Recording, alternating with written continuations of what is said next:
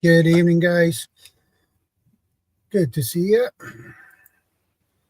Good evening, CR. Good to see you. And dear loves, Can everyone good to hear see me? you too. Can everyone Yeah, hear we me? can hear loud and clear. Remember, I've been having issues, so if there's something wrong, you have to tell me. Yeah, we can hear loud and clear. And brother Chris, good to see you too. Oh. Yeah, that's about it.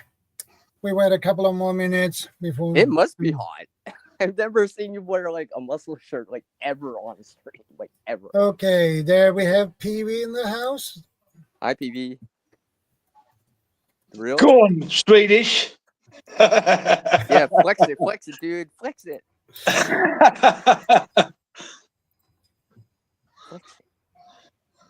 There you have the link, PV. As I said, we wait a couple of moments and let people drop in before we get into today's topic. So, can we just wait for PV to pop up? Copy that, PV. Hey, Teresa, good to see you. Hi, Teresa. Hey, Teresa. Hey, CR. Samina, good Real? to see you again. So, Okie dokie. I'm gonna. Chris, do you want to join us too?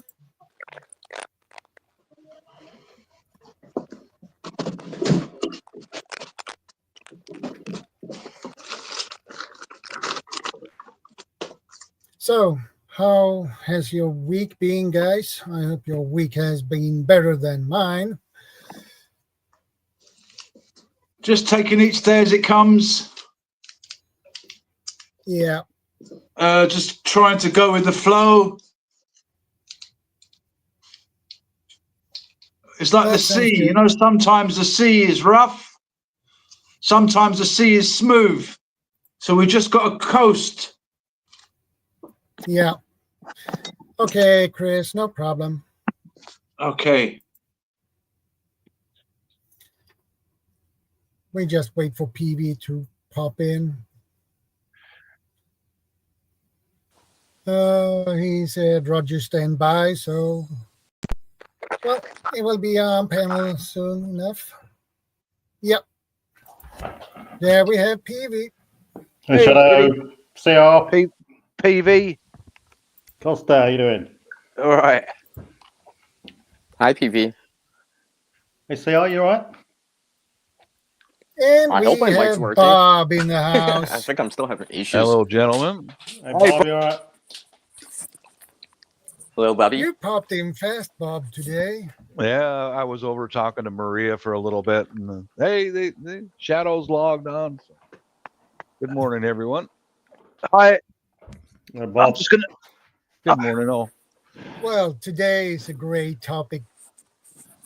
And I come up with it myself. There you Analog go. skills in a digital Yay! world. And I have 7 points we are going to talk about. 7 points. And because I need to remember them, I have them on paper. Okay. The first, I can go through all 7 points. The first one is the digital vulnerability. Mastering the map and compass, that's the second one. The third one, the art of manual communication. The fourth one, essential DIY and basic repair skills. Oh, yeah. The fourth, fire starting and basic outdoor survival. The fifth one is the power of observation and critical thinking. The seventh one is building a resilient mindset.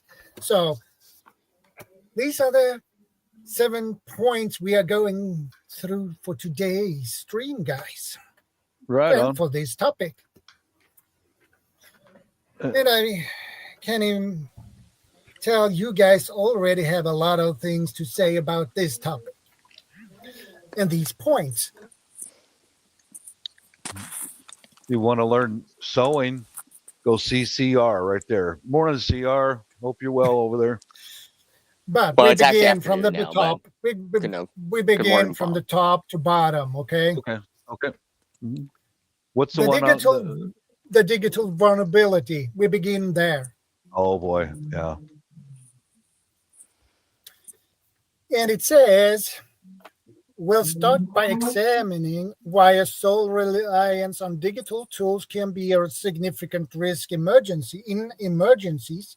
From navigating without GPS to communicating without cell towers, understanding these vulnerabilities is the first step to preparedness. Hey, Nick Mueller, good to see you. And the Sassy Gal Prepping, good to see you, man. Well, sassy. So you was on about solar threats to what? Sorry, Shadow. Should I read it again for you? Yeah, go on. Okay, the digital vulnerability. We'll start by examining why a sole reliance on digital tools can be a significant risk in emergencies. From navigating without GPS to communicating without cell towers, understanding these vulnerabilities is the first step to preparedness. That's the first point of 7. Right. You say that implies a grid down situation or a satellite malfunction situation, probably induced by some sort of solar storm, solar flare, CME type event. Either way, Or power's just out. That too. or grid down, yeah, basically. Yeah. You know, the end effect is grid down. So grid down combined with GPS vulnerabilities, there's a lot of strands to this. I think if GPS fails, then you're heading towards a grid down anyway, because the timing situation, the control, synchronization issues in just about every system anyway. So if we were to go down to the grid down situation, probably it's probably different time frames involved. Because, you know, if grid suddenly went down for no apparent reason, people would probably suspect, you know, in the first couple of hours, people would sort of think it's going to come back on within an hour or two. And then when realization kicks in, it isn't going to come down. People will start sort of thinking, suspecting cyber attacks. And then, you know, that sort of time frame, 30 minutes plus, you know, is the time in which you sort of, you've got the golden opportunity to do what you're going to do in the open or in public before the realization happens and then things start to turn sour. And if and when that happens, then, and you're away from home, how are you going to get back is a key question. You're vulnerable with limited resources. You've got your EDC on your Home bag. and you know, how are you going to get back? So you may be on foot, unless you're an electric vehicle or a petrol vehicle, diesel vehicle, whatever. You've got road issues, congestion to consider. But that throws out so many problems and scenarios. So, like I say, if you're, you know, the clock is ticking, and if you're away from home, you know, it's your EDC and your any plan that you've got in place. If you're at home, it's a case of preservation, stock taking. Hey, GP. Hey, Guardian, good to see you. GP. Hey, what's up, panel? Hey, chat. Good to see everybody. But those sorts of scenarios, you know, I mean, when I'll take the example of last year when the Spanish, Spanish, Portuguese, German, Dutch blackout occurred. It was only like 30 minutes before realization kicked in. It was that quick. And before, in some places, things started to turn sour straight away. In other places, it was a matter of hours. So it probably would also depend on, you know, the demographics and where you live and your surroundings at the time of where you are. You know, so. And who's around? But you know, if you're literally stood there, if you're on a train and the grid went down, The train will probably stop in Europe because it's all electrified. Yeah. Then you're stuck on the train. How do you get off the train to begin with? Is it safe to get off the train? You probably won't even know, if it's safe to get off the train. It might be just your train, and you don't want to start roaming around the tracks with other trains piling away, And then, if you're between stations, it's a couple of mile trip on foot just to get anywhere. So as far, back to the basics go, if you're out and about, the big backstay of EDC is water to begin with. 3 hours without that, and you're going to start wanting it, and affect, the early signs of dehydration, all this sort of stuff. Depending on the weather, obviously, it could be cold. Yeah, when I was in Denmark, when I was a teenager, when I was in high school, we were in Denmark, me and my classmate. We had to take the train from Hirtshals to Copenhagen. And the interesting thing is, the train we took was not electrified. It was a diesel train. Right. Which surprised me because I was so used to these electrified trains. I see. The thing is, I think it's a matter of acceptance if the power fails. What I mean by that is, all the difficult places I've been to, deployments, there has literally been a grid down in some way, shape, or form in varying degrees. Some of them have been really extreme. Others have been, power's been available dependent on fuel and all this sort of thing, and a bit touch and go here and there. But when people think about it, what do you, we are so reliant and used to having electricity that the moment it goes down for a couple of hours, people start freaking out. Yeah. Oh, the grid's gone down and all this sort of, how am I going to do this? Oh, yeah. But, people ask themselves and they think themselves, what do I actually need electricity for? Then, at night it's lighting, during the daytime, cooking and heating, if you're completely reliant on electric heating and stuff. Yeah, and the fridge and the freezer. Refrigeration, freezer. Uh-huh. Probably the most important in my book, fridge and freezer for electricity. Yeah. But, I think the reaction will far outweigh the actual events, which is probably the most dangerous. People freaking out over the fact that they've lost power for 6 hours and stuff, and not knowing when it's going to come back on. Especially if you haven't got any sort of radio or receiver to pull out your bag and listening to see what's happened. That unknown. You might have. You don't know. I mean, like it's you're just running through the scenarios in your head. You're like guessing. Exactly. Without that information input, you just don't know what's happening. Yeah, you don't know if it's just a simple power outage, couple hours, or is it gonna be days, or the grid's totally down, or like how the area and all this. You got a phone that only lasts, you might have a battery on your phone which lasts 2 days, and then in these days that'll be a good phone. Then all well and good, but are the cell phone towers going to be operational for that length of time? Yeah, can you get a signal out? Yeah, so you might lose power wherever you are, but there will still be a buffer zone of cell phone availability depending on what caused the blackout. So yeah, I mean. That is why you need to listen to the radio. Yeah, people always talk about the information. Maps and compasses. I mean, where are you going to be if you need a map and compass? You're going to be out of an area where you're not familiar with, or you're going to be in a place with limited visibility, in which case you'd need a compass as well. So it depends. EDC, self-preference, it really depends on the situation. There's so many variables involved, but the common factors, it depends on where you are. You can broad brush it, but I think people should know where they are and where north, east, south, and west is.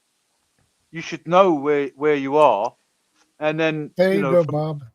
From there you can work out. I mean, it's always good to have a good compass on you, just in case you need some bearings.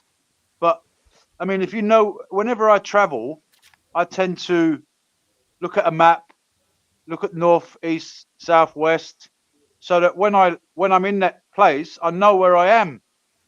Mhm. So yeah, just in case, I've got a good idea already. I mean, a lot of people, this is is this part of situational awareness, PV? I mean, you should know where you are. definitely. I mean, Absolutely. if you're traveling in a vehicle, for instance, and this is probably an essential component. Everywhere I go in me vehicles, I know where I am at all times within half a mile at worst case. Because if you break down, a simple breakdown, you pull over the side of the road, you call for help in the recovery vehicle. Where are you? Exactly. I'm on the M1 motorway. Yeah, where? Yeah, exactly. M1 motorway is a very long motorway. Which junction? Yeah, exactly. Which way are you facing? I think we're going to touch on navigation North, later, south, aren't we, north, Shadow? south. Well, I was responding to. We'll delve into that later because I think one of your 7 is navigation anyway. Yeah. Well, it's actually maps and mastering the map and compass. Yeah, that is the point we are on at the moment. Okay. Yeah. So, I mean, when you go out, if I travel a couple of 100 miles down the roads and stuff like this, I don't necessarily make myself aware of the 6-figure grid square of where I am at all times. I generally know where I am because I've been down that road familiar, multiple times. I'm familiar with the area.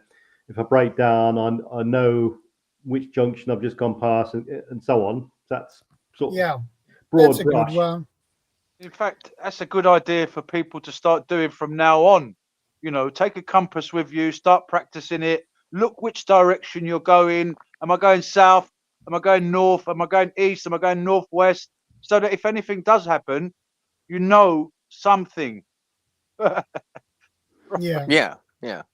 I mean, another thing is, don't forget to learn the map symbols, contour lines, and the symbols on the map, because if you don't understand those symbols, you will have serious issues. We've lost touch with the basics.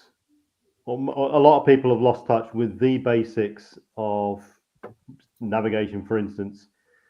If a person out there cannot identify symbols on a map, what contour lines are, what the symbols mean, and they can't orientate a map, they literally are, they're at school level.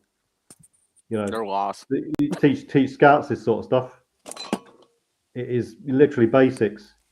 You got to be able to orientate the map, pinpoint your location if you don't know it, by doing very resections and stuff like this, back bearings, and then plotting a decent route from A to B, possibly making a route card, being able to brief your party of what's happening, where you are, where we're going to go, how far it is. It's nothing worse than 3 or 4 of you plus, and I know where you are, follow me, and the rest of the group thinking, I've got a sore foot. How long is it going to be? Is it just around the bend? Is it 3 miles away? Morale factor kicks in, So the absolute, the basics. People should know this stuff, and I should imagine a lot of people out there just don't. And even the ones that do, they might have not done it for a long time, a bit rusty here and there, but yeah, it all adds up to, like Costa says, the general situational awareness picture. Yeah. Where am I? Where are the threats? And so on. Where the resource is, what can I do about it? Start making some sort of decision point from there, evaluating what situation you're in, basically. Do I go left, right. Just do I stay here? Do I wait for help? Do I, whatever. It all adds up to that sort of decision-making process.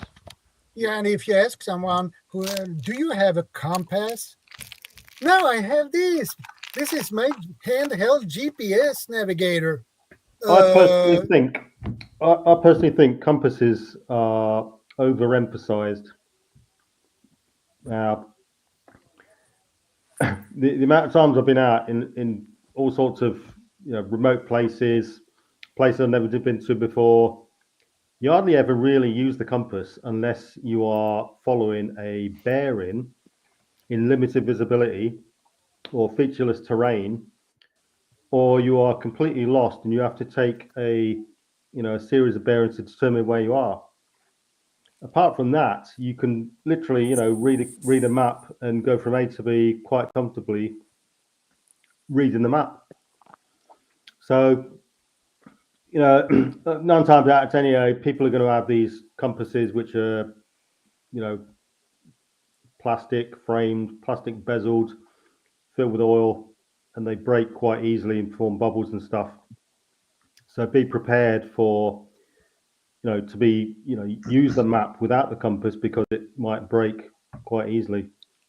If you have got or know where the sun is, know where the sun is, know these other additional things too. Yeah, I mean the sun is all well and good, but it's just on a cloudy day. Yeah, the closer you get to the equator, the more difficult it's going to be to determine what's where. Yeah, and you're closer to the Arctic. You can use the stars at night and stuff. Compasses are.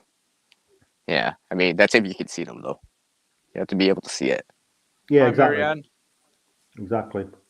Yeah, that's why I think it's a good idea to know where you're at, to know where you're going, to have a rough general idea. So even if you've got to walk back in a sort of general direction, you can. If I was going somewhere I've never been before, I'd always look at the sort of area that I'm going to first. So sort of, even using Google Maps and stuff. So you plan to orientate myself, the large area, zoom in a bit more, visualize sort of the route in my head. Mm-hmm. So, you have got a general idea of where you are. And, in my vehicles, I've got paper maps anyway. So you can take a virtual tour, right? Okay. Exactly. Yeah. That's a good way to. I mean, it'll be a couple of years back, but general landmarks, like certain landmarks, will probably still be there. So you'll be like, "Oh yeah, I saw that earlier on the map." Like, okay, I'm headed in the right direction. And if the threat isn't that bad, you can always just stop and ask someone. Mm-hmm. Yeah, I was just going to touch on that right there, if I may. Most of this has already been done for us. You get onto a state highway or a interstate highway, there's signs already there. So, all right, now you get off. Okay, I found the city of Fife. We get off into Fife, and street signs, they're already there. I'm looking for the address of 3rd and Pike Street. All right, there's 22nd Street, 23rd. Okay, we got to turn around and go the other direction and go into the start from there. And a real important thing is I usually will pull into a shop of some kind and ask them, where is 3rd Street? Well, what are you looking for, sir? The Safeway store, the grocery store. Oh, okay. Yeah, I know where that's at. Just right down there. Most of the stuff's already in place for us, Yeah. Can I add in something real quick? Yeah, go ahead. See, back a long time ago, when the first time I came into the Toronto area, into the GTA area for a vacation, right? This is before GPS too, right? So like this is an urban environment, right? So what I did was I just slowly made my way, increasing the distance outward. So familiarize myself what's immediately around me, right? The neighborhood, right? Take a spin around and gradually expand on it. That way I always knew a way back. There was always a way back because I did that research, right? I'd be like, okay, I'm going down Yonge Street here. Okay, or whatever, right? And, I'm passing by familiar landmarks, right, of the area, right? Very familiar. Everyone would know. If I had to ask, I could, right? I'd be like, hey, how do you get back to Yonge Street? They'll be like, oh, yeah, you got to go this way. I'll help you, right? So at least I would know If that makes any sense. Like it's like you, Bob. If you went overseas in a new location, like if it's a more many urban times. environment, you have to just slowly make your way out. Right? Don't just go out for an hour and just try to walk back because you'll be like, where am I? You'll be lost, right? Because you went too far. Yeah. You don't memorizing, know, right? Memorizing landmarks as well. You should do that automatically. You know, as going over to another country by myself, and just okay, there's a Methodist church, there's a Catholic church, okay, and just keep going this direction. Oh, there's that big green building or the waterway, whatever it might be. Yeah. That's very important in navigating, is your own memory. But something that I don't mean to really cut you off here, Ciara, but this is what I've done. All right, like my first time in Cebu City alone, I pulled up a map on my laptop and I took photos of the street names. And I don't use GPS, to be honest with you. I don't. I do it this way. I just take photographs of what I need, and it's right there. Now, if that's down, then I got to go to my own memory and asking people on the street. You know, I don't use GPS. I never do. Yeah. No. Yeah. I mean, you would try to remember which way is north, south, you know, and all that stuff. Like, where's the sun if the sun's out and all that stuff, right? Right. And always remembering that it's different at night when you travel. It's totally different totally different to navigate, because there's certain landmarks you can't see. You can't see if the sun's not out. If you can't see the North Star, you'd be lost right in the dark. Like even in an urban environment, right? You'd be like, I don't know where I am because you can't see that far out. Yep, that's a fact. I think the only time I ever got lost on the planet Earth was in Argentina. I got lost in Argentina. One time I got lost in my life, and it was a question of driving around to find someone. You know. Help me back to civilization. I roughly knew where I was, but Argentina's so big that, you know, so luckily I found someone who sort of put me back on the right path. But, you know, I think that was the only time I was really, really lost. But, you know, I was going to say quickly that if you're in a city, the way I learned how to read maps was from a book called The A to Z. Basically, you know, you start learning about roads, trains, other little, markings and stuff like that. I mean, it's basically mostly a city book, but this helped me. So if anyone's in the city at the moment, you're new to maps and stuff like that, start off with an A to Z, you know, and that'll kind of give you a little grounding on maps. Just a little starter thing. Yeah, as Mr. Warren says there, organic maps. You know, there's many offline map resources you can use. Organic Maps is a free one, and it doesn't collect information from you either. So it's a good one to use. I never heard of that one before. So that... yeah, you download it, and then organic maps. Yeah, you can download different areas, you know, country area, regional areas, counties, and stuff. Pretty detailed. And if you lose connection with the cell system, then you still got access to it, and you can still use it in not only a sat nav capacity, but to view the maps as well, if you wished. So, you know. But then again, you know, we're talking about going back to hydraulic type methods. So you're still relying on some digital system. Then the clock is ticking for your phone then, because you're on battery power. Also, pen and paper. You know, you can also draw out little maps as well. Sorry about my phone, guys. Yeah, you can get other people to draw a map for you as well. Where's this? Yeah. Having a little piece of paper and some paper, right? Yep. That'd be useful. I mean, remember nowadays, not a lot of people have pen and paper handy, right? So having it on you, so you could just ask someone you already got it, right? So they could just be like, put a name or like an arrow in a direction, because they just kind of know it by mind because it's local, and they could be like, oh, go north this way, then go east, and and stuff like that. And here's the names, right? You get a little paper map until you start seeing it, because once you start seeing it, then you can memorize it, right? But if you haven't seen a spot before, it's really easy to get lost. Doesn't matter where you are, right? If you don't know the area, you will get lost because you don't know the area. Every deployment I went on, and I did multiple, so we're talking 15 plus. Before every deployment, this is standard, you get an orientation brief.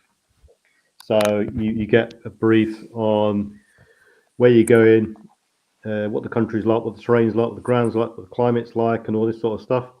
So by the time you actually hit in the deck, you've got a general idea of what things are going to be like, where you are, and what to expect in the broad brush terms. And that's what people should be doing, even when they go into the shops. Even when you go to the shop that you've been there multiple times, you might want to switch on the radio, or you might want to look on the internet or the TV or whatever, local news sources, to find out if there's anything going on in that area, which could, complicate things if anything else happens whilst you're out. So you might want to, you might want to either change your route, or you might see something on there. I mean, Google Maps is good for this because it gives you live updates.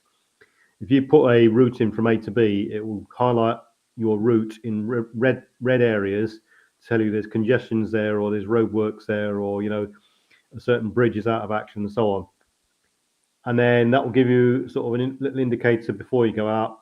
And whilst you're out, if anything does happen, you lose your phone, or the grid goes down, or you lose complete technological capability, then at least from beforehand, and it's fresh information, that certain bridge is out of action, the road is out of action, or whatever.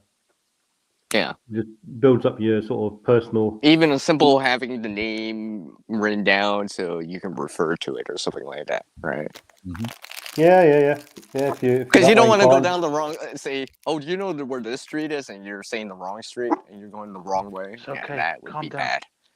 A good a good example I've got in my mind about this sort of thing is when 9/11 happened. Everybody was on foot. Basically, there was no sort of traffic movement, and you saw people streaming on foot over getting out of sort of the Manhattan area. Yes, I remember that. So you could be in that sort of situation. So, Guardian, you're right. How are you doing? What's your thoughts on this? Yeah, we want to hear your thoughts about this. GP.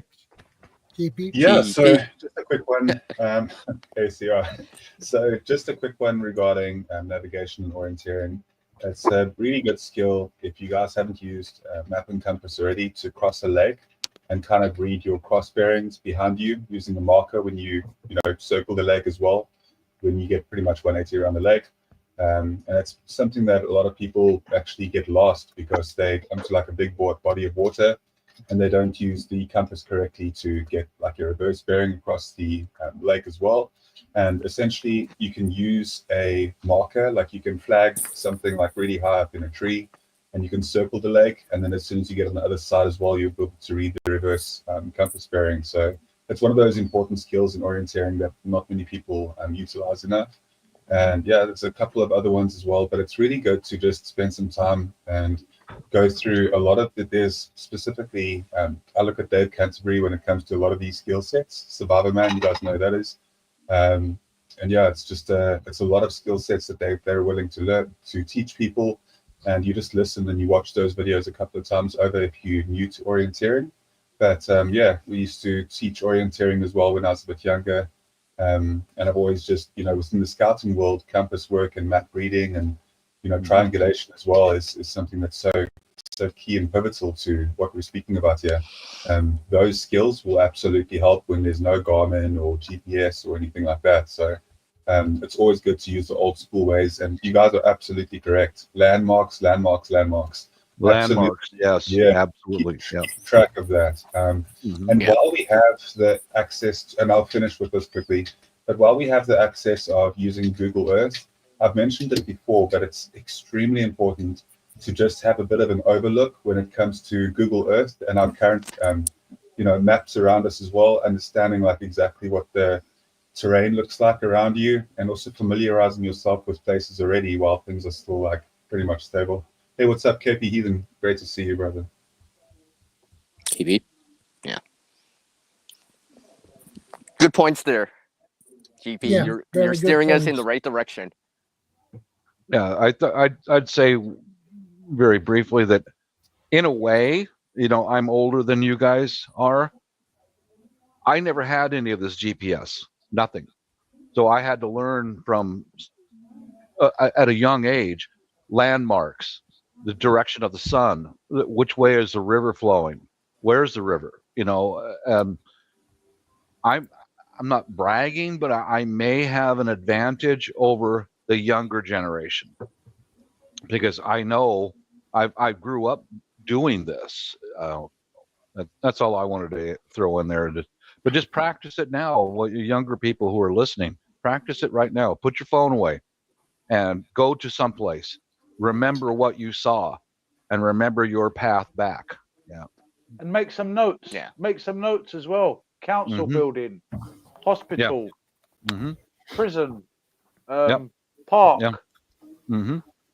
I would suggest if people want to really get into it, join some sort of organization or group that will teach you proper formal map reading lessons as well. Whether it's scouts or some dedicated navigational course, then it'll be well worth it. And orienteering, like Guardian says, is a real good way of practicing navigation, because it allows you to practice your navigational skills under stress. So normally you're trying to get around the course as quick as possible, so you're running, the blood's pumping, and you're trying to make decisions pretty quickly in hard terrain most of the time. So that's quite a valuable. Yeah, and Kate says it's good to have a topographic map. I agree with that, because that kind of map is more detailed than a normal map. Yeah, I mean, various countries have various qualities of maps. In UK, generally, there's sort of two sorts of maps. There's road maps and a thing called an Ordnance Survey map, which has got everything on it, like Costa's showing us there. One of the most detailed maps you can ever buy. Excellent maps. The key to it as well, don't discount things like pacing. Know how many paces you do per 100 meters, not only on the flat but uphill, downhill. So you can gauge how far you've gone. You might even want to get yourself some counting beads or a counter, so you can do your time and distance and stuff in coordination with the compass if you're in the woods and stuff like this. So it's very important. Yeah, it is. There's so many countless stories about that kind of stuff where you hear it, right? Yep. That kind of where people are lost in the woods. I mean, I remember a couple of years ago in an area like an hour away, right?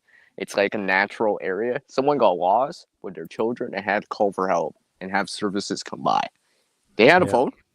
I think she said that she lost GPS or something like that. But I'm like, this natural park or whatever only has so many entrances, because I've been there, right? I know there's like a north and an east and a west entrance, right? I'm like, you're gonna know where those are. I mean, it was starting to get dark for them too, so it's like, you can't navigate through the sun anymore. You're in the trees, so you can't see the stars really good. So it's just like, and it's just like, even with tech, right? We got the advantage in Britain of not seeing the sun for months on end. So okay. Well, I don't see the sun in the middle of the winter a lot too, PV. So hey, KP Heathen there, so you can stop at a visitor centre and get local maps for free. Whenever I went to Greece, or Cyprus, you can pick up free maps and like from tourist centres. Yeah. And I kind of kept them as well. And then you sort of you put it in your memory and what have you. And I found myself driving around in Cyprus like I lived there, like like I knew the place. But obviously I had to know it study like the back of my hand. Even places, bus stations and stuff like this. Good to see you. Will provide you with rudimentary maps in some cases. Yeah, you can get free bus stuff at, in Cyprus or wherever you go. All countries have got touristy. Orange tape there as well, just in case. Bob. Yep. Bob's been lost in the forest a few times. Yeah. If you want, just give me a second, CR, please. Appreciate it. And this is surveyor's tape, right? I took my sons out and we were photographing and we were looking for Bigfoot. But this is one of the things that I taught my sons. Take a roll of surveyor's tape with you. You could even do this inside of a city. And I taught my sons, as you're walking through the trees, put a small streamer on your left shoulder and on your right shoulder at your eye level, right? And you will find your way back out. You could even do this inside of a town or a city. Around a stop sign. I was just here and a bush next to it. So you go between the two flags and you're going to find your way back as long as nobody pulls it off and does anything stupid. But surveyor's tape, it's cheap. You can put it in your shirt pocket and take it with you. Yeah. That is like the most basic analog you can get right there, but it always works, guys. Even chalk. Yeah. Even chalk. chalk. Good thinking. Chalk. Yeah. Good thinking. I keep chalk in my bug out bag. Good thinking. Yeah. Yeah. It's also pretty much good for anything that you have, like any gear that you'd essentially end up losing, like knobs, putting around the handles. There are so many different uses for like a tape that is definitely like bright like that, because in the middle of the woods, if you like on a trail and you see your knobs missing, you look inside a sheath and it's gone, and you don't have any like markers on it. If you have like a knife that's just got a simple like wood handle, or even like a black carbon knife or something like that, it's so easy for you to lose that if you don't have tape like that, it's incredible. So yeah, that tape that Bob's showing is brilliant. Yep, there's another one. Having string this like is that. Red yarn. Yeah, it's red yarn. And this is what I do with my suitcases when we travel. The wife and I like to travel. Just a simple piece of red yarn on the handle of your suitcase. One on the top, one on the bottom. And you know how the luggage carousels, everything comes down? And I can spot mine right away. There it is. Just a little piece of red yarn. This you could put in your pocket too. Yeah, good deal. Good advice, point, guys. Bob. Never thought about that before. So that's it, good guys. point. And it works. I've been doing this for years. A little piece of red yarn. It makes Analog, it easy for you when baby. you're picking. Yeah. Analog, baby. I'm old. I know this stuff. I mean, I've shown a while ago, like even if you don't have something like that, there's other ways. You just want something contrasting that can stand out, that you can notice, right? In the distance. It could be anything as long as you can notice it. It could be it could be a balloon. I mean, I've seen people use balloons before, right?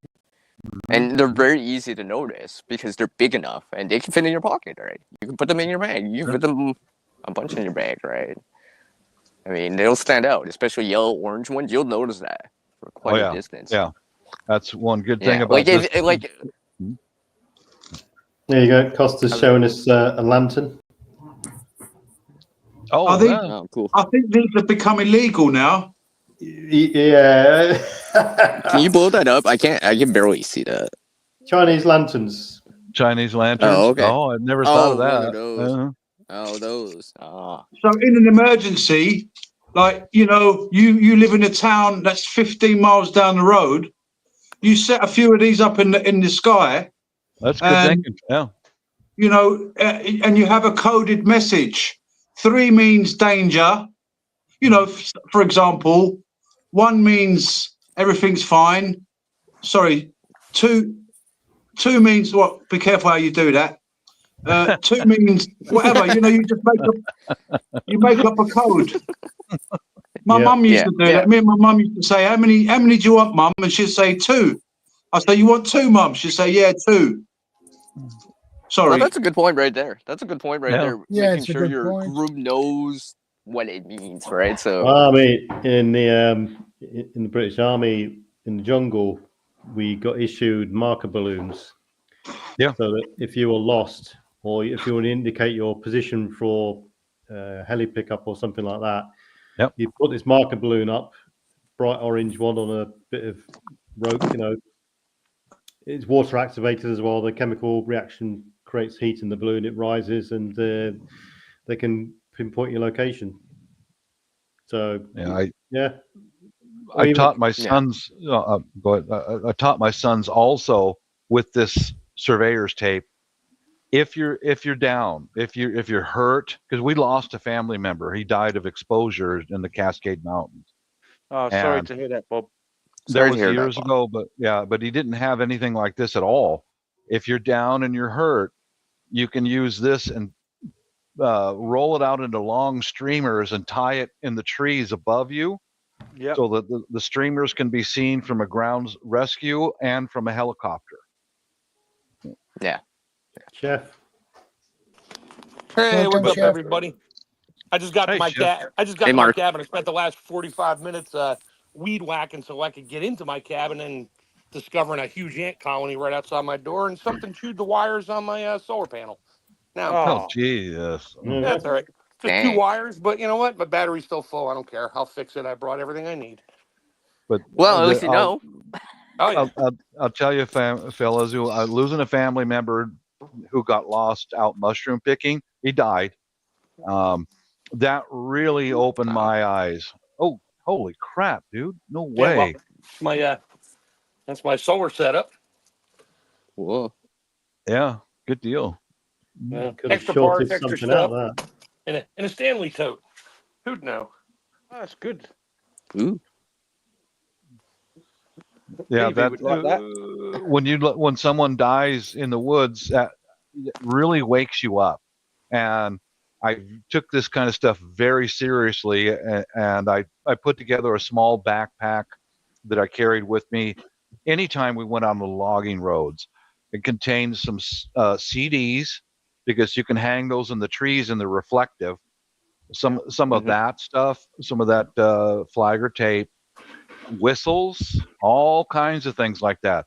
And it doesn't take up very much room. I had a small backpack, and anytime I'd go out hunting, hiking, or even just driving around the logging roads, I threw that in my car with me and took it with me for years. Yeah. Getting lost I mean, you and can be dying. using the washroom, There you right? go. Think about it. People who have done that, they go into the woods to go use the washroom, and they get lost because they're like, they can't find their vehicle. It happens, right? Man, GP showing us that's there. brilliant. Look at that. Yeah, so having like also you can go to Derail Lab after this as well, but having these packs that are very easy to spot if you're in the wilderness, it's really good. Obviously, for certain reasons, you want to have a bit of an OPSEC bag as well, so your darker ones, but for the most part, having like ones relatively bright are pretty good for like just your average and public hiking when you're not like, you know, you're not trying to be inconspicuous at all. You're just genuinely like trying to make sure that you're safe. Having a pack like that is really good. This is the missus's one. It's my wife's backpack as well. So it's pretty durable, really good for, you know, long-term journeys as well. But for the most part, it's just one that's very visible. Yeah. I think, go on, Shadow, sorry. Yeah, I think we need to get to the next point. Should we go over to the next point on my list? I just before you do, Shadow, is if anyone else is interested in delving deeper into the signaling sort of aspects of getting lost and stuff like that, we actually did an episode on this over a year ago, and I'll put the link to the live stream up in a second so people can. We really dig deep into all sorts of aspects of signaling and stuff like that. So I'll put the link up there in a sec. Yeah, I'm going to post up one of my videos that I made just for this. It's called Prepping for Hunters, Trail Markers, and Fire Starters. I'll put a link of one of my videos into here, Shadow. So Yeah, no problem. What you should also do, Shadow, just to go. Sorry, go to real love. Just to add on to what you were saying about the bag, you can always have a high vis in your kit as well. A high vis jacket is very good because signal marker, signal marker. Signal brilliant, flag, brilliant. Mm-hmm. Flag. It's also stuff like that. It's got reflective, and just to finish up, sorry, Bob, a little signaling mirror with a whistle. Yep, you could use this. You could use a CD also. CD. Yep. Mm-hmm. Tie those from the tree, and the wind. The wind spins lightweight objects like that. You have a pack of 5 or 6 in a little backpack. Tie it up in a tree, and the wind spins it, and it flashes. Blip, blip, blip, blip, blip, blip, blip, blip, yeah, passive signal. It's brilliant for distracting, for keeping birds away. If you also like for gardening purposes, if you want to keep like birds away in a very eco-friendly way, using those CDs that are tied to a tree also is brilliant for that. It's really good. If you want to shadow, I do that all the time. It works great. Yeah. So hey, good to see you by the way, Chef Tech. Hey, good to see you guys too. Yeah, I think that just briefly, if you want to bring it up, Shadow, just the SOS Morse code for help. I don't know if you are familiar with that, the ...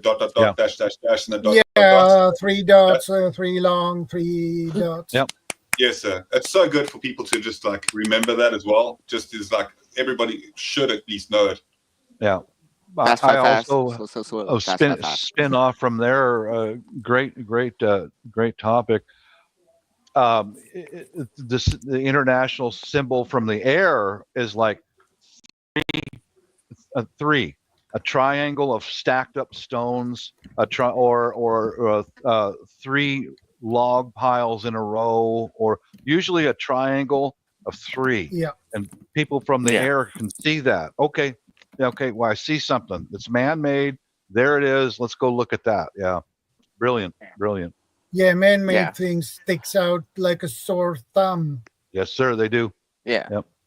Can I add one more thing? This reminds me of something that like where some hikers that get lost would like stack rocks in a certain form, because it's not a natural formation, right? Rocks don't naturally form a stack that high, like nicely, right? So if people are trying to search for you, if they saw that, some other things, right, they'd be like, this has got to be them, because this is rocks, but they're stacked up. There's no way that's natural, right? That has to be from man-made. Someone did that, right? Especially if they're trying to find someone. Like, you would, like, if it's a dirt road or whatever, you mark an arrow, you blaze the trail, and all that stuff, right? If you were lost, if you need help, right? Can you show this, Shadow? Yeah, sure. Going along with what Bob was saying, and you get with the SE knives, you get these little cards, and I know the focus is not great. The focus I can see like that. I can see. Land signals, feel. Yeah. Right Yeah. So there's that's a section nice on to have. the essays. It's good to have something like that in your wallet as well. Yep. The video that I just now loaded in the side chat is like bells and whistles for taking with you hunting, and how to use them. You can take a small bell with you if you're down and tie it in a tree with a piece of string, and then just randomly ring that thing, or let the tree swinging ring a small bell, and the rescue dogs, they'll pick up on that like that. That'll turn their heads, because a bell is not a natural sound. And a whistle, man, whatever you do, guys, if you ever even just go out for a hike in the woods, bring a goddamn, I mean it, bring a whistle, because you'll hear that for miles, man. Especially the rescue dogs, they'll hear it for miles and miles and miles away. You're going to run out of breath after a while. That's what happened with the family member that we lost. His daughter was with him, and she couldn't scream anymore. She couldn't. She just literally lost her voice screaming for help. But a simple whistle or a bell of some kind, bing, bing, bing, bing, bing, bing, you know. Yeah. That's a good Okay, book it's there, upside down, Stuart. but I mean, Yeah, that is a good book. Yeah. That's yeah, very yeah, good. it's I got the SSA. Yeah, of course I got it. Okay, it's SAS backwards. survival book. Yeah. All Can comes you back show to us? Lofty. Yeah, so Can you it's show us? it's Oh good. yeah. It reminded me yeah. of Yeah. it. That's, Yep, yeah, I've got yeah, the little right? one. I mean, I've like, got the small one. Yes. yeah. Like, even if you don't have one of those fancy pre-made cards, you can always make something. Yeah, because some of Put it those in your signals. wallet. Put it on the back of Yep. your phone. Yeah. Yep. Just In your case. notebook. Because and some of those. I think, yeah. If your plane's going over, it's good to say, right, we're okay, but we need food. You know, there's ways of like those letters that you just showed. You know, we need refill, fill. You know, we need supplies. So, you know, it's good to know these things. There is also a signal But let me. for I need medical supplies too. That's it. Yeah. Yeah. I need Let me ask you medical. something, PV. Yeah. Do people actually know it though? Like, if you actually, you might know it, but remember, signal or communication, both parties have to know it, right? How is it like really like common? Yeah, I doubt many people that- would actually know any of these symbols without taking some form of little card with them at all. Yeah. A worst case scenario, you know, I'm talking about call, like, you know, something like people that fly helicopters for a living. Would they know these signals? What they mean? Yes, they would know. Okay. Part of the training. I mean, a triangle's a triangle, fire is a fire, but I mean, I'm talking about the Ys or that. Well, it depends on what these mode of other things. aircraft they're in, you see, because they might not even be looking out for it. If you're, you know, if you've got a smoke signal up there, for instance, and you've gone from A to B, and when you land, you suddenly someone tells you that there's a lost party out there. You go, you know, I saw some smoke back there, or I saw this symbol back there, or it all helps. And worst case scenario, if the party on the ground doesn't know anything, they can either get a bunch of rocks out into a clearing, spell out the word SOS, or carve it out in the sand or mud or whatever. That's been done before and it's worked. It's anything you can do to contrast against where you are to draw attention. And you know, like the simplest things you can do, which take up the least resources, is a whistle and a mirror. Yeah, You know, they can be seen for miles. They can be heard over, you know, longer distances. And if you've got someone in the middle of a moorland and you ask them to shout, compared to a whistle, there's a massive difference. So yeah. And also, if you want to, you could prepare a bush, like a very leafy type of bush, so that it just gives off loads of smoke through the trees. Know how to initiate a smoke fire to produce, you know, lots of white smoke or black smoke if you're in a desert environment. Yeah. Yeah, there's a contrast as big as possible. A real simple thing too that is available in any patch of woods: rocks. You take 2 rocks and start pounding them together. Yeah. If you're physically capable of doing it, bang, bang, bang. Wait, you. 1, 2, Bob's 3. Bob's Bigfoot. That's it's me. Bob. Yep. It's Bob all this time, all the banging in the woods. It's Bob. People should be considering a layered, you know, this sort of thing when it comes to attracting people or rescue. A bit, you know, really serious layered approach system. From taking, you know, you start off with GPS. If that fails, you might have a you know, an emergency transponder. No one should, in my view, no one should be going anywhere in the wilderness without some sort of emergency transponder, you know, locator beacon. Personal locator beacon. Yeah. Absolute. You know, avalanche beacon. I would class them as essential these days, definitely. And then, you know, you can work your way down from there. Whistle, mirror, stuff like this. You know, some watches, some phones now have got direct-to-satellite communications. You know, if they get wiped out, you know, go down to your next level and the next level, next level, until you are literally down to the point in which, you know, and pace yourself. making a signal fire. And if you're in that situation, have you got the skills then to make the fire without a lighter? So you're talking a combination of survival bushcraft skills all the way up. It's how far up and down the pyramid you're situated, you know. I wanted to give a stern warning. Okay, it was 70-year-old father and his 30-something-year-old daughter. That was my family members. Went out mushroom picking. He got mentally sick. He had a stroke during it, and he took off, and she couldn't get him to stop. But fortunately, she was a smoker. Oof. And so all she could do was try to restrain him and get him to sit down. Now, they did light a fire. Fortunately, she was a smoker. They had a fire, they had smoke, but there was so low-hanging clouds in the Cascade Mountains, nobody saw the fire or the smoke. I mean, they had a helicopter up looking. They had rescuers out. So don't depend upon a signal fire. It'd be one of the items in your list, one of them. But do take that, because that cost Hank his life. You know, she was able to keep him and her warm, but don't depend on 100% on a signal fire. Have other things like a mirror, a whistle, a bell, something. Layers. It's like, that's the thing about preparedness. It's layers and layer and layer. If this fails, you have this. If this fails, you have this. You know.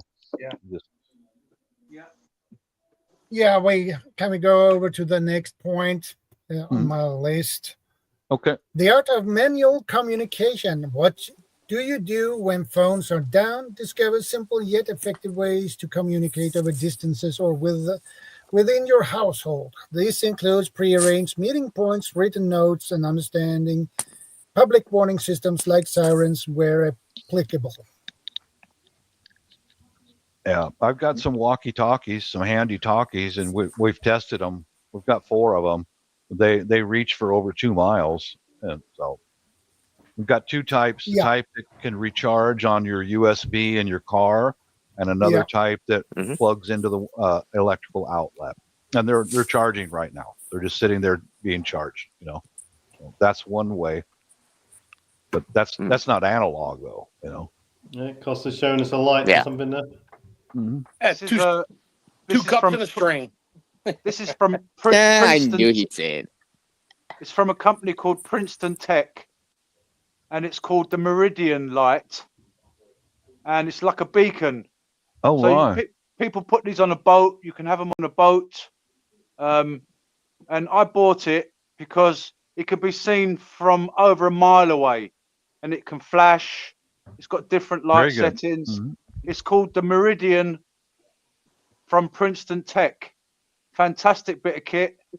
And like I said, you could either put it on a boat or, for me, if I get stranded, broken leg, I'm in a bad situation, I can, like Bob was saying, I've got different layers, Yes. Very good. Good thinking. Very good. Contingency. Nice. I don't think a note in a bottle would help. Never know. Maybe not. That'd be what last. Yeah, that's sending out an SOS. I'm sending out an SOS. Who's that? Sting. Have we got Sting in the chat? Yeah, there you go. Sting's in the chat. Hello, Sting. Yeah. You can have these. Bunch of the flashlights I bought. I got a Bushnell, and it's rechargeable. It has you can either charge it or you can use it to charge your phone if you wanted to. And first one is light. Second one is dim light. Third one is a strobe.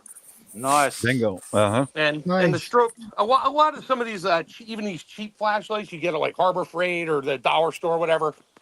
They don't have one setting. They're like either light, dim, then strobe, like all of them, which I don't mind to a point, but if they're a pain in the butt at night where, you just want to shut it off and all of a sudden it starts strobing on you like you're at a disco. Yeah, I'm that old. Hey, Norfolk, UK Prepper, good to see you. I didn't say anything. I was thinking, in the household or something, those old chuck wagon triangles like you see on the old westerns, Yeah. Ding ding ding ding ding ding ding ding ding. I think I'll bend up some steel and make one of those so I can let my wife know when I'm hungry. You know, bing bing bing bing. Hey, that's a good idea. That's a good idea. I could have one for my. Yeah. Feed me, hon. I'm hungry. If you're out of your home location and you're away at work or on a trip or wherever you're traveling, then and the cell phone system goes down. This is what we're talking about, Shadow. Then your phone is still with you. You haven't got connectivity. You're literally down to the battery capacity of that phone. Hopefully, you've got a phone. Many phones nowadays have got more than just cell phone capability. Mm-hmm. And some phones, some Apple phones with I think it's iOS 7 have got a Mesh-tastic facility on them, so you can connect to the mesh system without the use of the cell phone system. Yeah. Some phones now, and this is getting increasingly widespread. Many phones now are having the direct to satellite connectivity function on them. So even if the cell phone system does go down, you've got direct to satellite connectivity. Again, my phone does that. Every now and then I'll have no signal and I'll see a picture of a satellite. I'm like, really? Right. Satellite? Yeah. So you've got Okay. direct to satellite connectivity there, and mainly the iPhones have got that function at the moment, or certain iPhones have, newer models, not all of them. So these other sorts of, it's not just a phone, you lose connectivity to the cell phone network. You can do much more flexible things with them, even to the point where you can use, you can transmit on any cell phone whatsoever. You can download various apps, and we've talked about this before.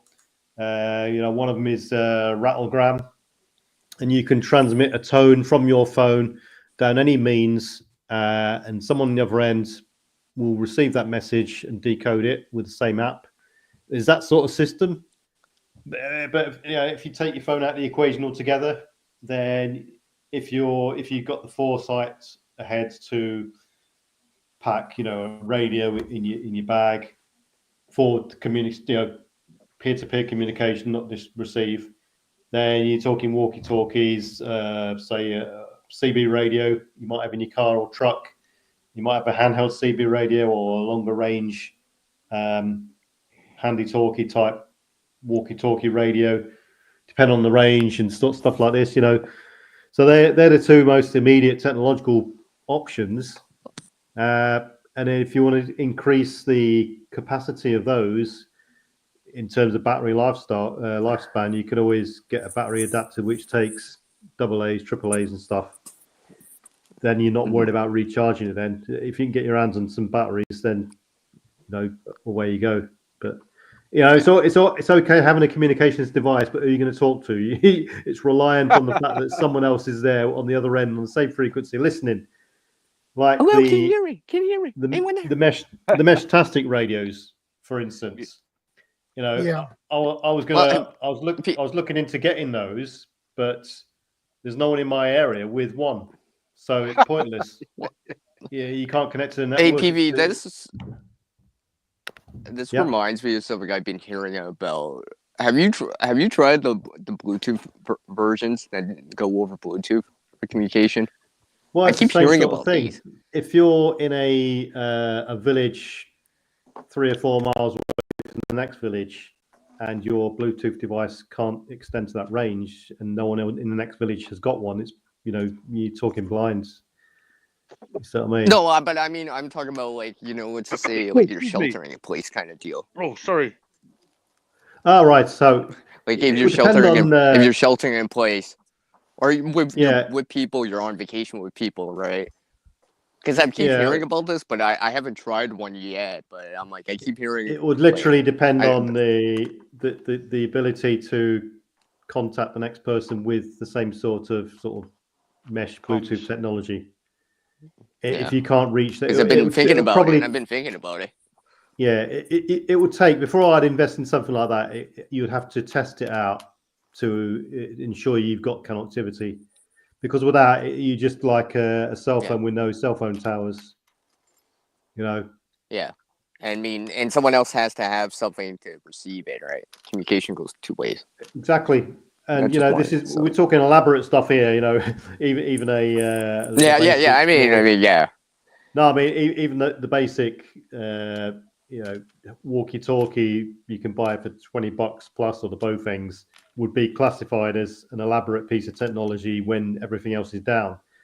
So if that goes down, then you you could be in the realms of everything from carrier pigeon to kites to smoke signals to flashlights, whistling, Paper airplane.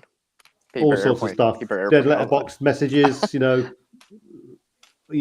sorts of things like that. So the clock is ticking.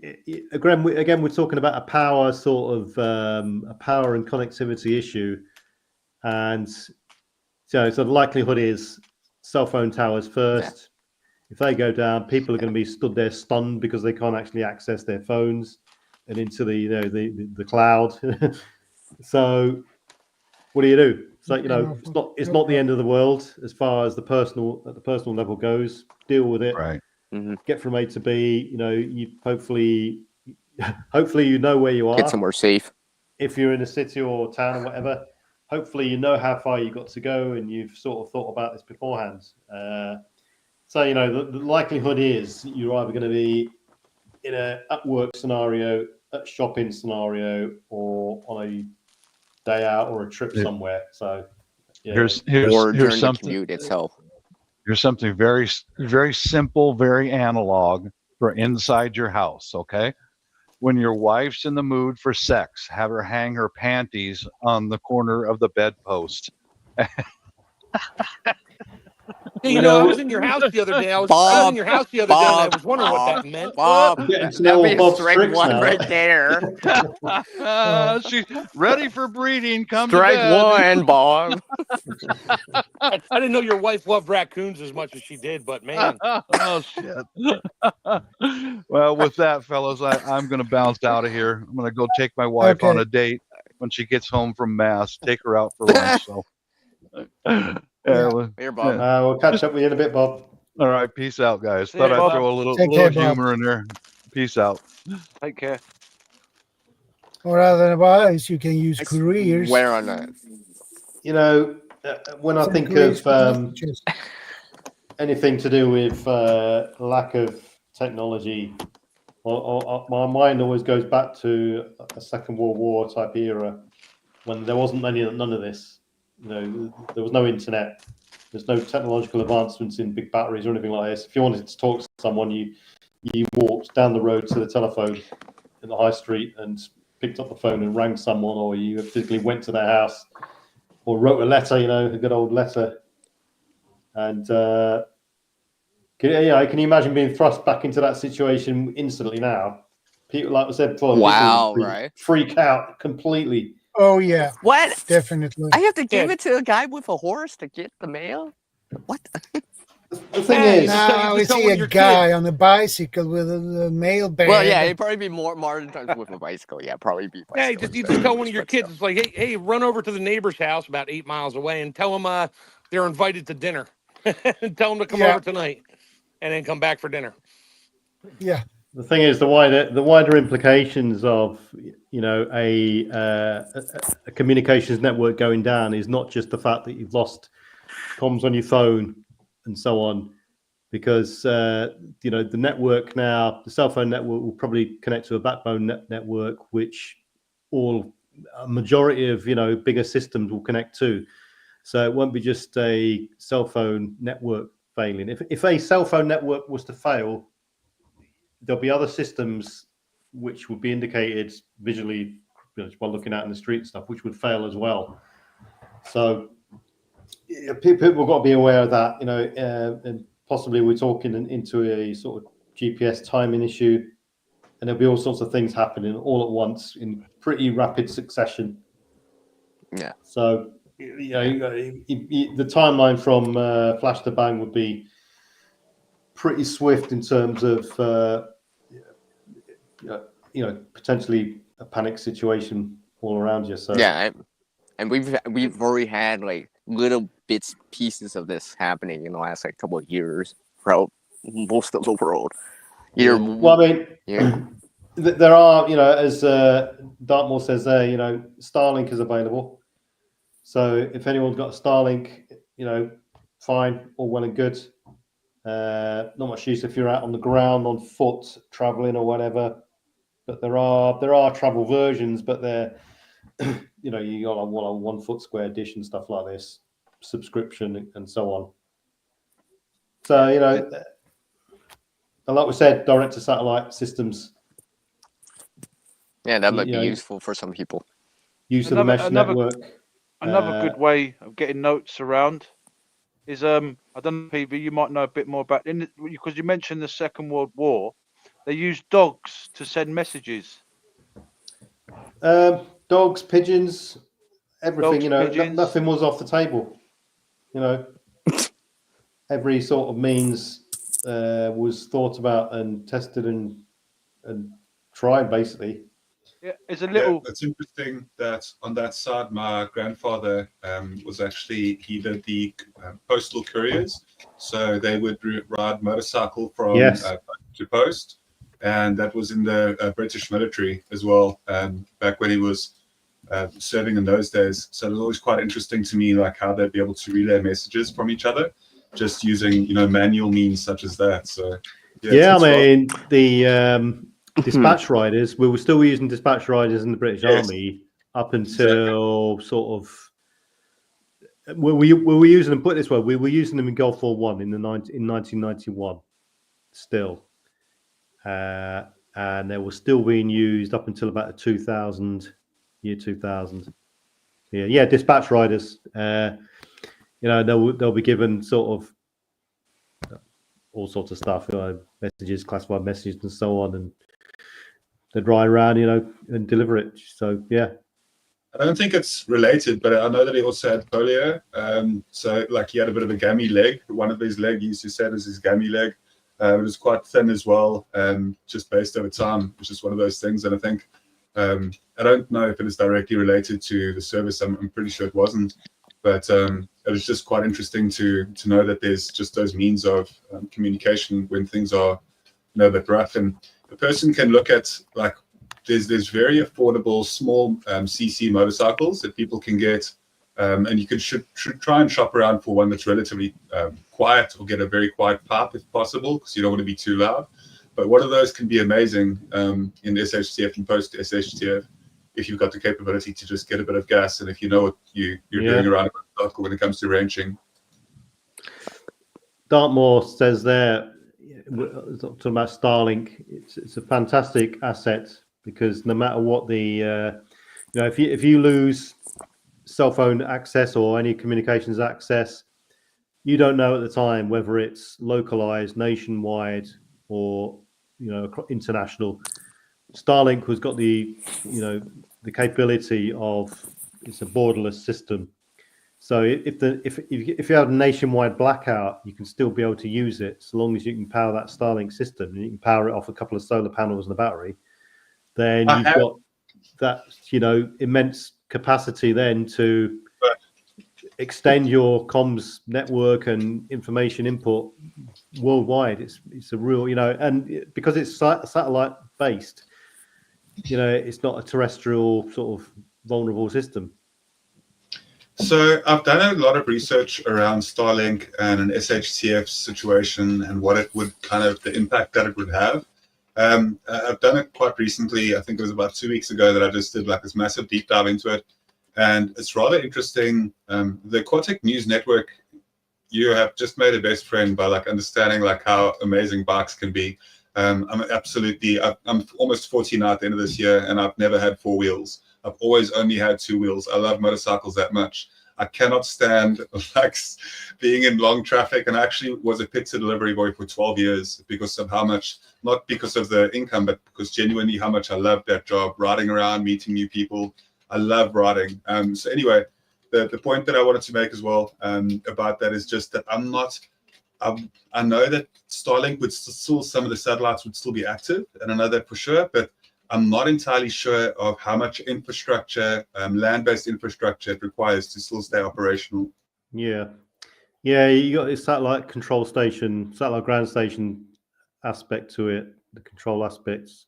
So it won't be where it would outlive probably the cell phone network quite easily, but it would, the control aspect and the admin aspect of it for control would be it's still vulnerable. Yeah, definitely.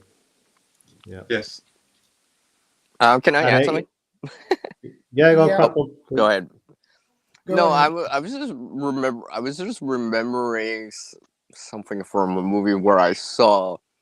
Actually, it was a zombie movie, but they were so far apart you couldn't yell. You couldn't yell. Whistles were kind of like, like because there's background noise, hard to hear, right? Right. Yeah, you might know the movie, but they did use big signs and binoculars because they had line of sight, right?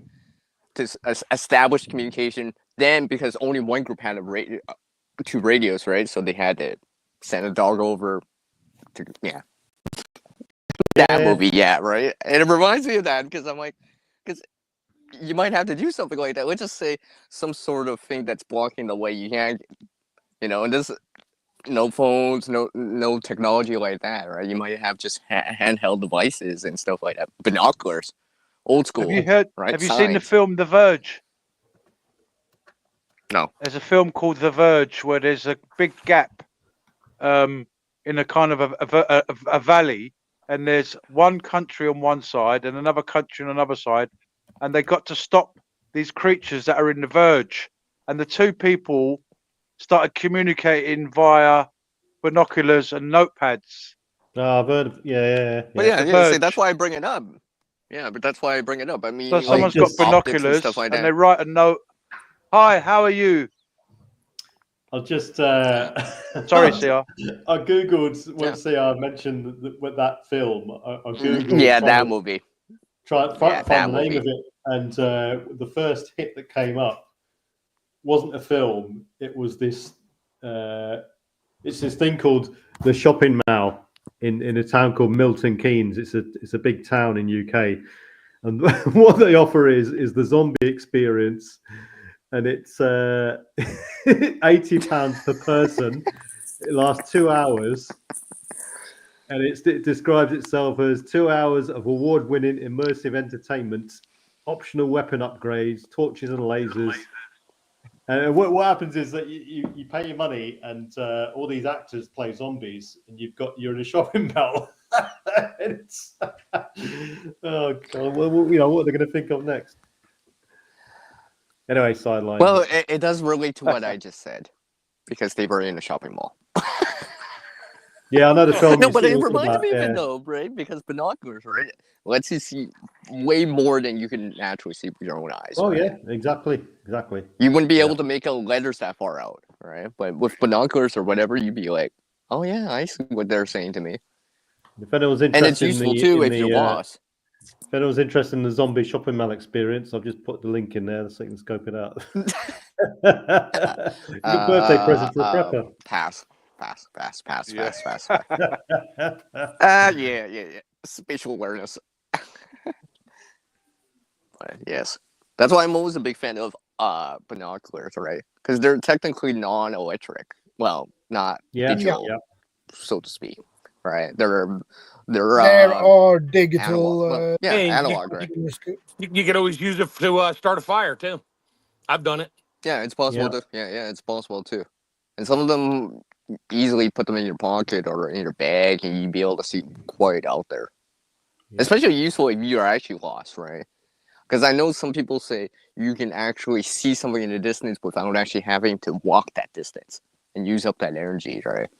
Especially if it's across a river or across something you wouldn't know. Do you want to cross a river or across a valley if you don't have to, right?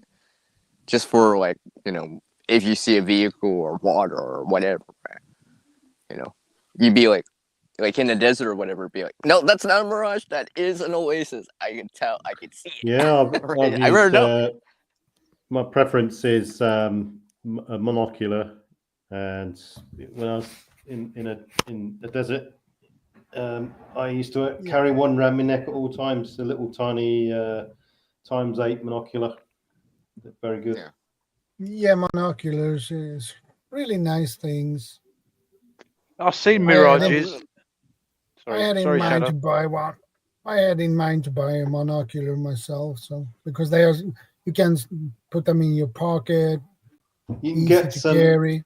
The tendency is to get like binoculars. Many people have the tendency to get ones that are too powerful, and therefore you get more distortion, less light, so the clarity of the image isn't great. So what you're actually looking for, and if you get one that's too powerful, then when you actually look at something, it's going to be distorted. And I mean, I've got one which I've got a zoom monocular.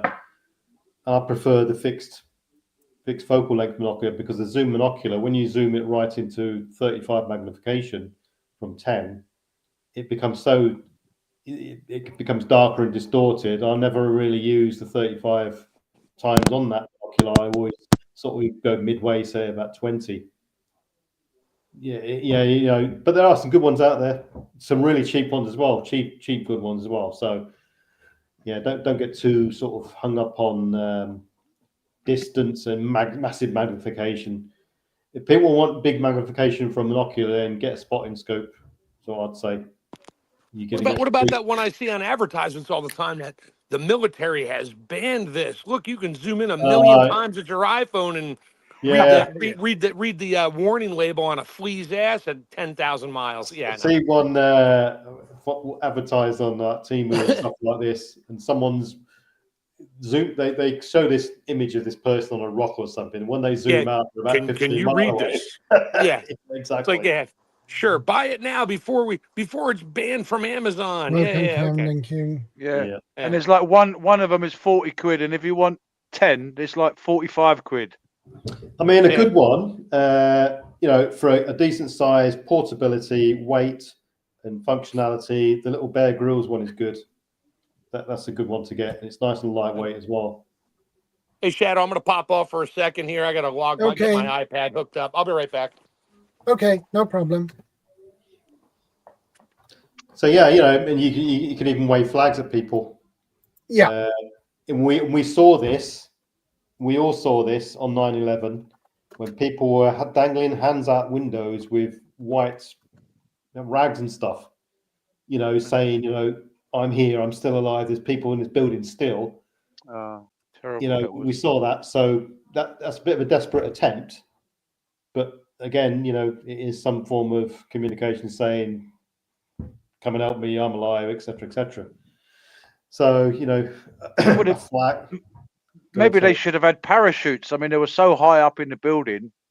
Well, yeah, it's feasible, but as a city commuter, with no sort of reference point beforehand, nothing like that really happened before, did it? And going to work, with a base jumping parachute every morning, and probably kept at work. I suppose it's not on your list really, until something happens after.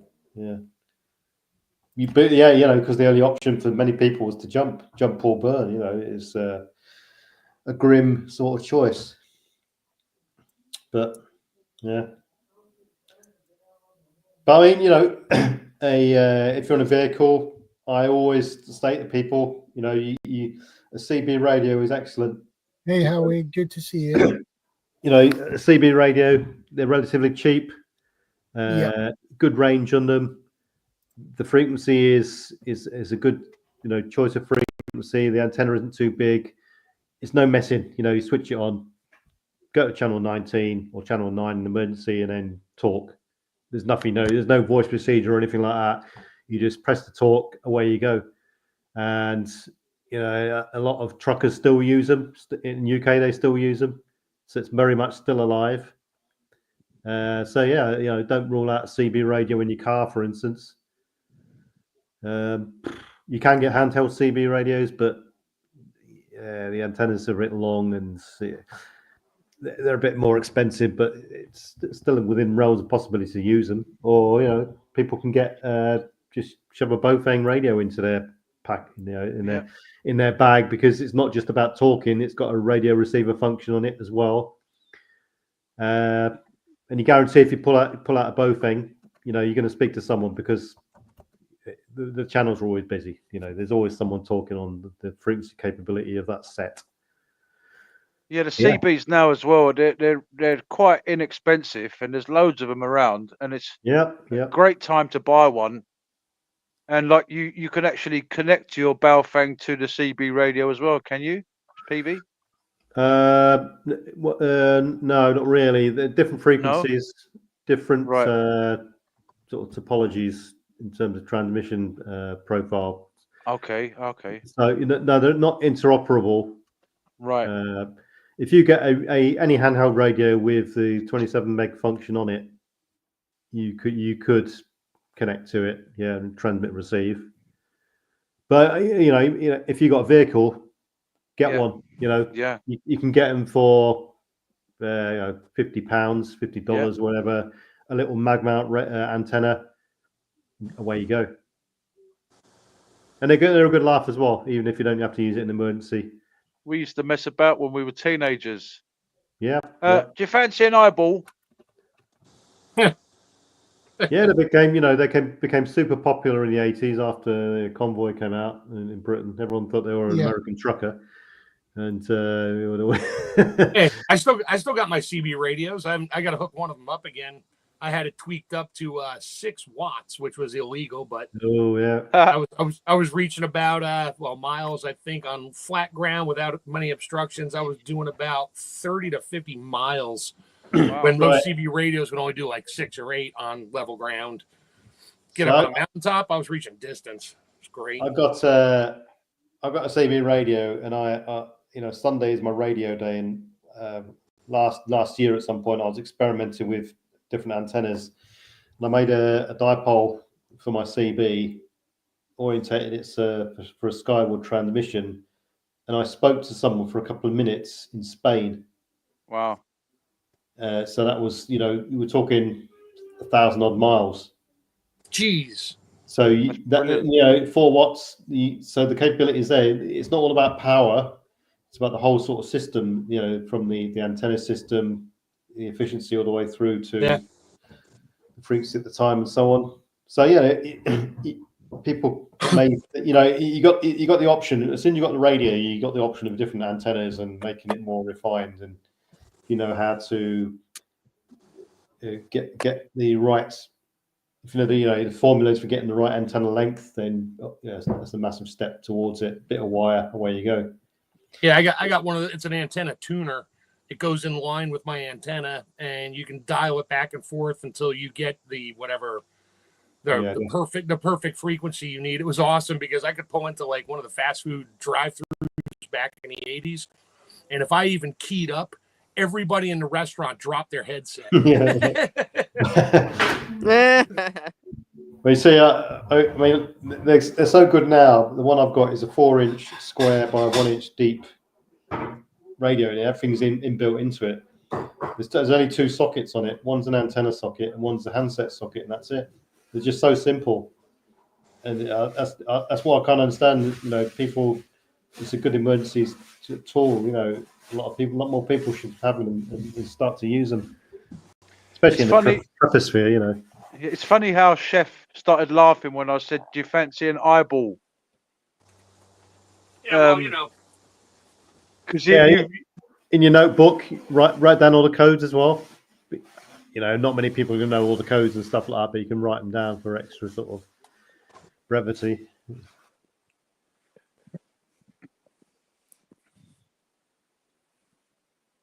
And now we have two I'm a Legend. Different. Now here in Sweden we have 2 different frequencies for CBs. The normal 27 megahertz, and then we have the new one with 69 megahertz CB radio. All right, that's I haven't heard that. I have to look into that. Sounds good. I know that if you buy a CB now, you say meet me in the locker room at 6 means meet me behind the door. If you buy a CB radio now, you've got different modes on it. You've got EU mode, GB mode, FM mode, AM mode, and they all differ slightly in the frequencies. But yeah, I've not heard the 69 megs one. That's that's good.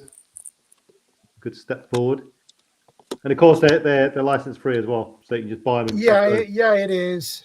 Yeah, that's the good thing about them. Simplicity, buy and go, cheap and cheerful. Wire them up to crocodile clips on 2012-watt battery, and you're done. Or a power bank. Easy. A good sort of emergency system, but that's it really. It depends on range. So without a radio, you're really limiting yourself to how far you can sort of immediately communicate to someone.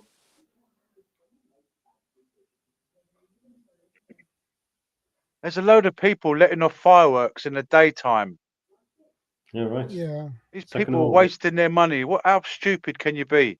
Yeah, well, yeah, there's plenty of morons around. I think someone's getting married. Another form of comms which people could use, especially in built-up areas, is these. Ever heard of a sonic ear? It's like a small. It looks like a loud hailer, but it's a listening device. So what you do is basically two people, right? Right. So two people opposite each other, say 100, 200 meters apart. They speak, and the other one points the sonic ear at them, and they can hear what they're saying. I remember those. Yeah. They're 20 quid each. So I mean, if you both got one, then you're extending your means of speaking and stuff. Okay, you're probably going to laugh at us now, CR. What about a cup and string? Yeah, I knew that was coming up. I knew it. There's no way we would not go and touch that. I mean, does it actually work? I was waiting for it. Yeah, it works. I wonder how far. But how far can you stretch that, though? Really? Yeah, I really wonder how far can you stretch that. When we were kids, we used to do it. No, I know people. I know. Yeah. I done that, but like, how far can you really stretch that? I should look that up. There's a video because if you think about it, you never know. There might be certain string, certain cups. You might extend it. I'd say it would depend on the transmission media, wouldn't it? The density, the stretchability of the string, and whatever. And like Bob said as well, little bells. I'm just saying, like over a valley or something like that. If you could do that, that'd be crazy. It would be amazing. But I think the key thing is with when you're talking about sort of non-radio comms is if you've got a prearranged sort of system with someone, then the possibilities are almost endless. I mean, we've all heard the story of people, you may not, Indians putting their ears to the floor, hearing the thumps, talking to the tree. People banging on railway lines to hear them multiple miles away. Or if like say if you got a prearranged system with someone, then perfect. What was that famous film when the boat turned upside down? Oh, the Poseidon Adventure. The Poseidon, yes, that was a brilliant film. The original Poseidon Adventure, yeah, that was a good one. And they were banging on the hull. Yeah, basic things. Morse code. Well, we miss your Morse code Monday, PV. We miss your Morse code Monday. Well, yeah, we're the thumb screws are coming down in Britain on all sorts of digital stuff. I'm not going to say any more than that. So. Well, I mean, I'll sort them out. I'll go and sort them out. I was gonna say, don't they do that during earthquakes? Or it's like you're supposed to bang on metal instead of trying to shout. Yeah, I mean, if I was in an earthquake zone, for instance, one of the things I'd have in my EDC would be a whistle. I mean, I carry a whistle in EDC anyway, because if you're buried under rubble, a whistle is, like we said earlier, better than shouting or anything. Or if you've got the ability, you can knock or tap out some sort of coded message if you know Morse code. You know, so Slow, fast, yeah, fast, you know, slow. if you're literally using these alternative primitive analog types of systems, then a prearranged sort of method of knowing what you're transmitting to someone and receiving is key, basically. Otherwise, Yeah. you'll just be receiving noise, and you're limiting your sort of bandwidth comms there, really. So. Yeah, you want to make sure that whoever's receiving it doesn't think it's like some background noise or something structural or something like that. That's just random banging, random. Yeah. You want it very precisely a repetitive pattern, right? Where it's actually like you just keep repeating the pattern. That's it. You don't change it, because if it changes, people might think that maybe it's something else. Maybe it's just whatever, right? Water hitting like a pipe or something like that, right? Dripping on a pipe, doing that. Yeah. Because you want to eliminate all that. It's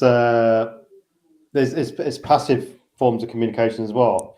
I mean, a big one, which probably everyone has seen, is not only gangs marking their territory by putting spray paint in areas, but you got things. They tag their areas. Yeah, you got the hobo tags and stuff like this, where people have put hobo signs here and there, safe place to sleep, stealing danger. tanks. Yeah, safe place to sleep, with danger, thieves and stuff all like their that. sort of messages that they can spray paint or chalk up on doors and stuff. Likewise, I've seen dotted around in various internet searches, someone doing a sort of imitation hobo symbol thing, but relating it to the prepper thing. Yeah, and you could do the same. You could adopt the same sort of thing in the woods. You can mark trees with notches on trees, branches cut off, and stuff like this. That only a certain number of people know what they indicate or mean. At night, you could use, silooms, lights, and all sorts of methods. You could even crack out, your ferro rod and start sparking. Yeah, glow sticks. Sorry, yeah. And what do you think? Sticks. Sorry. What do you think of those the buzz saw or the signal halos? I've shown them before. I've only used one once, just briefly though. But what are they? Sorry, because it was serious enough. But the signal halos that they do, like usually it's done with a glow stick, but pretty much you can spit right. that emits the halos. Yeah, we were surprised. That was an endorsed method of ground to air, man on the ground to helicopter signal method that we used to teach in the army. Do you still believe in it though? Like that kind of signal? Yes, absolutely. Yeah. Okay. So explain to people what I'm presuming you talk about is you get a glow stick on a piece of string, and you twizzle it around your head at night, so it produces sort of like a ring of light, and it produces a tropospheric strobe effect. And and I mean, if you were stuck in a building that's on fire at night or something like that, or like trapped or something like that, or in the woods or anything, pilots have said to me that definitely works. I used to be a handling instructor, and I used to teach this to people, so that is definitely a proven method that definitely works. Yes. Yeah, because I've shown using storm matches to do that. Well, technically you can. Technically, it won't last that long, but technically it will spin around and make a halo for a bit. I wouldn't use storm matches. I wouldn't. No. I mean, I was just showing that as an example. Like if last ditch. Because they're more likely. It was last ditch, right? Last ditch effort, right? Kind of deal. If you're someone might use that. You see, I mean, they're more likely to smoke. And I would preserve those for firelighting methods rather than. No, of course, that wasn't an option if you only had, because I've shown in the past where you can take a simple grocery bag, let's say that's white, even with your cell phone. Remember, you don't have to do this with a glow stick.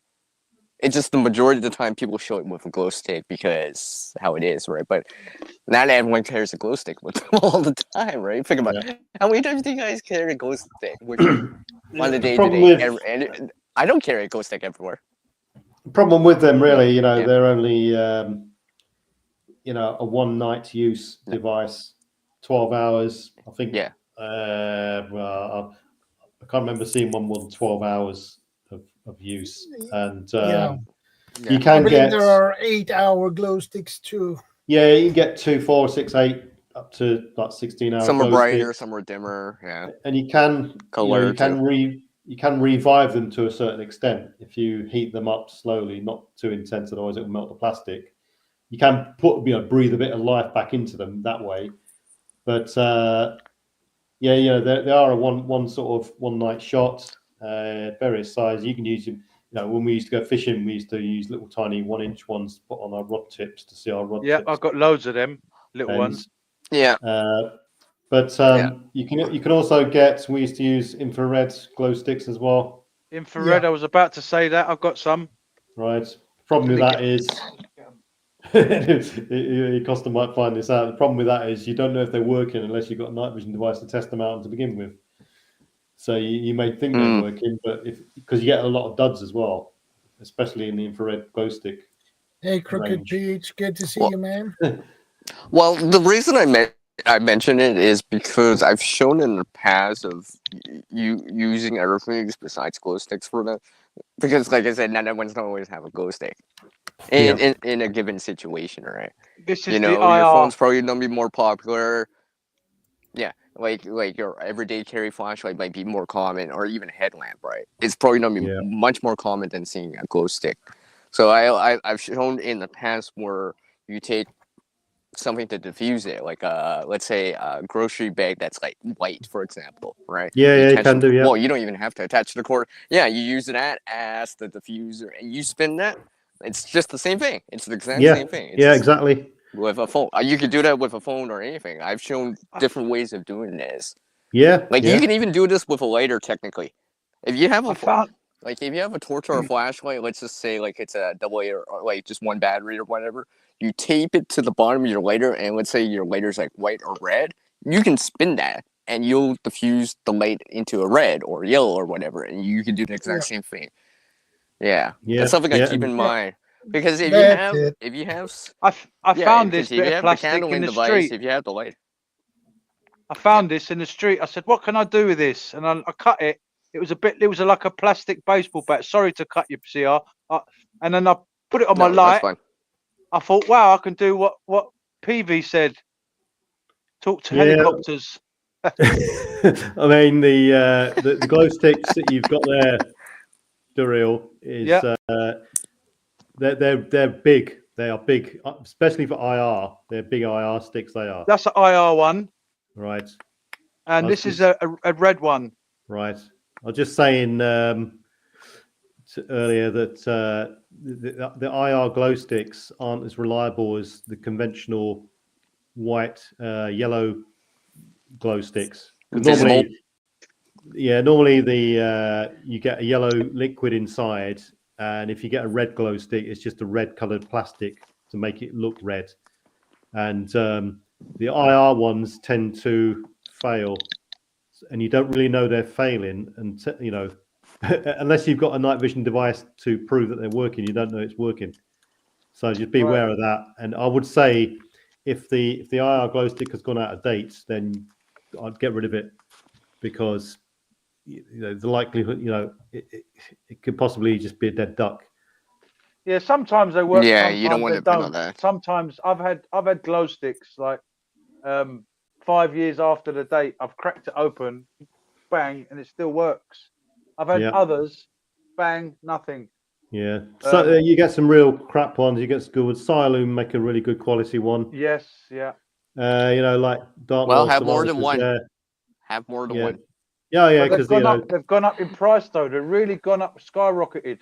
They won't weigh anything. At the end of the day, as Dartmoor says there, you know, it only works if you've got something to see it with. If you're, you know, the only reason why we used to use them in the army was because it was a covert way of attracting, you know, signaling where you are. But we're talking back in the 80s here, in late 80s, when night vision devices weren't widespread issue across all sorts of armies in the world. These days, Crooked Preach. These days night vision devices are 10 a penny, and that sort of technology would probably not be used these days unless it depends on the risk assessment of the enemy situation and stuff. But at night, helicopters will be, if they are actively searching for people, searching for you, they'll probably be on some sort of night vision device, NVGs or NOD, and any sort of spark or light will be shown massively. So even a cigarette, can be seen for absolute miles. And when you talk about, if you have your ferro rod, you'd be good. Yeah, exactly. A ferro rod is another. They go blind at 5 miles. This is another way. I think that's them, guys. I think that's them. Yeah, ferro rod is another way of. I did a video on helicopter signaling and for rescue, and ferro rod is another way of making you be seen for miles because it's such an intense flash of light.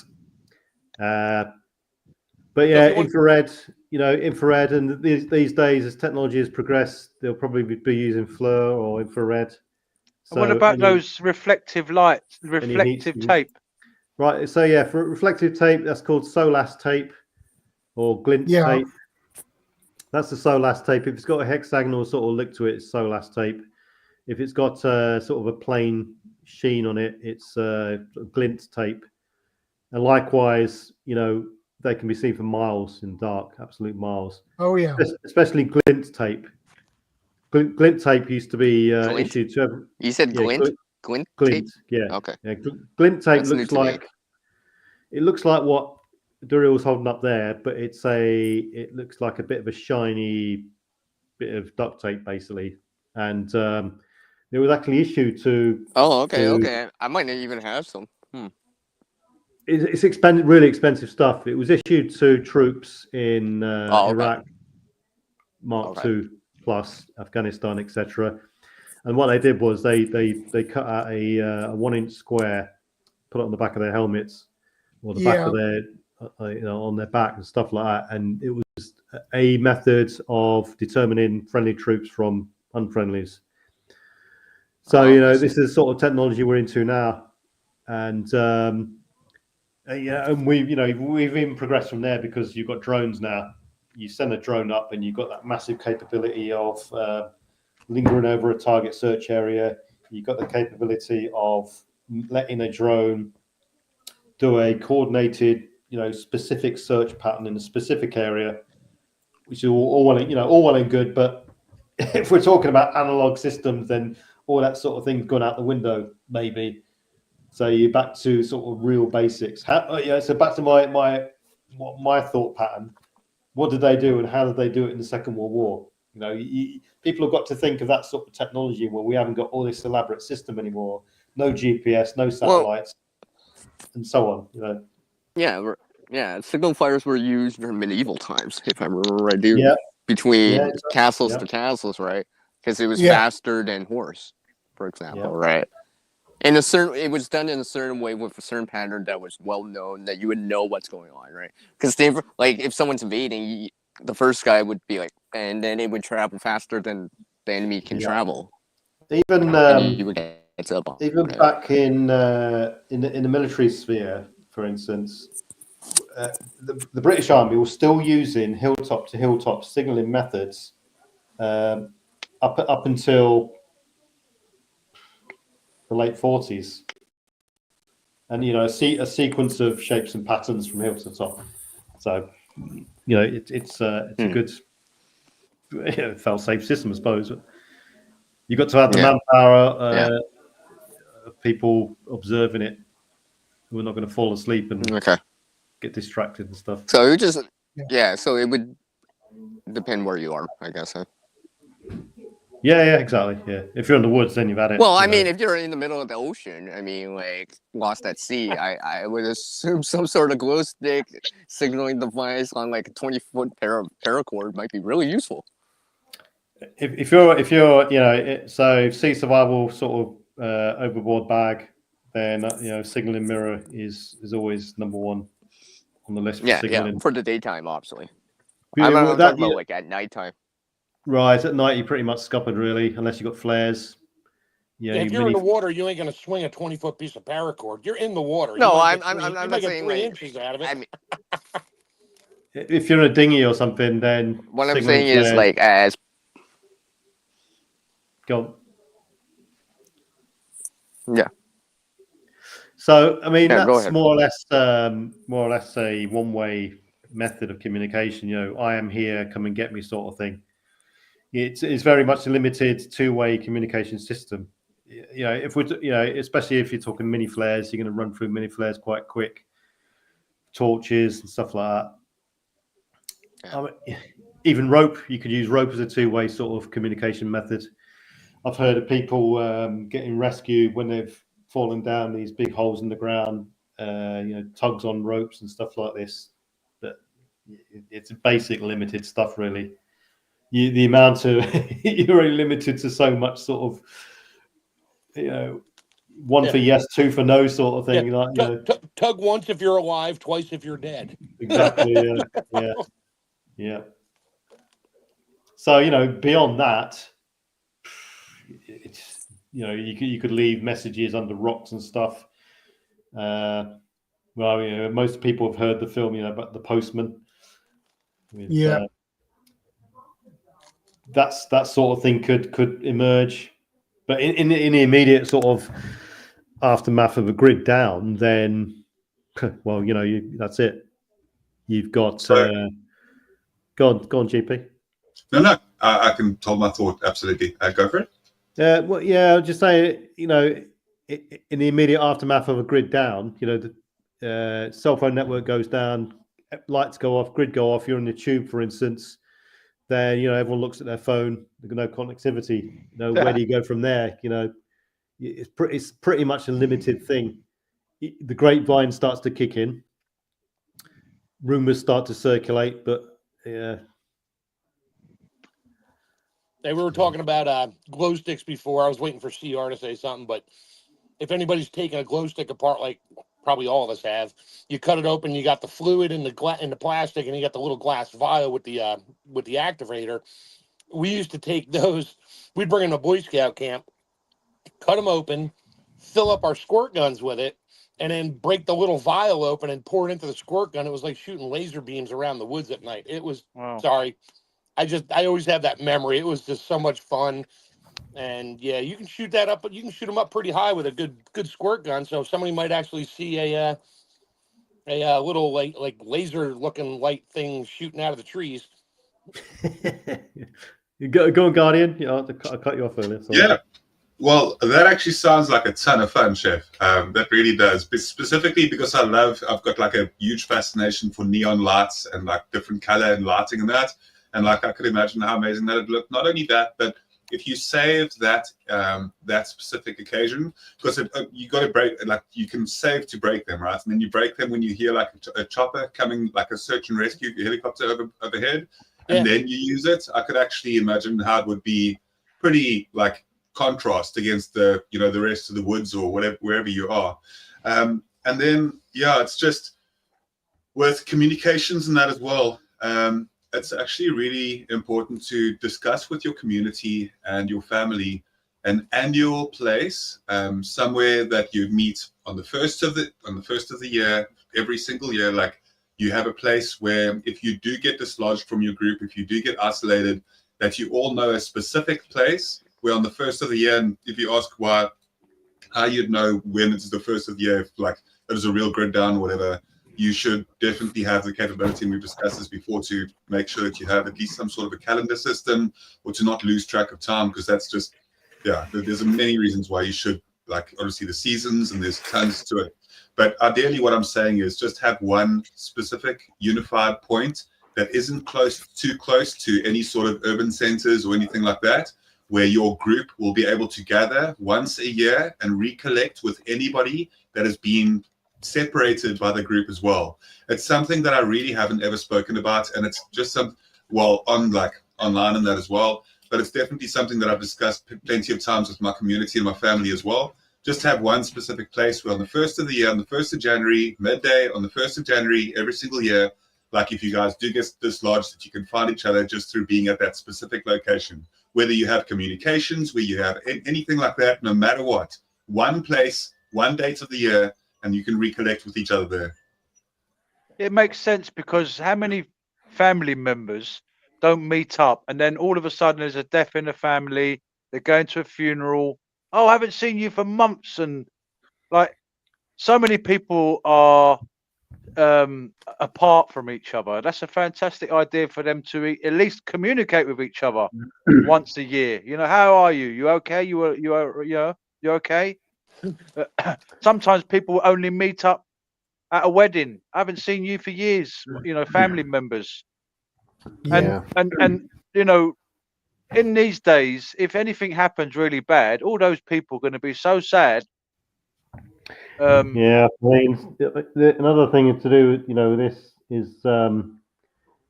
people. The phones get cut off, the grid goes down, and you're in a public area, and everyone is in the same position. You know, they want to get home. No one can talk to each other these days. You know, a lot of people have lost the ability to communicate with each other, hold a conversation, you know, without flying off the handle, getting offended by the simplest of things. Yeah, why are you talking to me?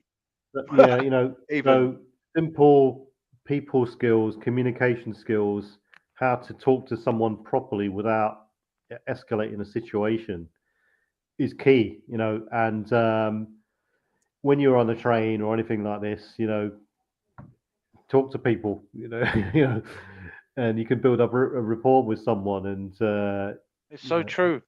Do you remember 7-7? Yeah. Because it's only up the road from me, and so when I went there, I saw so many stranded people. They were just stranded. They just, you know, they couldn't get on the train. They didn't know how they were going to get. There were just loads of them, loads of people. Just like I couldn't believe it. It was surreal. I thought, let me walk down the road and have a look at what's going on, and there was loads of people just stranded. I've got no idea what's going on. Just sort of stood around. You're going to get all those kind of people as well. Just standing around. What's going on? My phone ain't working. Yeah. It's like Dartmoor says there. You know, a lot of people just don't trust each other anymore, and wonder why.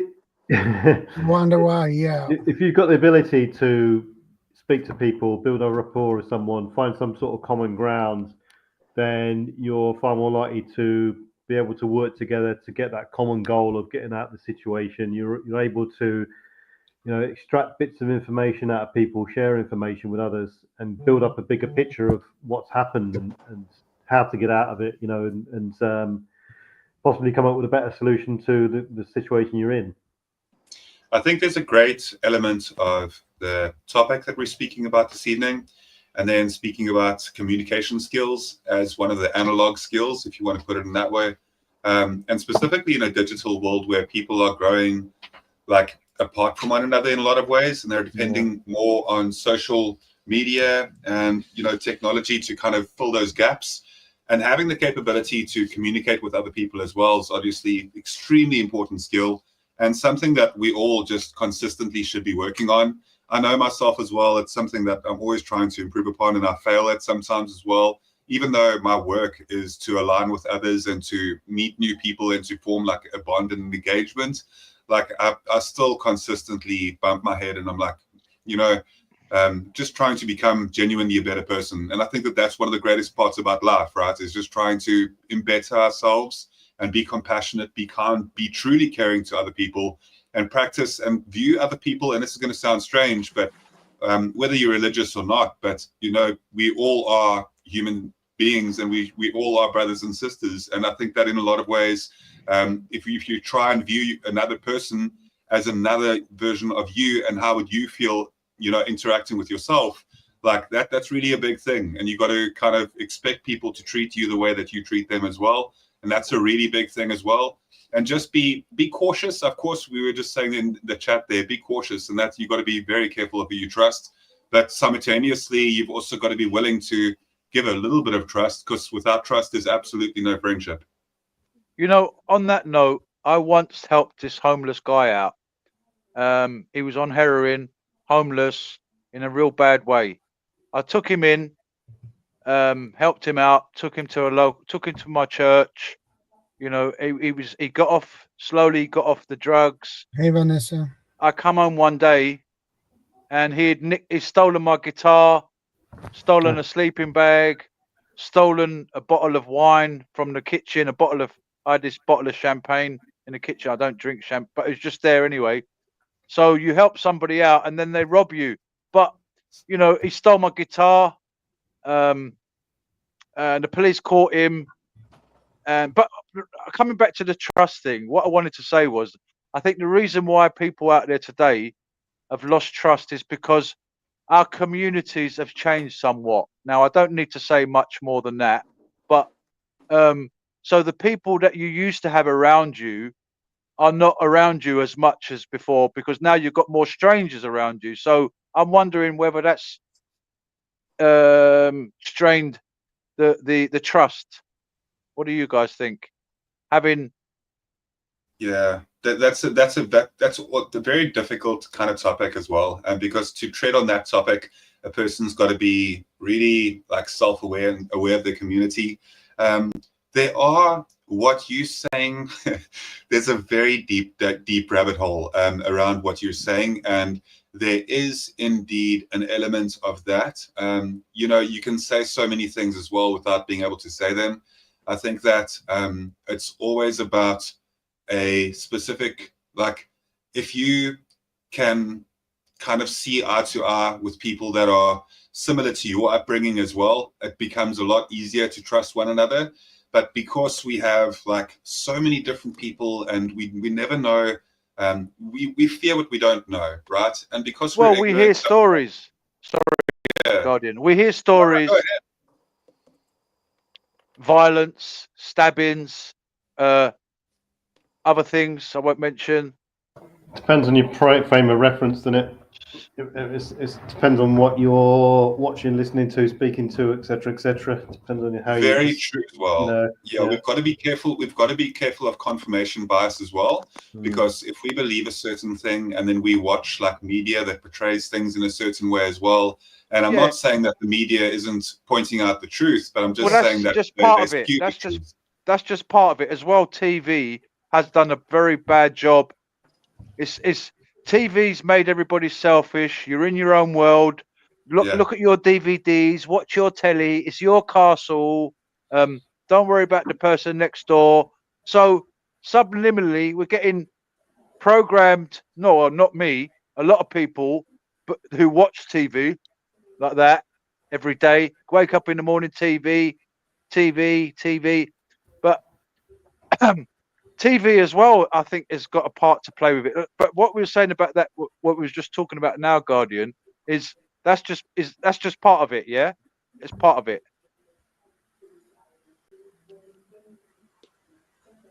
Yep. Hey, CB, good to see you, man. Right, I've got another 5-10 minutes, and I'll have to shoot off. But did you see what VK put there? So that's pretty funny as well. So just because you're paranoid does not imply no one is after you. It's good to be a bit paranoid.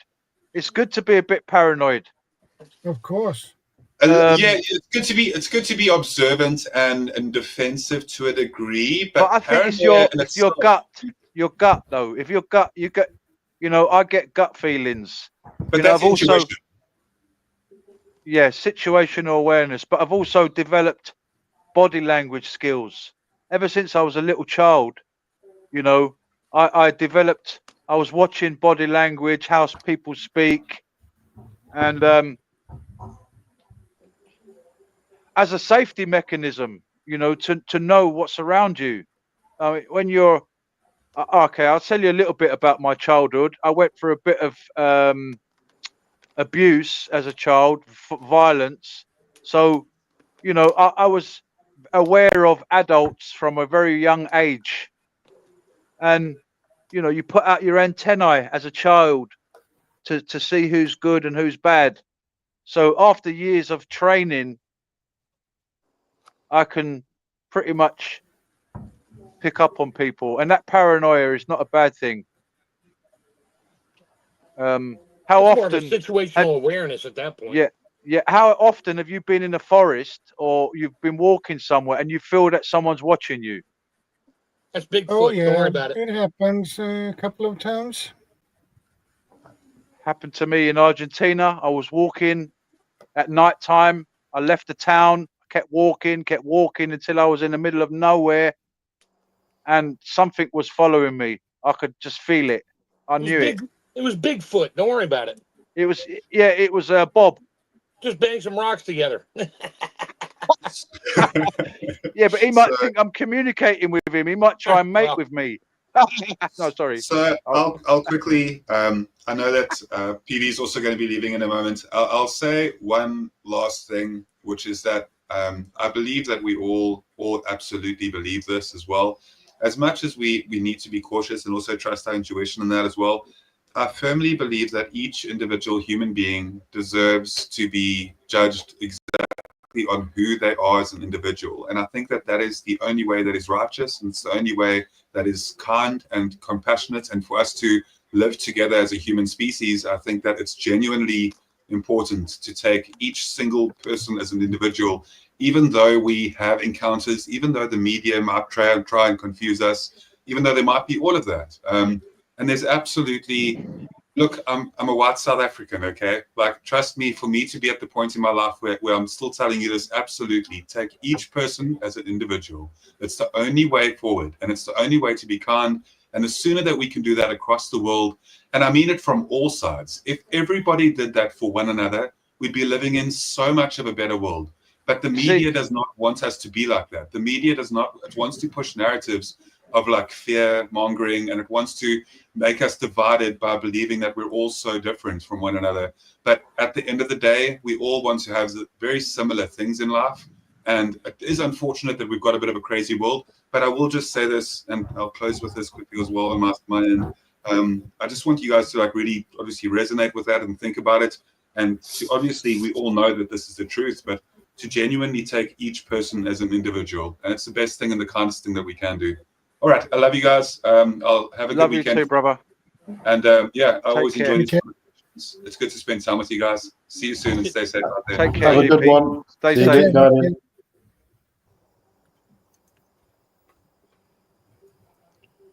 So we're on to the next number 3. Oh yeah, well, we were on 3. Now we go to 4.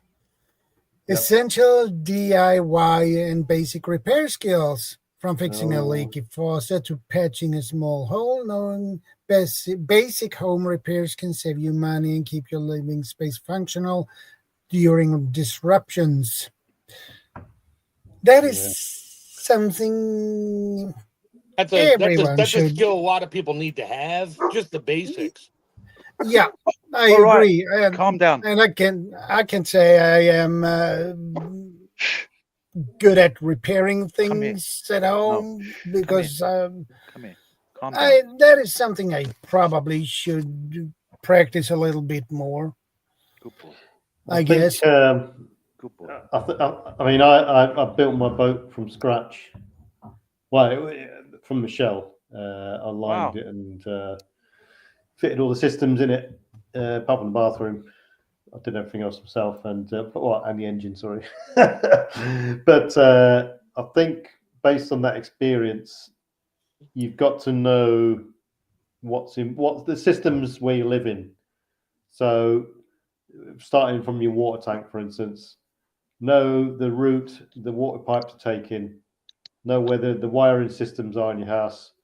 You know, the basics of the what fuse does what in the house, where the turn off point is for the gas and electric, know where the gas lines are, know where the sewage pipes are.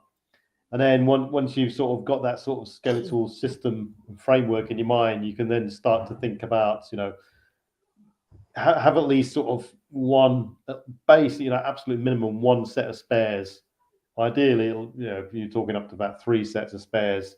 So three sets of electrical components, so spare lights, light bulbs, LED bulbs, a fuse, spare sets of fuses, a soldering iron kit, and stuff like this. If people think themselves they can start fixing major systems with gaffer tape, and string paracord, then it only goes so far.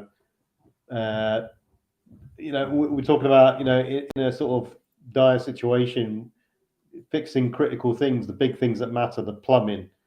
It might have sprung a leak during an earthquake, fracture point, or repairing the solar panel array, or replacing wires like yours did there, Chef. I was going to say that's all I do here at the cabin. I mean, I built this thing from just nothing. I built everything here with a friend of mine, and now I add stuff to it. Of course, I show up, and things are broken, damaged, whatever. Something chewed through the wires. I literally had just picked up the I forget the name of it. It's the solar, the proper solar connector kits with the tools and stuff. It came with it, and they're in its own box. And I was already planning on doing that, and now I'm like, well, now I have to do it because I don't have any solar backup going to my battery. So I got to do something. I've got that problem looming myself because I used an armored, really thick armored cable on top of my system, and the sun actually damaged it so much. It's charred. It's charred thing, and so I've got to replace that and replace the wire on one of those. And it's things like that. And if people are unaware of, it sounds simple on the face of it, but you're dealing with potentially high voltages there.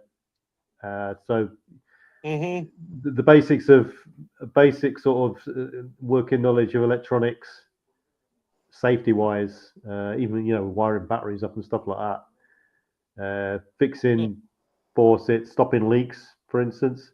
So you see, I've gone on mine based on previous breakdowns. So once something's already broken down, you fix it and you see how it works. You can do it again after that. And first time, first of the major problems I had was the water tank was leaking the water, 100-gallon water tank through the water pump because the water pump it got damaged in the cold because you can't get rid of all residue water, and the membranes inside had cracked, so I had to replace the water pump. On the face of it, I think, oh Christ, I'm dealing with water inside a boat, and if it goes wrong, you're flooding it, and you've got to, there was no one else to fix it, so you get on with it and do the best you can, cross your fingers. And, hope for the best. Hope for the best, and once you've done it once and it's worked, the confidence level goes up, and you're there at it again. What I'd say to people is that let's take that sort of system. You look at the plumbing system. Look at the individual components in your plumbing system, and think to yourself, how would I manage to replace that or that? I mean, my knowledge, my skill set would probably stop at soldering, or however you do it, 2 copper pipes together. Don't forget the flux. Yeah, I wouldn't. I don't think I'd know how to do that properly. It's not that difficult. No, so I've never done it before, so. But fixing things, the basic hand tools. I built my self-built camper van with hand tools, no electric tools or anything. Saw, screwdriver, and a couple of bits and bobs, and the basic hand tools and the basic set of tools will go a long way. And it's all well and good having loads of power tools and stuff like this, and electric or petrol driven X, Y, and Z, but they'll only last a certain period of time. And anything battery operated, if you haven't got the means to charge them, you're in losing. Or compressed air. Or compressed air, yeah. So the basics of a really good quality socket set, really good quality mold grips, for instance, a good quality soldering iron, which probably work off gas, screwdriver, proper good quality bits, And I'm talking about the stuff this is what I'm starting to do now. I've learned the hard way. Buy a good quality set, and just, that will last you a lifetime, really. Yeah. Mm-hmm. Definitely. Yeah, And I agree. Even things like having, I've got a big steel tower set of drawers that were, the top drawer is full of zip ties, second drawer is full of drill bits, varying sizes, next drawer is full of nails, and then we've got screws, spare fuses, and so on and so on, all the way down to spare discs for disc cutters and stuff. That sounds like what I have. So how many? So how many backup 8 and 10 millimeter sockets do you have? Because that's the ones we always lose. All right. Well, I must have about 6 or 7. Hey, that's it. That's Toolkits. all? Every I time was go to expecting 10.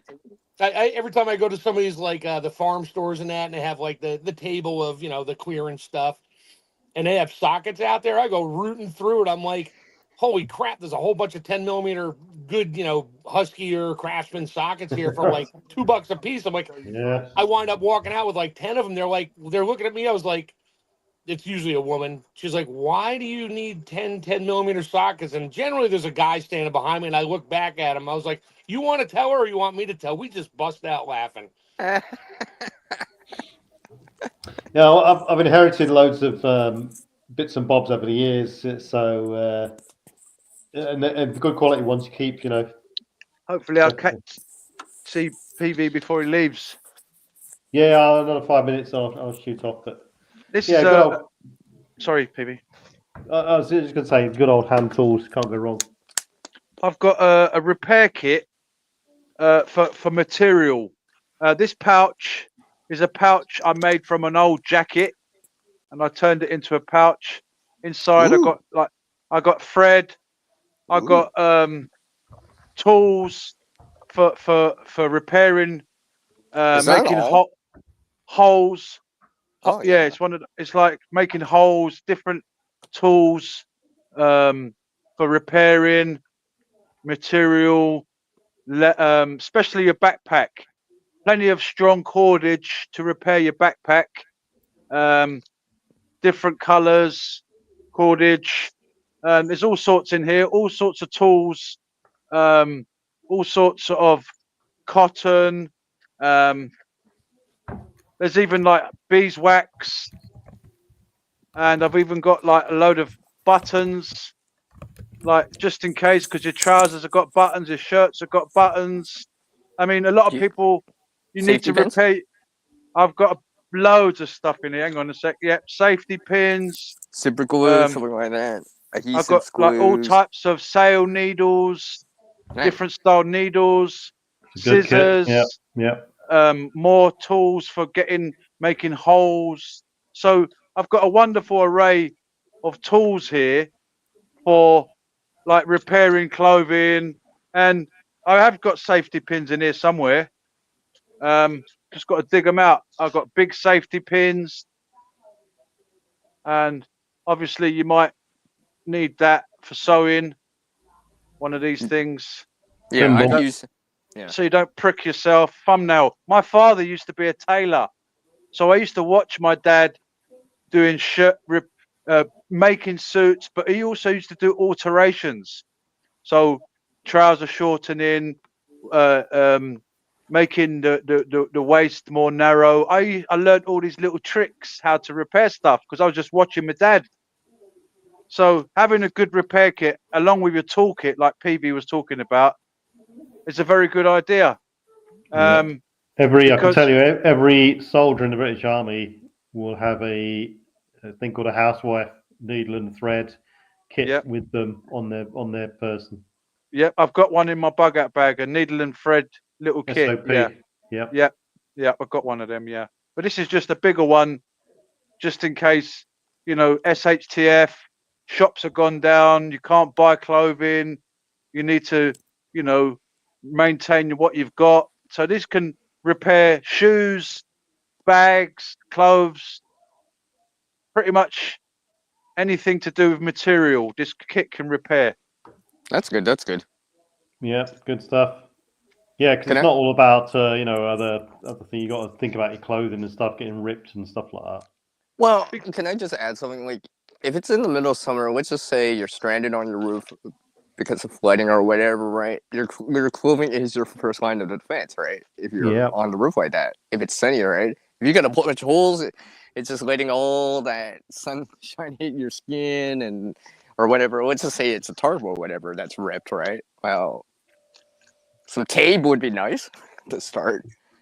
You know, safety pins to hold it together, just to keep it all together, right? I mean, and all that stuff. Many time I've gaffer taped rips in trousers and stuff like that. No, I've used safety pins as temporary until I can like sit down to actually like sew it back together or mend it back.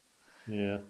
Because sometimes you're in the field or in the woods or out in, so you can't really sew like like on the side of the road because you're gonna still make your way. Or it's winter time for me, for example, and I've used safety pins or something like that, just temporarily until I can get back home or something like that and really fix it. So this is the tool bag that when I left the job at my job I have a new job at the same company. They're like, yeah, we don't want the bag back. I'm like, okay, so I kept it. Oh wow! Wow! And this is now I don't need these at home. Rode around in my work van, so I mean between that and tools I got here in the cabin, I mean I keep stuff here. I don't mess around. When I need to fix something, I need to fix something. And I got to redo this whole cabin in here because I just got stuff everywhere. Even when my mother-in-law passed and I cleaned her house out, she had a whole box of tools. I'll turn it sideways. She had a whole box of tools. I'm like, okay, that's been living out here. I've used them, and I just keep collecting more tools. And yeah, I keep it out here. I got a tractor, and I keep a toolbox on the tractor with the big wrenches and stuff, and whatever I need. Bits? Good. I got drill bits. Well, good. Well, Go ahead, no, what? I mean not drill bits, but I mean I'm talking about like screws. I should say screws or nails. Oh, I got tons of screws, and Yeah. that stack right there of all the Craftsman stuff, that's all my cordless stuff. And I got everything, pretty much everything Craftsman makes over the past 4 or 5 years. I've bought it. And I got enough batteries. I even bought the little inverter, so I can put the battery on the inverter and plug my phone in. I can even plug. It'll take a 120 volt outlet, but it'll only handle like 20 watts or something, or 40 watts. Well, I always think of like something like, let's say, a storm or something that there's a hole in your roof or whatever, but it's not big enough that it's like destructive, but it's big enough that it's letting in water, right? And people would use tarps, right? I always imagine, is tape actually going to hold the tarp down? You mean the tarp? Yeah, like if you're attaching, like trying to there's fix another it with tarp a tarp back there. Oh wait, there's another tarp right there. I got no, I always imagine that like tape might not cut it at times, especially if it's already wet, right? Whereas something like screws, you could screw it right into the shingle and hold it. Yeah, in. you can screw a tarp right there, throw a piece of wood over top of the tarp and nail it in. I mean, yeah. Because I mean, like if it's that serious, you don't want water coming in, right? Especially in a storm or something like that. And you get damage on the inside, and it's even more expensive, right? Because now your equipment, your TV are getting wet, right? You want to keep that dry, I imagine. So you want that water to stay out, I guess, right?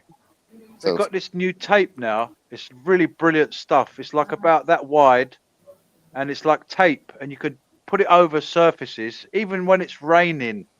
Yeah, that's that Gorilla Tape stuff. Yep. Well, it's a more industrial tape. It's like quite wide, and you can put it in even on concrete. It sticks on concrete. It sticks on metal. I mean, something like that would be ideal for PV on his boat. I don't remember I haven't got a link to this tape, but I've been watching it sometimes on YouTube. Yeah, send us a link. Yeah.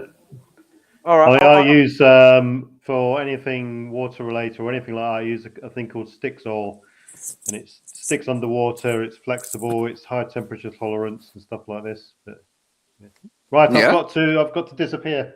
All right, take care, PV. Right, so I'll catch you in a bit. I've got to go, Shadow. I've got something. Yeah, no problem. Doing stuff. But I'll catch you around. See you, PV. Good night. hello and good night to Mrs. PV and no mum worries. and mum. Right, yeah. Right, catch you in a little bit. Have a good one. And I'm going digital. Out. Yeah. See you, brother. Later. I was just thinking what PV was saying about Zip that kind of tape, adhesive okay. or tape. That'd be pretty good to have some of that even at home. Yeah. Like, let's say if you're in a hurricane storm prone area, right? Imagine being able to seal something off, even if it's raining and pouring. Yeah, this stuff is amazing. When I get a link, when I see it again, I'll make sure I make a note of it and send everybody a little link. Do you have it? That amazing. would be awesome. No, I saw it on YouTube a few times. Oh, okay. Like, if you actually had it and make a video and show people, I'd be, because something like that would be useful. Like, even camping, right? Sometimes, you blow a tent in the rain, right? Or whatever, right? And it would be nice to be able to seal that up. When you peel it off, they show you how much stuff's in this tape. When they peel it off, all you see is this white, like gum, like chewing gum. There's loads of it on the inside of the tape. So whatever that's stuck on, it's going to seal it. Pipes. So you've got a pipe leak. Whack it round. Bam. Job done. Bucket leak. Bop. Bit of tape. Job done. Concrete. Gaps in concrete. All sorts of boats. Yeah, I'll make sure I get a... Yeah, I mean, that'd be useful. Like, let's say a 55-gallon rain catchment or something. You sprung a leak because, a storm or whatever punctured it. That'd be nice, right? Because, water would be important. Well, like you said, a tarp, and it's true.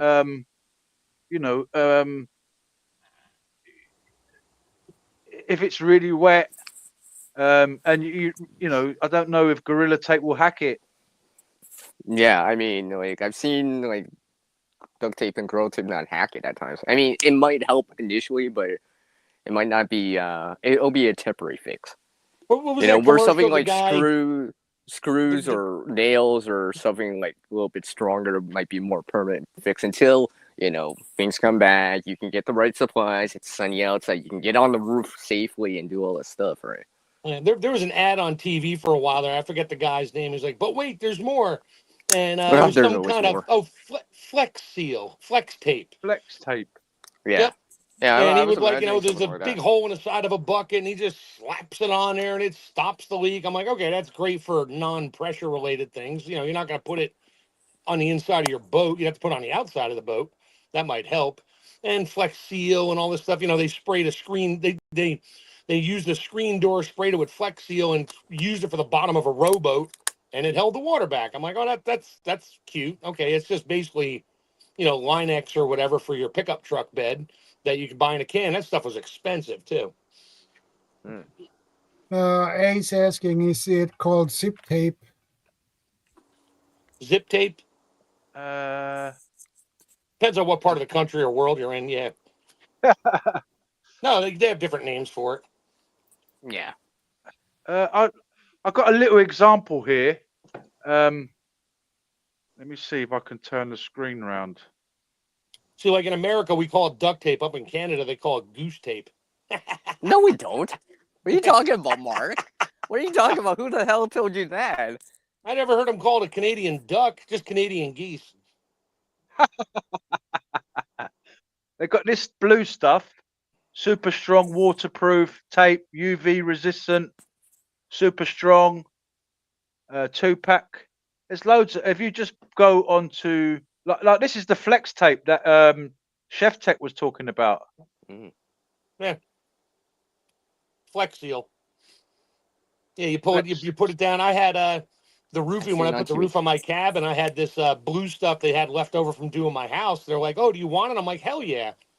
And they said if you put it on there, it's not tar paper; it's like rubberized, and you lay it down and you peel the sticky part off the bottom of it, and it sticks right to the underlayment. And they said you can put that on your roof, and you're good for like a year before you have to worry about putting shingles on it. I'm like, okay, well, my shingles are going to go on with about a month, so that's fine.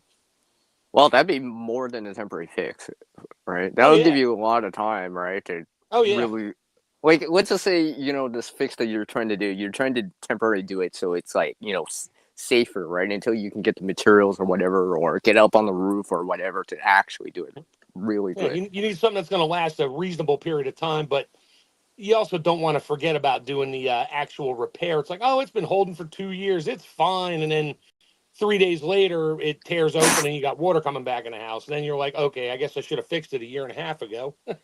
Might want to Yeah. do it today. Yeah. Because I'm always remembering this real story where someone was out lost in 78 days at sea, right? And it's funny because it relates to this topic a little bit, because we were talking about navigation and now we're talking about repairing, right? He had to navigate with old school method with the stars and all that stuff, right? And he actually had to fix his dinghy because you're in the middle of the ocean, right? With a dinghy only, with a leak at the bottom, right? He had to use like a cork or something like that and twist it and to pressurize it, and something like that. Only what he had, right? I mean, like, that'd be a scary situation, Yeah. Your only life, your only ship is sinking, and like, if it goes down, you're done. All you have is a roll of Flex Seal. You better Yeah, do it or right whatever, the first right? time, because there's no store nearby to go buy more. Yeah. So that's why I always bring stuff like that around, because sometimes just stuff happens, right? Even as a minor tear or whatever, right? And stuff, right? Yeah. And stuff like So that. I keep lots of stuff here at the cabin just for minor repairs. Yeah. But I don't like to do a temporary minor repair. When I do a repair, oh no, it's exactly. better right. than what it was when it started. So Yeah.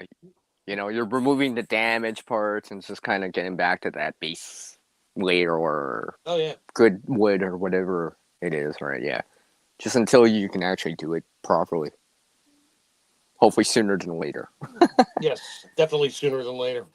Definitely, I'm doing this tomorrow. I'm not done. Wait, next Sunday day, I'm doing this kind of deal. Yeah, because you'll probably regret it, because a lot of that stuff will hold for a bit, but it's probably not. It's not permanent. No. Yeah, I mean, like, as good as that tape might sound, like, shingles on the roof probably are better if we can get them.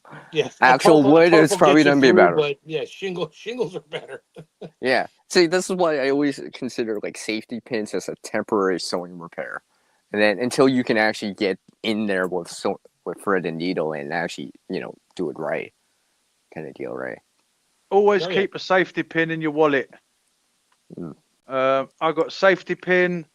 I've got some cotton thread, and I was visiting my mother one day, and she had a neighbor with her, and they were going on and on about they needed a safety pin, and I pulled out my wallet. I said, "Oh, I've got a safety pin," and like, here you go. They were like impressed. Oh, you got a safety it's like where'd that come from? It's like magic. Wait, why do you carry a safety pin? Like these women were impressed. They were impressed. They're like, "Yo, you got a safety pin?" It's like, "Well, I'm a prepper. I mean, when in doubt, you got a safety pin. You could survive in Antarctica with a safety pin." Or fix a button on your jeans. And a toothbrush. I picked up one of these at the dollar store. I mean, it's just a little sewing kit. Yeah, that's lovely. I picked up like 10 of them. I just leave them everywhere. I got 2 here in the cabin, one in my backpack, one in the truck.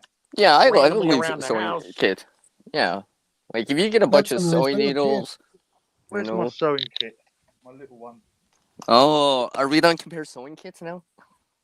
Should I go get one? It looks like that, yes. If I was still at home, I would open up one of my cabinets. I got 2 sewing machines and everything to go with it, patterns, you name it. I got it. You would tailor the content to the stream. Literally, smart ass. Yeah. No. Sometimes what I do too is, like, depending on the thread I'm using, like, I might use normal thread, like typical thread, as they say, right? But then sometimes on some of my bags, I'll add in like something stronger, like bank line, kite string, even sections of inner strands of paracord that I had to use before, right? Yeah, right, and stuff like that. Because like depending on what you're fixing, right? Sometimes it might need to hold a lot more than just just a collar, or a button or something like that. It might be like structural, right? That you need to hold. Yeah, we had a store going out of business, one of those fabric stores, and all over the U. I think it was like Joanne Fabrics or something. And I went in there when they had their like 30-40% off. And yeah, I bought some marine grade vinyl. I use that on stuff. And I'm like, well, where are the grommets? And they're like, oh, they're all in the back corner over there. It was like 50% off. I'm like, yeah, I could use some brass grommets and the little tool that goes with it. And because I have a bunch of tarps that I've torn the grommets off of a little bit. So yeah, I'll just smash some new grommets on there and call it a day. The tarps are fine. The grommets are shot. Yeah, exactly, right? Exactly. Sometimes it's just like that. With tarps, is usually with the grommets that pull out. Yep. Rarely do you actually rip the tarp unless you actually puncture it. Yeah, but I like to reinforce it. I like to put masking tape on my tarps. Yeah. A lot of the bushcraft channels show that. It's very on the useful. corners. On all the pull points. Yep. Yeah. Reinforce it. Yeah, not masking tape, duct tape. Yeah, duct tape works good. And then tape? Okay, you're gonna paint it. Sorry, not masking tape, duct tape. Yeah. There you go. No, but really, in terms of repair, sometimes just avoiding the repair or the likelihood of it happening, right? Like if you think about with a tarp or whatever, let's say your bug-out bag, your get-home bag, if you have something like that, right? Even no matter how good the tarp is or whatever, right? You just add that on just so, a little bit of money in, but maybe it would help a little bit more just in case. Oh, the wind picked up a lot more. Look, it's really windy out. Oh, it's really raining. I'm really gonna pull on this, just to give it a little bit more structural integrity while you're using it, right? That way you don't actually have to like fix it, right? Avoiding it, mitigation. Yeah. Yeah, and stuff like that. I always keep that in mind now because it's just like it could be your backpack too or whatever, right? Because like making the repairs is you have to spend the time for doing it, right? And if you're trying to stay dry or keep going or whatever, the last thing you want to do is make a repair. Even as fast as a safety need, a clothespin or whatever, you still have to get that out. You have to stop what you're doing, right? Like, let's just say you ripped a pair on your backpack, right? Trying to avoid doing that, right? So you don't put anything sharp or pointy at the bottom of your bag, maybe you wrap it with a sock or something like that. You know what I mean? Like, for example. So, like, if you have a saw or anything like that, the edges could rub against the edge of your backpack and cause it to rip open. So. That's why I got a heavy-duty sewing kit. Like, because some of the backpacks are made of 600D denier. Some backpacks are made of 1000D denier. So, they're not like these little polyester backpacks. They need heavy duty thread. But yes, like you said, you can, at a pinch, you can use paracord. Yeah. I tend to like on something like that, like even if it's a tarp or anything like structural, like that has hold more weight than just clothing, like just more than just a shirt, t-shirt, or pants or socks, right? I will actually use stronger thread or something stronger, or even double it up depending what it is, right? Because like a tarp or anything, it's not gonna have to hold more. A backpack does not have to hold way more weight than any clothing ever would, right? So bank line, linear strands of paracord, even kite string. I've used kite string to sew with, right? Remember, kite string is meant for tension, so, and you can get a big spool of it or find it, like I do. I mean, I'm just looking at like some floss in front of me. Floss, I don't know. I've tried it before. I mean, it can work, but it's not as strong as people think it is, in my opinion. No. I tried it with like a dumbbell weight. I don't know. Yeah. I mean, it's thin, I guess, right? And you might have it anyways, but it's not. In my opinion, it's not as strong as like bank line, a kite string, or linear strand of paracord. Because the floss is just thin. Yeah. Right. It depends on what you're repairing. I mean, if you're just repairing a rip in your clothing, Yeah, it'd be fine. Freaking dental floss is fine. It'll get you through Yeah. probably. I'm for talking about long like a time. tarp or like the bottom of your bag that has to hold a lot of pressure. Yeah. Because you got like 20 pounds on it. All right. Yeah, I think I want a little bit more than just floss, right? Like I've used it before. I just don't tend to put it in my bag because I'll put like actual stuff that can work better, right? You know. But that's just if you had to floss in your like hygiene kit or whatever, maybe something like that, right? I could see something like that. But I tried it before. I was just like, yeah, it's not as strong as I think it is. And people say, oh, you can't pull it apart, but yeah, okay, but hang it on like a dumbbell that's 10 pounds and it'll start to snap in time. In my opinion, anyways. I tried it. Yeah. Because it reminds me of that. Because I tried it with the same amount with paracord or air cordage. I'm like, yeah, the air cordage works a lot better in terms of tensile strength, right? Because usually it's a lot thicker. Plus, is actually quite thin if you think about it. I actually have one in front of me. It's quite thin, right? one. But I mean, it works great for sewing. But certain repairs, you might want something a little bit better, if possible, right? You know, because you probably have to double it up then the floss for something a major repair. Yeah. You know, on a tarp or a backpack, something like that, right? Yeah. Hey, Shadow, we got any other topics, or did you hit the 3 and that was it? I thought there was 7. 7. There was supposed to be. No, we started. Yeah, we have 3 left. Sewing for the last hour here, so I'm kind of like waiting for something else to pop. Yeah, because now we can go over to fire starting in basic outdoor survival. Learn. This will spark our interest. This will fire for warmth, cooking, or signaling under appropriate and safe conditions. On the lighter note of things. Wait, I think I missed something here because CR was talking over Shadow, and I couldn't hear what the first 2 sentences. Fire starting in basic outdoor survival. Learn safe, low-tech methods for starting a fire for warmth, cooking, or signaling under appropriate and safe conditions. Well, that's a skill everybody should have to some extent. At least how to start a fire outside, not in a dry area where you're going to light the entire neighborhood on fire or the forest or whatever. Yeah. Or for me here in Canada, you know, during the winter time, I'm more likely to probably need something like that, right? For either warmth or to dry clothing out or something like that. Yeah. That's why more every so often I'll actually try it in the winter in wet conditions every so often because it's not, if you really need a fire, it's not because you're camping. It's not because you're glamping. It's not because you're barbecuing or a tailgate party, right? Come on, or I gotta lighting cook a my barbecue. sausages.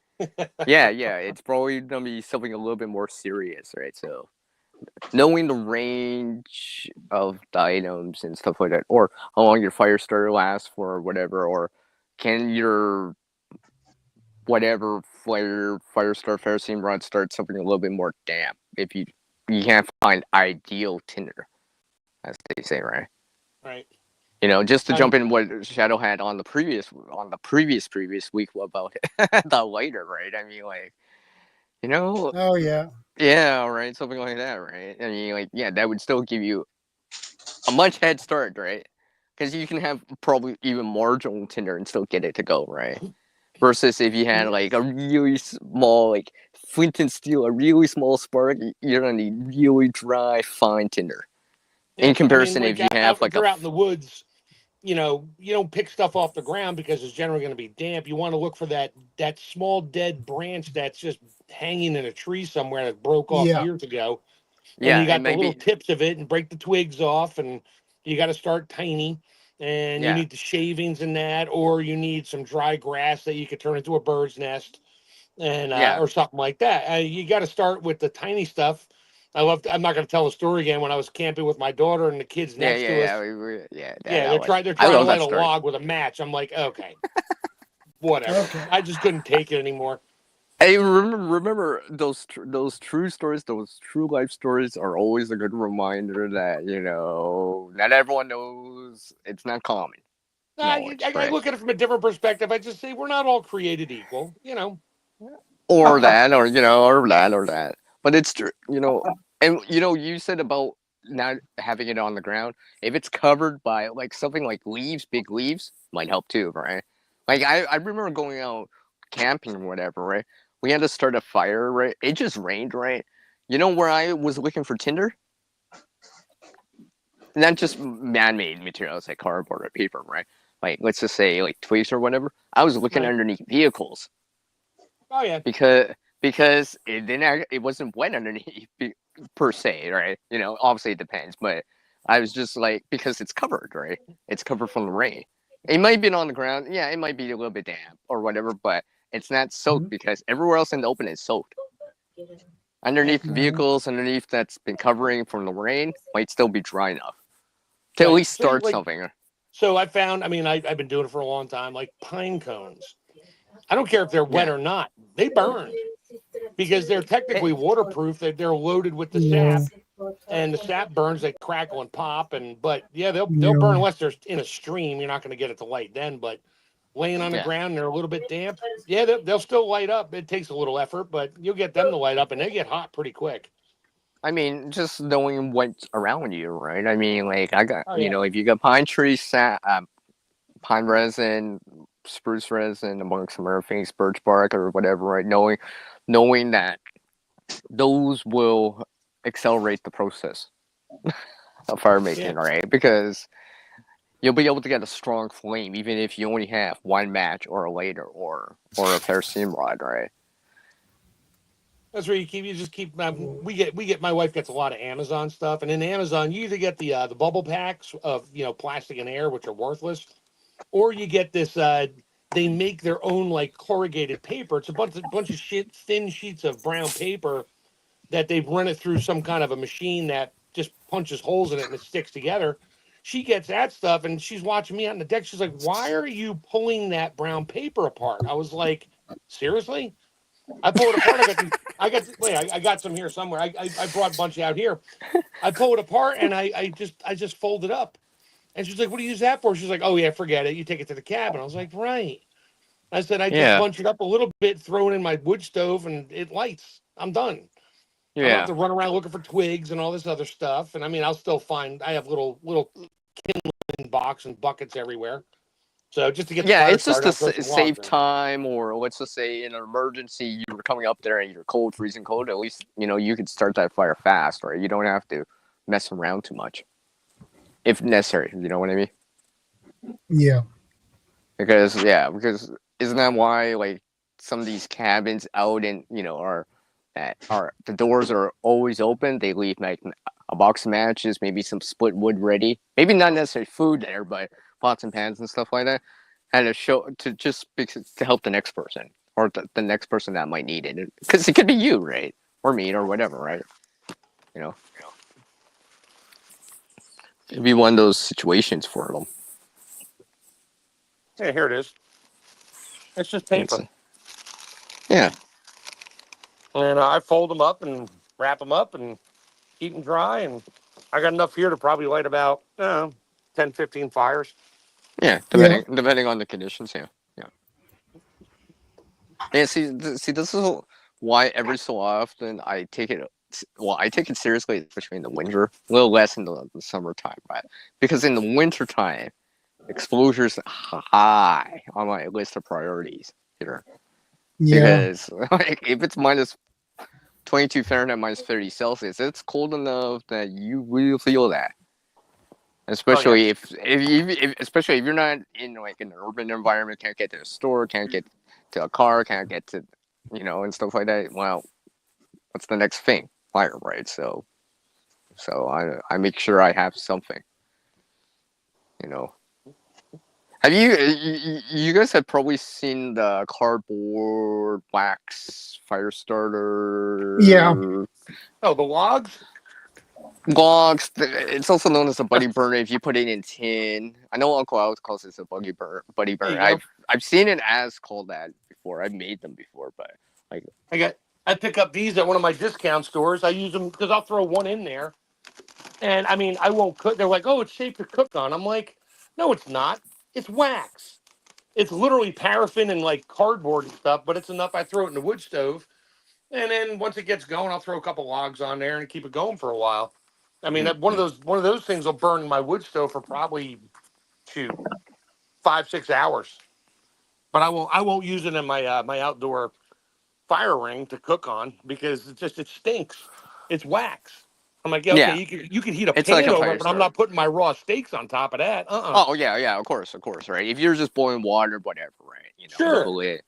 It's But if you're heat. cooking like, you know, trying to actually cook like meat, roast something, yeah, you probably want just coals, right? From like Yeah. wood. Wood, hardwood, Yeah, not yeah, pine. actual wood, right? When you're cooking over that. But yeah. Because anyways, like I said, I've made these tin can kind of fire starters. Well, I have other ones now that I've started to try out, right? But I mean, like even something as simple as that in the winter for me can be useful, right? Because it can give me, especially you know, if it's safe to do so or whatever. I can warm up my hands, get you know, or whatever if it came down to that, right? Or let's just say you know, dry something out or whatever, right? I've done it before where I've used it, even camping, where I brought one camping and because our campfire wasn't really hot and it rained, but I had my buddy burner with me and I just used it to dry off my hands, dry off my shirt a little bit. I'm like, get it, you know, get kind of reestablished, you know, back to square one on it. Everyone's just like, what are you doing? I'm like, I'm drying on my shirt. Well, because it's like, it's not that warm, but it's just like, I don't want to wear a wet shirt for the next like 2 hours here, right? Stuff like that, right? So that's why I'm a good believer of something like that, or something like that, you know. So this is my favorite beer when I'm out here. But I take them, I cut them open, and I have thousands of these little tea light candles. Yeah. And I drop Nice. it in, Good light it up, idea. and it's a little reflector. I leave it in my window, Nice. aiming out at night, and that, and then I got let's see, what was this one? This is so this is let me pick my phone up here. So this is a candle. This is beef tallow. It's beef fat. And I dropped the wick down there, let it harden. It smells like roast beef cooking. But this thing right here, the burn on it right now is probably about 4 hours. It only went down a 1/4 inch. Wow. And I mean, I could probably let that thing would probably burn steady until they, you know, it flooded the wick out. It probably burned steady for like 3 days. You know, and something like that is just an updated, modern version of something that was used during medieval times. Before, yeah, because remember, something paraffin wax is new, right? Old time they had beeswax, right? But beeswax was expensive, hard to get to, right? So people had to use animal fat or towel or something like that to make a candle, right? Yeah. That's what, yeah. So like, Mark just has a modern version of it that's like big, right? Because they used to, because it used to be known, well, it's known as a rushlight. It's basically using something as a wick and something like oil or fat to extend the burn, right? So Yeah, it wouldn't any just kind of fat will burn. I made a chicken fat candle. Of course, chicken fat doesn't really harden unless you refrigerate it.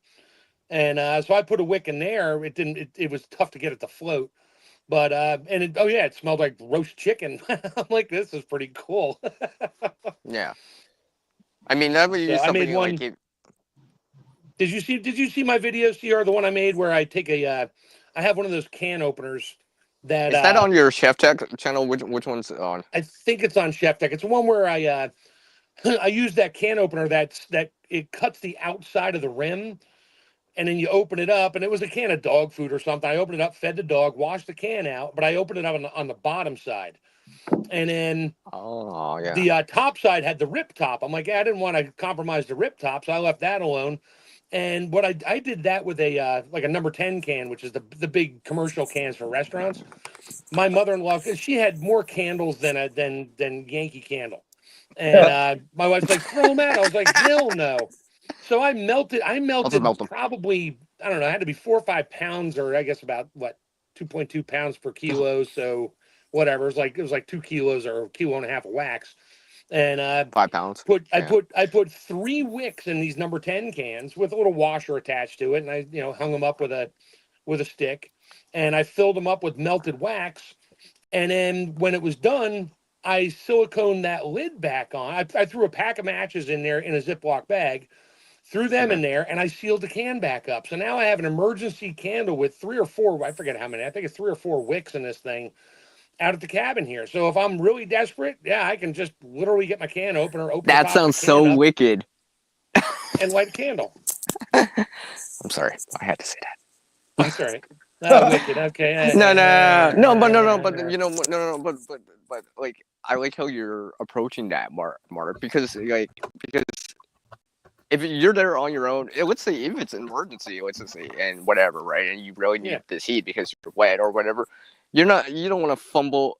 There's a time to bushcraft, then there's a time for survival, right? You know the difference, right? You kind of deal, right? Like, you want to be reaching for matches, like if you're wet, whatever. Let's just say we're in a river that's icy cold and you just managed to get to the cabin, all right? You don't want to be fumbling that's why you carry a Bic lighter, not a pack. You want to be fumbling. You don't want to be fumbling with ferrocene rod or whatever. You want to be using, like, let's say one-handed, something, even matches, something you can actually do with your cold hands, right? Even if it's a flare, if you had to, or a storm match, you'd be like, screw it, all right? I need this now.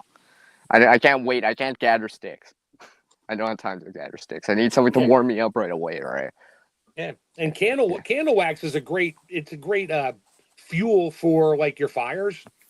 If you're having if you can't get little tiny sticks and you have like slightly larger ones like the size of your pinky, and you can break them up small, but they're just hard to light by themselves.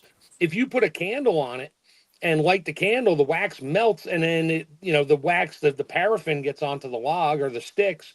And then that burns. So it's like the bark becomes the wick, but then the wood burns. Yeah, it kind of acts like an accelerant for you. Yeah.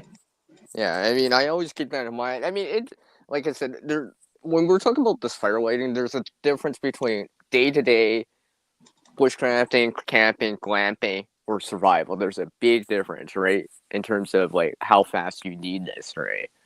You know what I mean? Like, if you're cold, freezing, whatever, you do what you need to do. Use that lighter. I don't care. Use that lighter, right? But if you're just out camping, bushcrafting, practicing some skills in the woods, practice with your ferrocene rod, all right? When you're cold, wet, and hungry, you're not going to sit there going to look for sticks and twine and take a shoe. Yeah, you don't want to make a bow drill. You're not the one to make a bow drill when it comes down to that, right? That's just why I'm always a big fan. I always have something that can develop a flame right away and spark, right? And then usually there's a heat source like solar or whatever, right? Because like it gives you those options depending on what's going on, right? If it's serious, you can go for something faster. If you have a little bit more time, I can wait. I'll use kerosene. If you got duct tape, just rip a strip of duct tape off, roll it up in a ball and light it. Yes, there's toxic fumes coming off it, but you know what? That crap If you're burns freezing, hot. It burns hot. You're going to get a fire going with a little bit of duct tape. If you have some duct tape. Yeah, if you're freezing, remember this. We're talking about if you're freezing. We're not talking about like you're camping or barbecue. I'm not cooking my dinner on duct tape. Yeah, you're not cooking right over. You're having this fire because you need warm because you're freezing. Your hands are freezing cold. You just fell in ice cold water. That's the time to break out that emergency fire starter. That's like like waterproof, whatever you put, DIY, whatever, wet fire, whatever flare, whatever, right? That's the time. Yeah, we get it. Yeah, that's the time to use that stuff, right? Every other time you can, you have time to still walk around to get sticks or whatever, right? You don't have to, you dip into that emergency supply of things, right? Where something like, you know what I mean? Like, yeah, we're kind of repeating ourselves here, but yeah. It'd be good to have, like, a lot of people put what do you call it? Thermal underpants. What do you call them? Thermal. Yeah. Thermal underwear. If you've got like wet clothes, at least if you've got your thermals in your kit, you can take the wet clothes off, whack your thermals on. If you've got a decent wetsuit, you put the wetsuit over the top of your thermals, job done. And then, you know, if you get a fire started, you could dry your wet stuff, and at least you've got something dry in your kit. Yeah. I mean, That's a my good. kit, I got spare socks, spare pants, spare t-shirt, spare thermal bottoms, thermal top. I keep that at my cabin. Literally, I go shop. I shop in these places that, you know, they sell clothes out stuff, and I'm like, oh look, a long sleeve hoodie for like $8. I'll take 3 of them. Yeah. But I leave them all out here at the cabin. If for some reason I have to get out here and I don't even have my bag with me, I'm good. I got freeze-dried food out here. I got supply to water at the stream I walked to before. And I got everything else I need here, clothing. I got socks. I got underpants. I got everything. It's all here. Yeah. And, I mean, I always pack stuff to bring with me because I'm not going to use that. I just want to leave it, you know, it's all sealed up in its tubs. So, but if I'm desperate, it'll fit and I can wear it. Yeah. And it'll help because it'll be dry. Mm-hmm. You'd wait. Yeah. You don't appreciate that. It'll feel like $1 million. Getting the dry Oh, my clothes. God, yeah. I've done it. I keep spare shoes and boots out here. And yeah, because I had to go fish I made a pickup tube with a little basket on the end of it for the stream, and it got stuck, and I had to walk in the stream with my sneaker. Fortunately I had my sneakers on, I didn't have my boots on, but I wore my sneakers right in the stream, so I wouldn't, you know, it was cold water. The water was like 40 degrees, or which is the equivalent to like what, 4 Celsius. It was cold. Well, 4 Celsius. Remember, at that temperature, the water's gonna feel pretty cold. It's not ice cold, but it's pretty cold. It was only 6 inches deep, but I had to walk in it. I was pissed. And I fished it out, and I'm like, okay, I finished doing what I was having to do, but my feet were starting to hurt because it was like 40 degrees outside. And I'm like, well, the heck with this. I walked back up to the cabin, took my sneakers off, threw them next to the wood stove, grabbed a pair of socks that I had in my bag and my spare boots. And I put my boots on, went right back to what I was doing because I was getting water out of the stream to put in my barrel, and so I could come up here and heat that up and take a shower. So you had contingencies or alternatives or contingency or emergency supplies just in case. Yeah. If something I didn't you have can spare transition shoes, to. I'd have probably gone in barefoot and been like, okay, this is gonna be cold and this is gonna suck because the rocks hurt. Yeah. But I'd have done that just to keep my shoes from getting wet. But I'm like, well, I got boots in the cabin, so I'll just wear my sneakers in here. Now I got 3 extra pairs of sneakers out here. I wear a pair of those when I go to the stream, knowing full well I'm probably gonna go walking in the stream. So I might as well just do that. I bring an extra pair of boots with me, and I'm good to go. Yeah. I'm surprised you don't have galoshes or rubber boots in the cabin. Nah, the water's, it's not that. When the water gets to be about a meter deep, yeah, you don't want to be near it because when I was down there walking around with my camera going, I noticed about a meter higher than where the river is now, there was river wash in the weeds. Like, you know, all the grasses and stuff were like folded over. I'm like, that's not good. And then I saw it in a couple other places coming back. I'm looking like, yeah, I know when that happened. We had a couple big storms about a month or 2 ago. And I mean, that stream, it clears a lot. I mean, you get trees fall across it. And I'm like, oh, okay, I'll get the firewood next time I'm here. I walk down there the next time, it's gone. I'm like, holy crap, a whole tree disappeared. What happened to the tree? It was here. You know, I'm sure it's down at my neighbor's house somewhere, clogging it up somewhere. But he'll pull it out. He'll use it for firewood. So yeah. I was thinking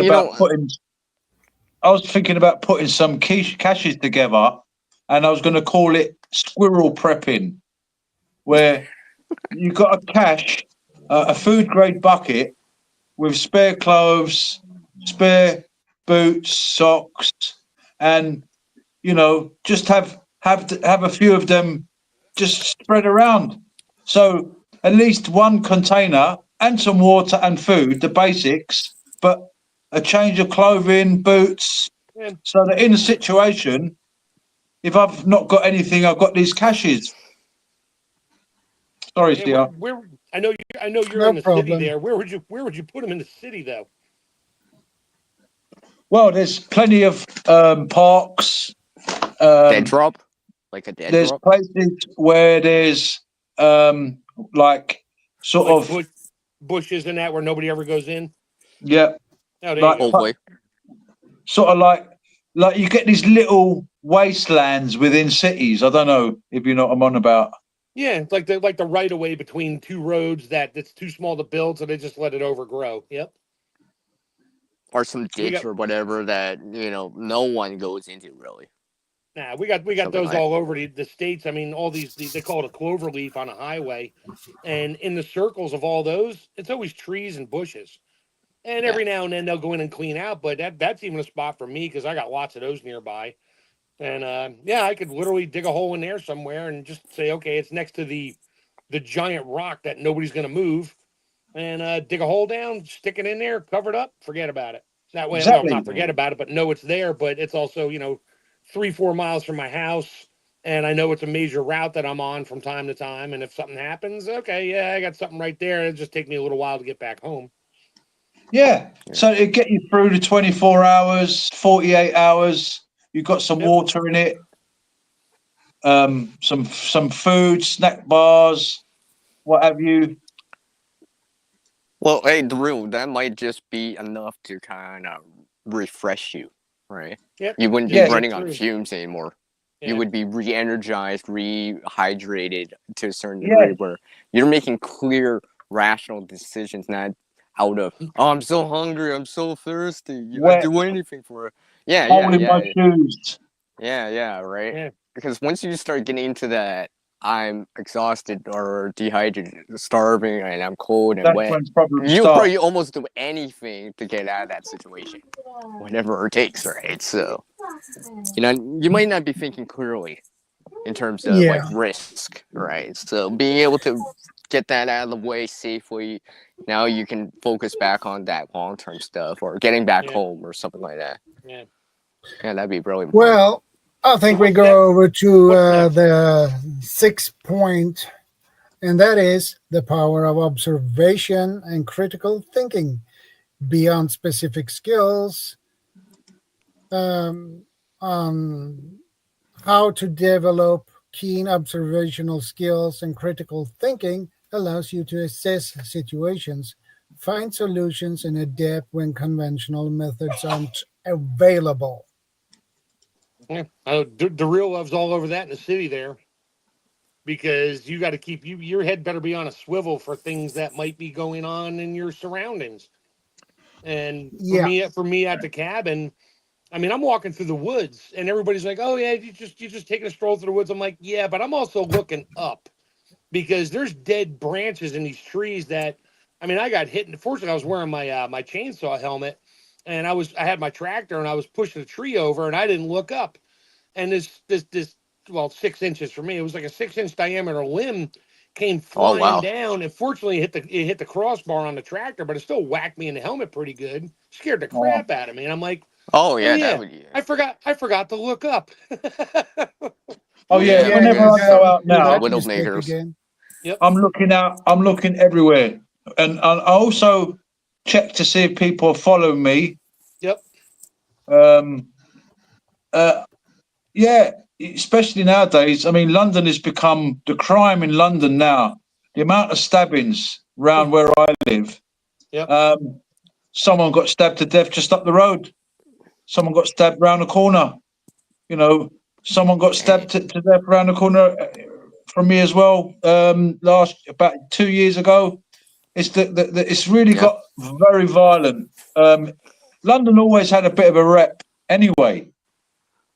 But yeah, it's just a little worse these days for unknown reasons. Yeah, let's leave it at that because I know where you're at. We know. Yeah, we know, but they're unknown reasons. It's an anomaly. We I mean, don't know why. the real. This happens in some of the major areas here in Canada too. To be honest, maybe not as frequent, but I know it can happen because I've heard it and I've seen the videos and heard things about it where it's like a train station, a bus station, waiting for a bus or something along the lines of that, where it just escalates out of control suddenly, real fast, right? Wasn't there that story like in one of my other subscribers showed it down in Michigan? I don't know, I think it happened at a department store, I'll just say, but she was mentioning about something like that where it was just random, someone with a knife or whatever, right? Or it seemed like it, right? Oh. And that was in Michigan, but yeah. Yeah, that one. You know about that one. Yeah. If you think about that, like And something like that, then there was the you got to be there was the aware of case that. in there was the case in Mall of America in Minnesota where somebody just randomly walked over, took a kid, and threw him off the third floor balcony down to the concrete floor below. He lived. He was in tough shape, and there was a reason behind that, according to the Oh, news I didn't hear about outlets. that one, He but was yeah, you got to be aware of unstable. that. Yeah, well, there was Yeah, but you also got to be aware of certain. that, right? Oh yeah, that's Like, I don't like like even I don't like even heights. if you're at a mall or whatever, right? These centers that are open or whatever, you're on a higher second, third floor, right? Technically, no, obviously it's really, really rare for something like that to really happen, right? But be aware that, like, if you're just like just looking over, right? Remember, someone could just push you from behind, right? Someone could just push you, lift your feet up, and you'd be, Yep. you know, Just grab by the cuffs of the pants and lift. yep, right. You're gonna be aware of that, right? You're gonna be aware of that. I'm not saying it would happen a lot. Obviously, it doesn't happen a lot, but it can happen because the opportunity. I mean, it's not that hard to do, and anyone can actually physically do that to anyone, almost, right? Right. Yeah. So to be aware of, right? That's why I always stay like in the middle or on like. I don't usually look over, but if I do, I'll look to see if anyone's around first. Yeah, Close you're enough looking that over, but you're not hanging over. You just sort of yeah. look around, give a quick glance, go, "Yep, that's too high for me." Yeah, that's a good note, right? Because I always realize that, like, that awareness of where you are, right? Especially in suburban, urban, well, anywhere really. It doesn't really matter, even for you, right? Yeah. In the woods, it doesn't matter. It's just a different hazard, right? So I always remember that because stuff like that is when it happens fast. It's fast how it happens, and sometimes it's really random, right? You weren't expecting it, but Here's some. So I'm about to start a fire in my pit, and I'm like, oh look, there's you can't really see it. There's a stick hanging in a tree, and it's dry. So now I got my kindling. yeah. Yeah, Just don't you get hit guys, in the head with it. you're blessed there, chef. Living Yeah, where you are, it smacked me in a little bit in the head there, but I got little and twigs you, now. Super CR. dry. We're stuck in a little place, like a little flipping island, surrounded by water. I mean, in America, man, you just got loads of stuff going on. Yeah. Mountains. You got loads of land. I mean, houses where you are. Look at the street sizes, the burgers. I mean, come on.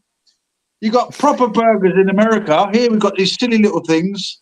Now it depends on what part of America you're in. I mean, I'm out in the Yeah. country here. I So. mean, like, it depends where you talk about here in Canada. I mean, there's other places here in Canada.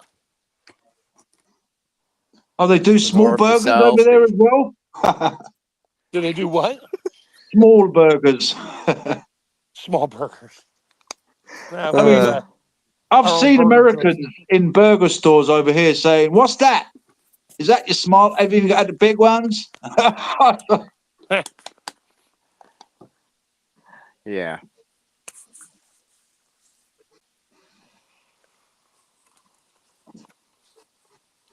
Yeah. Look at that. So being aware. Also, what I do is I change my routine. You know, I don't always shop at the same places. I don't always go in the park at 6 a.m. in the morning. I change it. I go in 7. Yeah. I go in at 6. When because we're also being watched at the same time. I don't want to say no more. Yep. Yeah, I get what you mean. Yeah, If someone's I agree. actually trying to track you, they'll be looking for patterns, right? So you vary it up so the patterns almost totally always different variables, right? Yeah. So it's harder for someone to actually. It's like they're supposed to be here at 6 a.m. They're not. Exactly. They're always here right. at 6 a.m. How come they're not here at 6 a.m.? Where is he? I was gonna ambush them. Right? Yeah. Yeah, because they decided, I'll go at 8. I'll go And tomorrow. plus, having a big German Shepherd helps. Yes, that definitely helps a lot.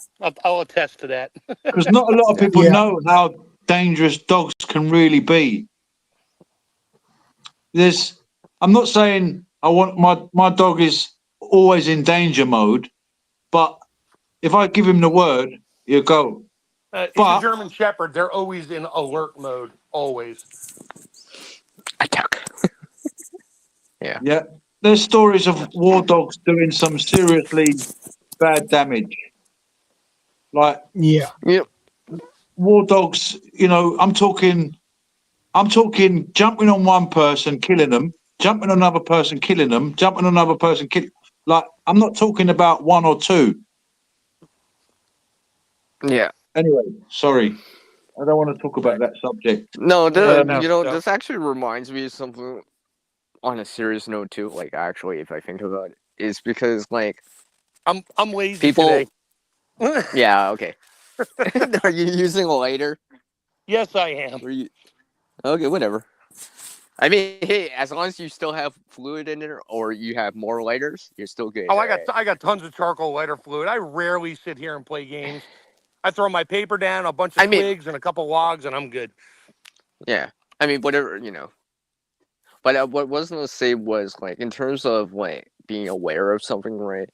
Like, let's just say during a heat wave, for example, right? I see here in Canada right now, we technically have one out west and out east, right? So people avoid the afternoon time, right? Probably like in other places, right? So people may walk in the evening or early in the morning. Let's just say in the evening, right? At dusk, it's darker out. Things can happen at dark because it's dusk or whatever. Spatial awareness again, right? Yeah. You're jogging, whatever, with headphones or whatever, and it happens, right? I hear these stories every so often, right? Where some sort of mugging or something along the lines of that, right? So, like, if you think about it, it's just like you gotta be aware of that kind of stuff as you're transversing through your areas in terms of spatial awareness, right? Like, I don't know about anyone, but I don't know a lot of people that would always have certain things with them while they're walking, right? I know one person that actually carries like some sort of spray, but they walk a dog. It's to protect their dog, just in case from another Depends dog on or the something. dog you got. If you don't have a good dog that's going to, well, not a good dog. If you don't have a dog that will actually physically protect you, or it's just a small pocket dog, yeah, you kind of need something to keep other dogs and animals away from your dog. Yeah.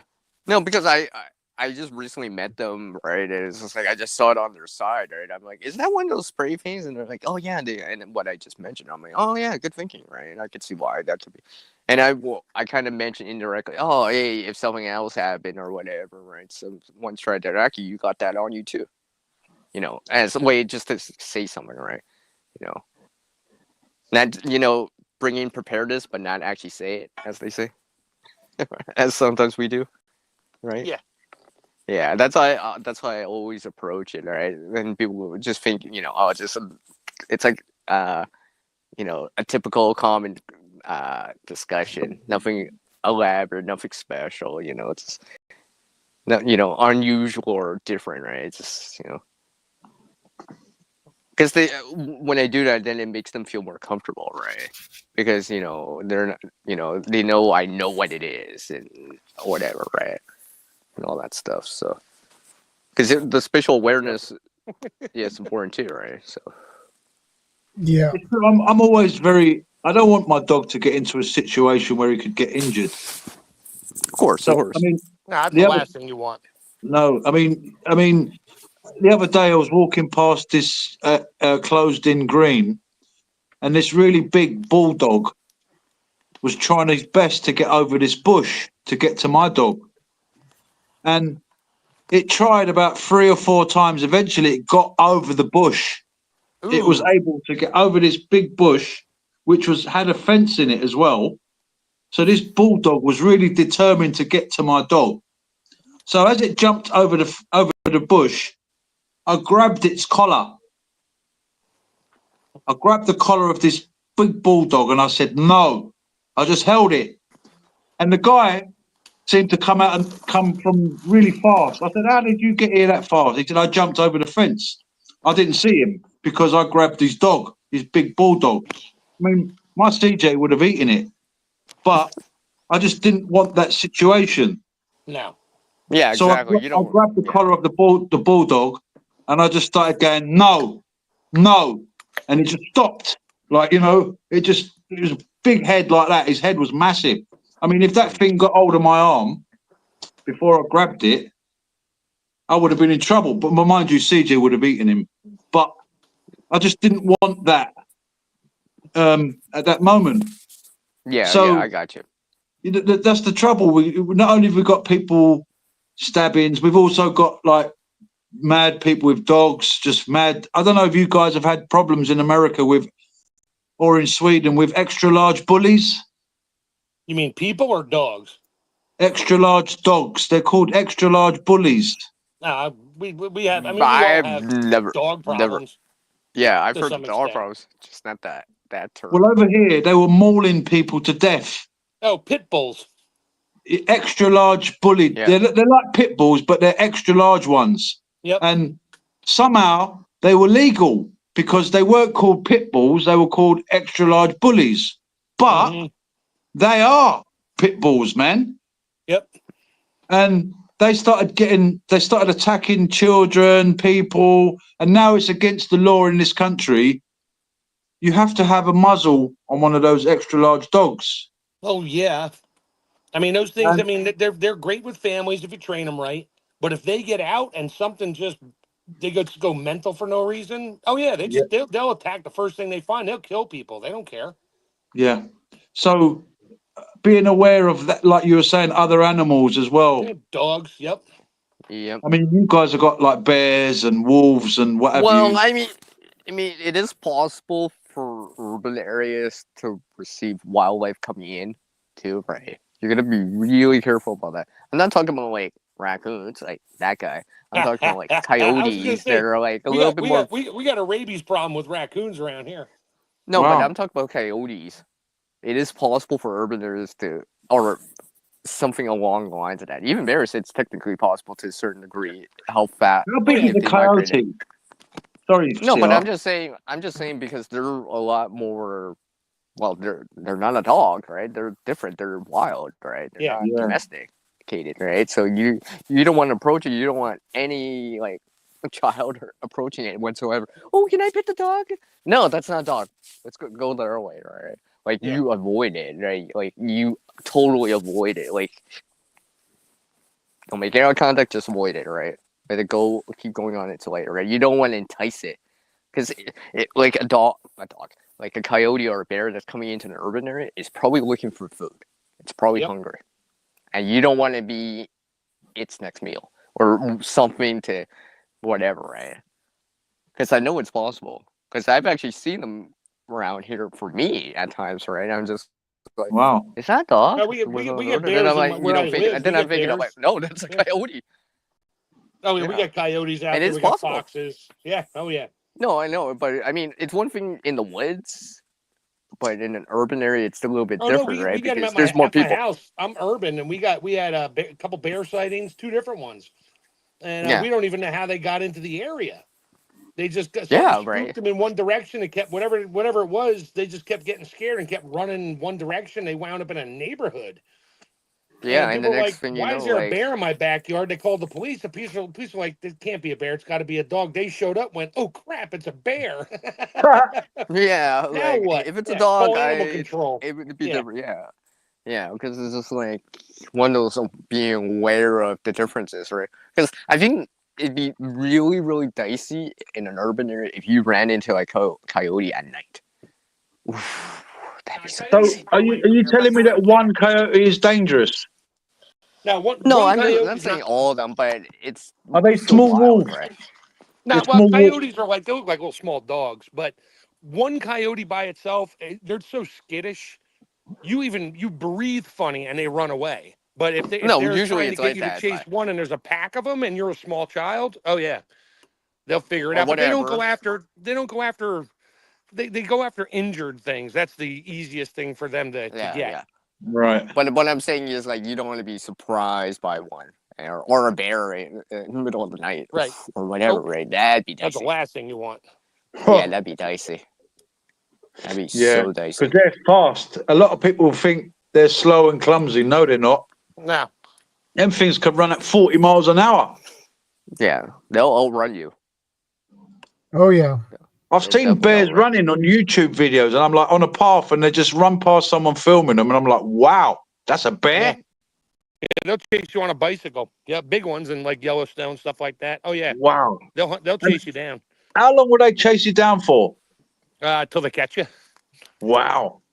Unless you're fast enough to get away, and in which case you might be like, "Yep, you're too fast. I'm done." Oh, okay. So the rule still applies. You don't have to be the fastest. You just have to be not the slowest. That's why you always take a friend who runs slower than you when you go hiking. Oh, that's nice. I'm not going hiking with you then. No, only kidding. Nah, I just carry something with me that makes a loud noise and usually puts a hole Yeah, in yeah. something, so I don't even worry about it. Yeah, exactly right. As long as you don't want to startle it or confront it randomly around a corner. Now, if it startled me, it's gonna be startled right back. Yeah, I've seen the videos where it's just like out of nowhere, right? And you know, and that's the thing, right? You're not aware of it. That's why it startles you, and then it's just like it could turn worse, right? It could turn worse real fast. Go out to the west coast of the United States. They got bobcats, they got cougars, and I'm not talking. Oh yeah, women that's cougars. really serious. That And makes coyotes look they tame. stalk you. They Yeah, literally will stalk you. Yeah, I was that's stalked different. by a puma in Argentina. Yep, same thing. Big cats Yeah. will stalk their prey. They don't run in packs. They stalk that'd you be and wait for different. their moment, and then they just go. They don't care. And they're actually much more smarter than people think. Oh my god, Because yeah. even if you think like this cat was probably evaluating the situation, he's like, well, why is this dude on his own? People think that these animals don't think. They do. They flipping do. You know, you try and get away from an animal, from a dog, and No, you try you run, running you're this done. way. Next minute, the dog's there. You run the other way, the dog's there. Yeah. You're not getting away from that dog. Nope. Protect your neck and your vitals. Well, yeah. What about that famous film? Was it called The Wolf with Liam Neeson? The Grey. The Grey. The Grey, yeah. I mean, at the end, he's got him. He's on his own. He's putting bits of glass in his fingers, like he's wrapping it up, like so that he's using it like a boxing glove kind of thing, but it's like shards of glass and yeah. But he didn't. I don't know. I can't remember if he covered his neck. But yeah, situational awareness, man. I mean, depending on your location, isn't it? Really. You should just be aware everywhere. I mean, I'm sitting here right now. I'm by myself, and I'm fine. I got my fire going. I can hear the crackling. I can hear my neighbor about 2 miles away running a tractor. I'm guaranteeing they're cutting their field finally, which I got to do tomorrow to mine. And because it gets louder and then it goes away, and then it gets loud. I'm like, okay, they're cutting their field. I hear the other neighbor at the other end, and he's about 1.5 miles away. And every now and then I hear one of his chickens make a loud noise. I'm like, okay, he's out feeding the chickens right now because they're fighting over it. So I know what's going on around me because I've paid attention to when I come. So in you're here, in that yellow alert, I think, if that's I if I always remember look right. around to see what's around me. You know, what's going on with the neighbors and up the road and 2 miles away. And when I hear something, it's like, oh, I know what that is, because I saw the neighbors unloading the pickup truck and they're about to start sighting in their rifles. And I'll be ready for the tannerite explosions here tomorrow because they do that. Shoot the tannerite and you hear a crack. And well, then yeah, crack. because now you're You hear a aware of huge that it's not explosion. happening. Yeah, it because doesn't you've scare seen me. the And the signs first in time it past. scared the crap out of me. Now I'm thinking of running down to the store. If you think about it, and it's getting just some for like being myself. startled, right? What's that? Like I said, anyone can get startled, but if you know it's coming or heard it or seen someone before, it's less, startling because you've seen it or heard of it before, right? It's just like with your neighbor. It's like, oh yeah, that's that.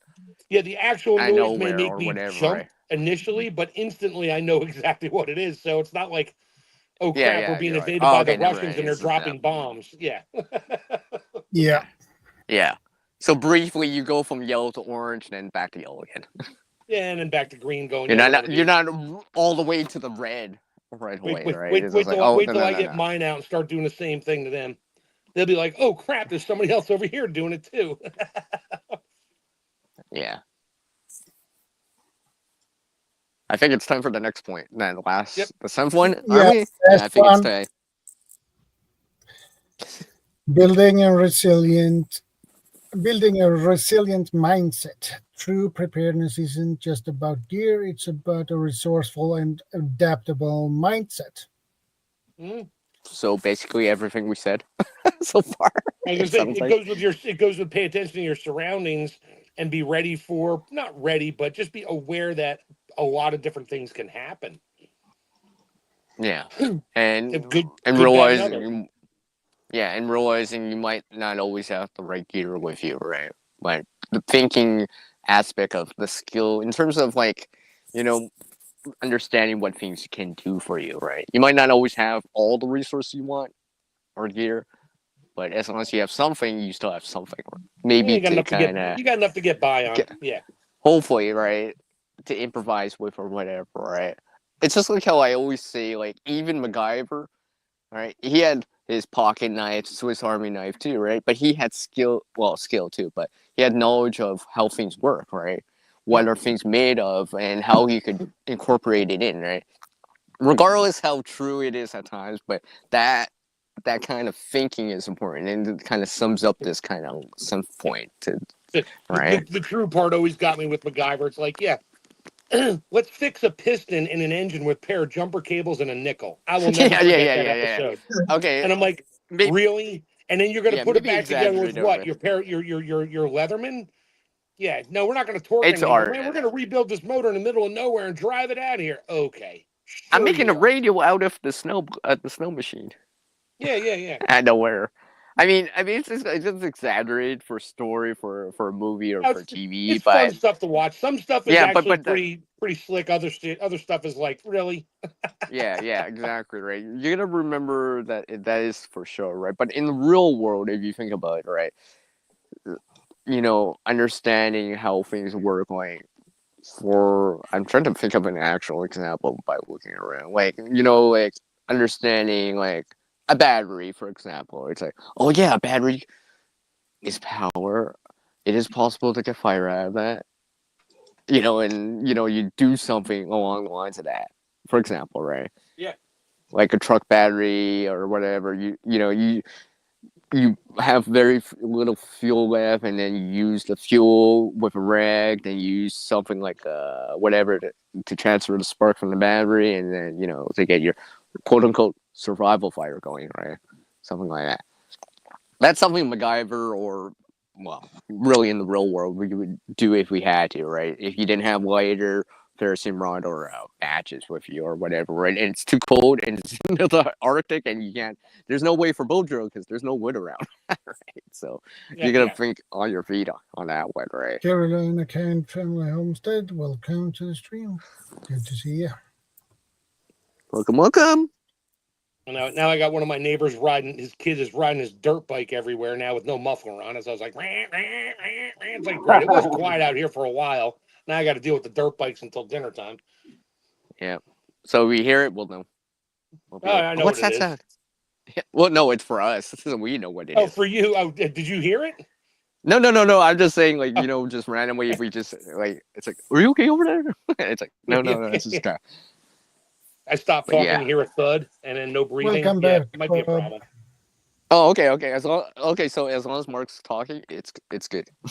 If we don't hear him for like 10 minutes, maybe. Yeah, and my microphone is still on, and we don't hear anything, and we just hear like trees and think birds. About that sometimes. I'm like, it would be really sad is if not us, but if somebody's on a live stream with a whole bunch of people, and all of a sudden, literally, somebody keels over on camera, they don't know who they are or where they are. It's like, oh, what do we do? It's like, I don't know. Keep videoing. I guess. It'll go viral here tomorrow. Yeah. Oh, we have video evidence. Yeah, we have video evidence. He died. We weren't part of it. Maybe something we said sparked it. We have an alibi. Yeah, we have an alibi. I was 2,900 miles away. Sorry, it wasn't me.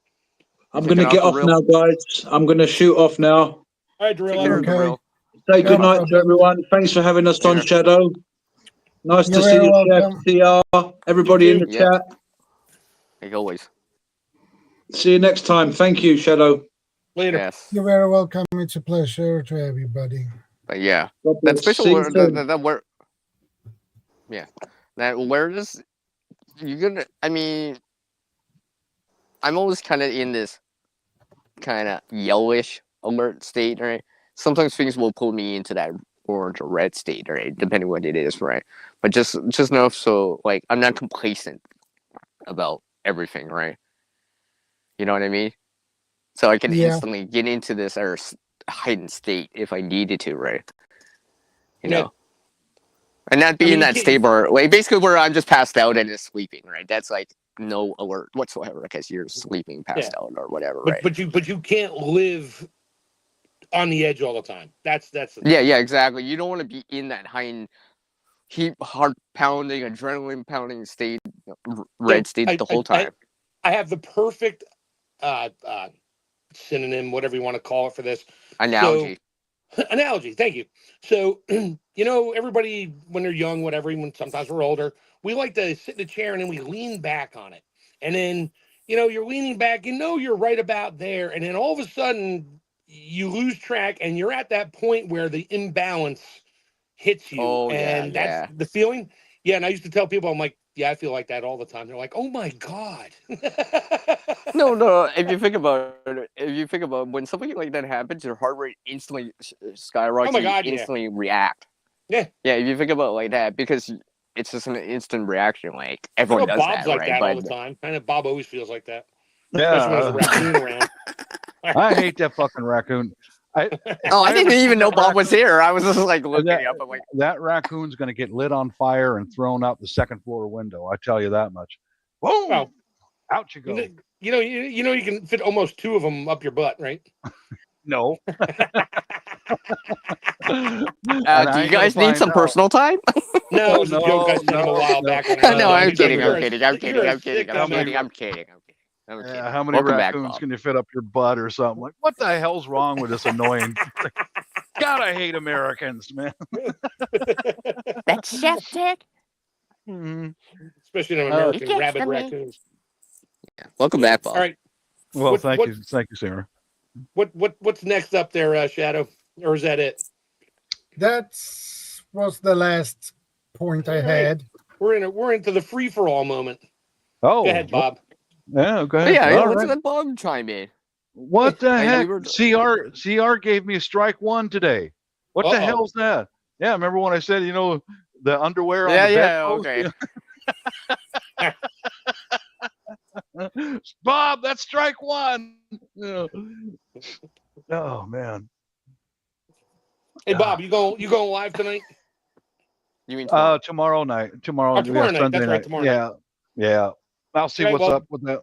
Yeah. Good for me. I'll be out at my cabin still because I'm staying out here till Tuesday. Yeah. Oh, okay. Okay. Cool. Yeah. Yeah. I'll flip my camera around. You can watch my fire at night. If I ever yell at you guys, tell you to shut the fuck up, that's just me. That's not a, that's just me. That doesn't mean, doesn't mean. Yeah, just the guy with glasses. Mm-hmm. I know. I would say something else, but I won't. I've got thick skin, CR. Remember that though. Yeah. Okay. Yeah. I'm glad it's summertime right now. I still have half my truck to unpack here. My folding chairs are all the way up in the front of the pickup truck, and I got to move a whole bunch of stuff to get to them. And I already got my fire going for dinner. I need a place to sit. Yeah, you better get that. You're sitting. Mm-hmm. You're not even sitting. No, right now I am. So, well, here. So this is my. I thought I showed this before. So, like right now, there's my stool. I have a flip up table. I did I just put a bar. It's on hinges. Right and on. so when I leave, I flip that down. And as soon as I get here, that's the first thing that goes up. I have 2 stools, one for me and my buddy, but only one's out here. So I got that. Mm-hmm. And then, right next to the cooking area, everybody has to have a toilet. Mm-hmm. So, I mean, obviously, there's nothing in it. It's just a bag. Yeah. But, that's my, this is my little porch deck hangout spot, and then I need my chair to sit down there by the fire. Right on, man. I love it. I love that. I love that. It's great. Indeed. I knew he would use that word. I knew it's Indeed. coming. Yeah, it's his favorite word. It's a good word. He told me that himself. He told it. Yeah, he told it's a me good himself. word. See, I'm not even BSing that. It came from his mouth. But yeah. Well, hey, Bob, I got a question for you. Yes. I got a question for you, Bob. Oh, shit, Because here we it were comes. talking about. I'm being serious ahead. here, Mark. Come on, shut up. Fucking Okay, raccoon. we were talking about. Okay, we were talking about fire starting earlier because it was number 5 or 4 or 5, right? Okay. And we know that you make these wax fire starters, right? And you do them.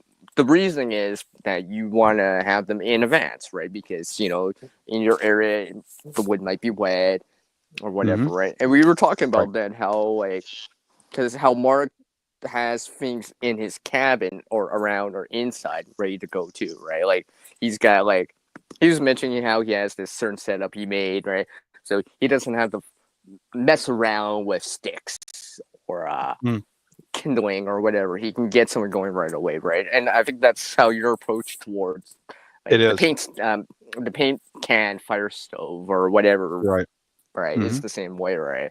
So if you want to mention something like that, because I think that's a good thing to remember is that it's preparedness is setting things up in advance too, right? You don't have to. Yeah. Yeah. So if time is an issue, you're exhausted, time, whatever, cold or whatever, you can expediently reduce the time by using these quote unquote shortcuts. If you These have are to, right? Yeah, exactly. These are all wax fire starters hanging up on wire, and over here is unwaxed. That's kindling. It's just hanging up there drying. Just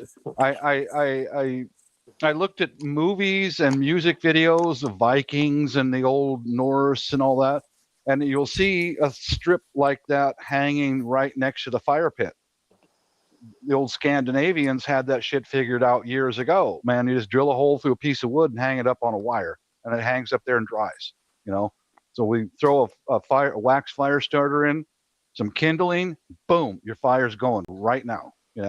Yeah, you don't have to wait so long because we were mentioning how at times here in wintertime, or let's just say you fell through a river or fell in for the ice or whatever, you managed to get your way out. Well, you don't have to dry out because now you're not going to be cold and freezing. Right Like on. even if it's above freezing, let's say in the 40s still, it's still possible even at that temperature. In time the water's gonna pull heat right out of you and you're gonna be shivering. I mean, I've actually shivered from being wet. And I live here in Canada when it's extremely cold. That's because I was wet. And it was cool. Not dry and in the 40s. Like how I am all right of us, now. You look at it this way, all 4 of us on the panel right now are northerners.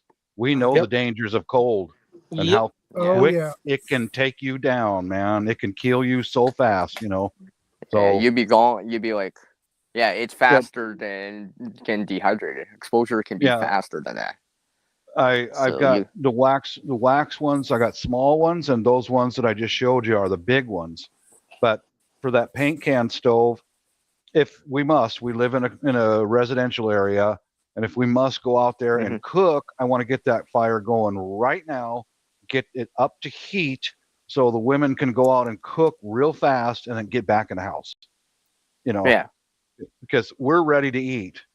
I don't know about the rest of my neighbors. I want that. Besides, you want that if you want that coffee, right? You don't want to be waiting. It's like, come on, water boil. Right? You want something a little bit more expedient, right? Yes, sir. I mean, that's why I always keep certain little things. Yeah. I mean, Bob, I even, for me, let's say you want to do something like a rocket stove or something like that. There's things like pumps you can add air in to force air in, right? True. Because during I think it was I'm trying to remember the timing, but they used to these really big bells. I mean, they used to use natural air going up a hill or whatever to feed the fire, right? because it burns hotter because you got more oxygen going into it. Or what's that called? The coated fire hole is the same thing, right? You're forcing air in, which means it heats up faster, which means whatever you're cooking or heating up you'll just get up to temperature faster. And less smoke. Yeah. So if you're making just for the simple thing that you can just make coffee faster, is worth it, right? Because like if you're getting that coffee just to feel normal or brew or whether it's heated, you feel a lot better after, right? You're not just like, oh, come on, what the hell? Why is it going? like Mark, like that example of that couple you saw, right?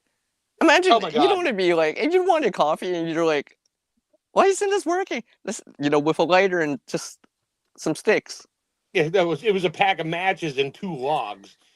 Yeah. Okay. Yeah. I was just logs, dying. right? I'm like, I mean, I wanted to let it go for a while. I wish I had a video camera or something because I would have been like, this is typical of the youth of today. Let's go camping. And okay, boy and a girl, first time camping. I knew what they were out there for.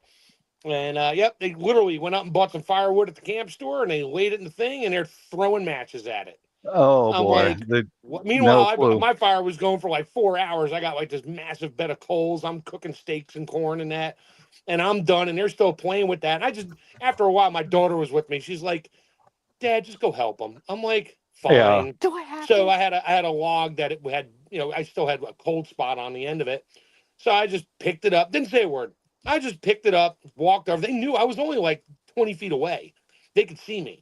I picked it up, walked over, hopped over to a little creek, moved a couple logs out of the way, laid it at the bottom, laid some logs on there a little bit, blew on it, boop, they had fire, and they just looked at me like, wow, he's magic. It's like, yeah, whatever.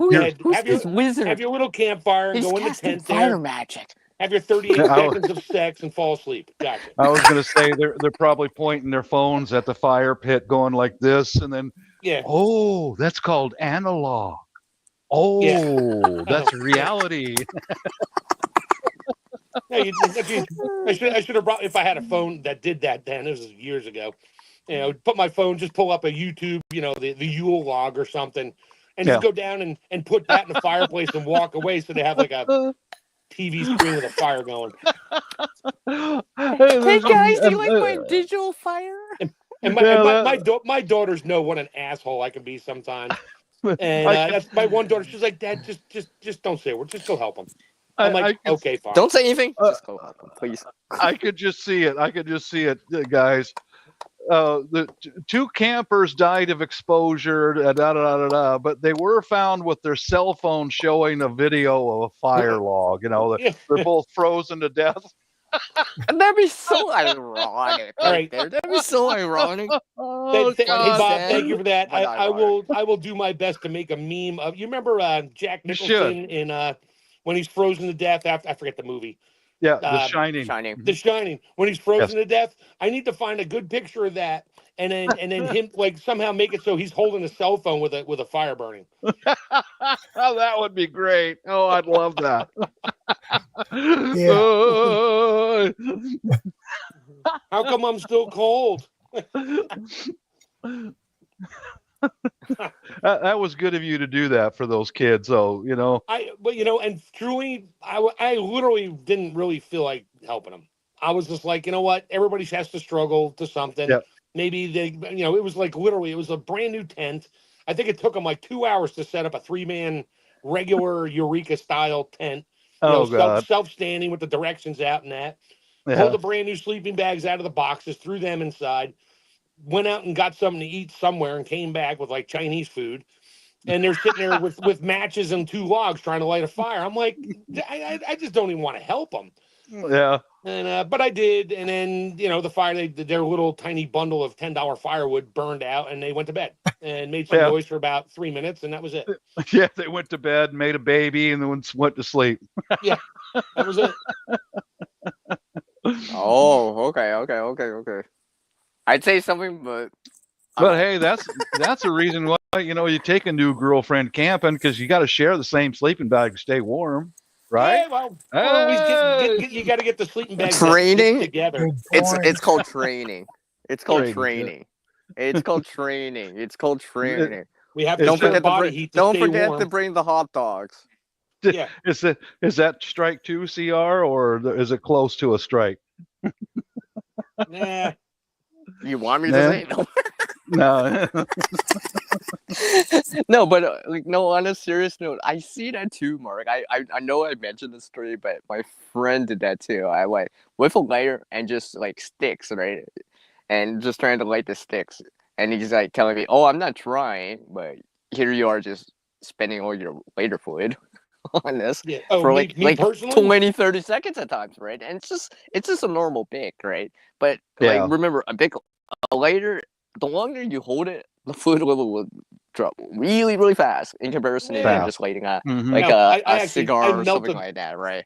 I melted a lighter once in my hand. I had it lit for so long. Yeah. Not trying to light a fire. We were trying to see where it goes. It was me and my dad in an abandoned building. And I got the lighter. He's like, here, just light this. He knew I knew how to light a lighter. I was like 12. And he's like, just light it and hold it. I'm like, okay. Meanwhile, my thumb's kind of getting hot. I'm like, all right, whatever. And then all of a sudden, it fell apart. It's like, And oh yeah, no, there was a nice Dad, I little don't have the flame lighter. coming out of the end of it. He's like, throw it. So I threw it, and I'm like, now he's like, I think we should get out of here now. Yeah. Here's Yeah. 2 mistakes rookies make. Number 1 mistake is they pick up the kindling and the tinder off the ground. Yeah, we talked about that. I showed him. yeah, Yeah. exactly. I pulled a stick out of the tree. Of course, it hit me in the head, but that's besides Yeah, the point. pull it. Look up when you're looking for tinder. Look up, And here's a Mhm. second mistake: they'll light a lighter like this, and then they'll bring it down to Oh, yeah. light the fire. Ow! Burn It'll your burn thumb. your thumb. Yeah. You turn Yeah. that sucker sideways like a gangster. That's why I keep Yeah. charcoal lighter fluid out here. Oh, I'm- you do? I'm too- Mhm. Yeah, I'll throw some kindling on top of some paper, cardboard, whatever trash I have. Put it in there. Put a couple big logs on either side. Throw a bunch of kindling in there. I've tried to light it, and sometimes a tiny bit of dampness, it's not going to light. I'm like, screw it. I just Yeah. grab some charcoal lighter fluid, shoot it on there. Boop, I got a fire. I don't Yeah, care. there you go. I'm Mhm. at my No, cabin. I mean, Whatever. yeah. No, I mean, when I go out or whatever, sometimes I'll practice a few skills if I have it, but it depends what's going on and how serious the situation is. I mean, if people are cold or if it's raining or snowing or Yeah. whatever, maybe I'll accelerate the process, right? But if I'm just like Mhm. we're camping out, it's like 70, like I'm just getting the fire or if it's, let's say, hot out or whatever, right? I've done this even last year, right?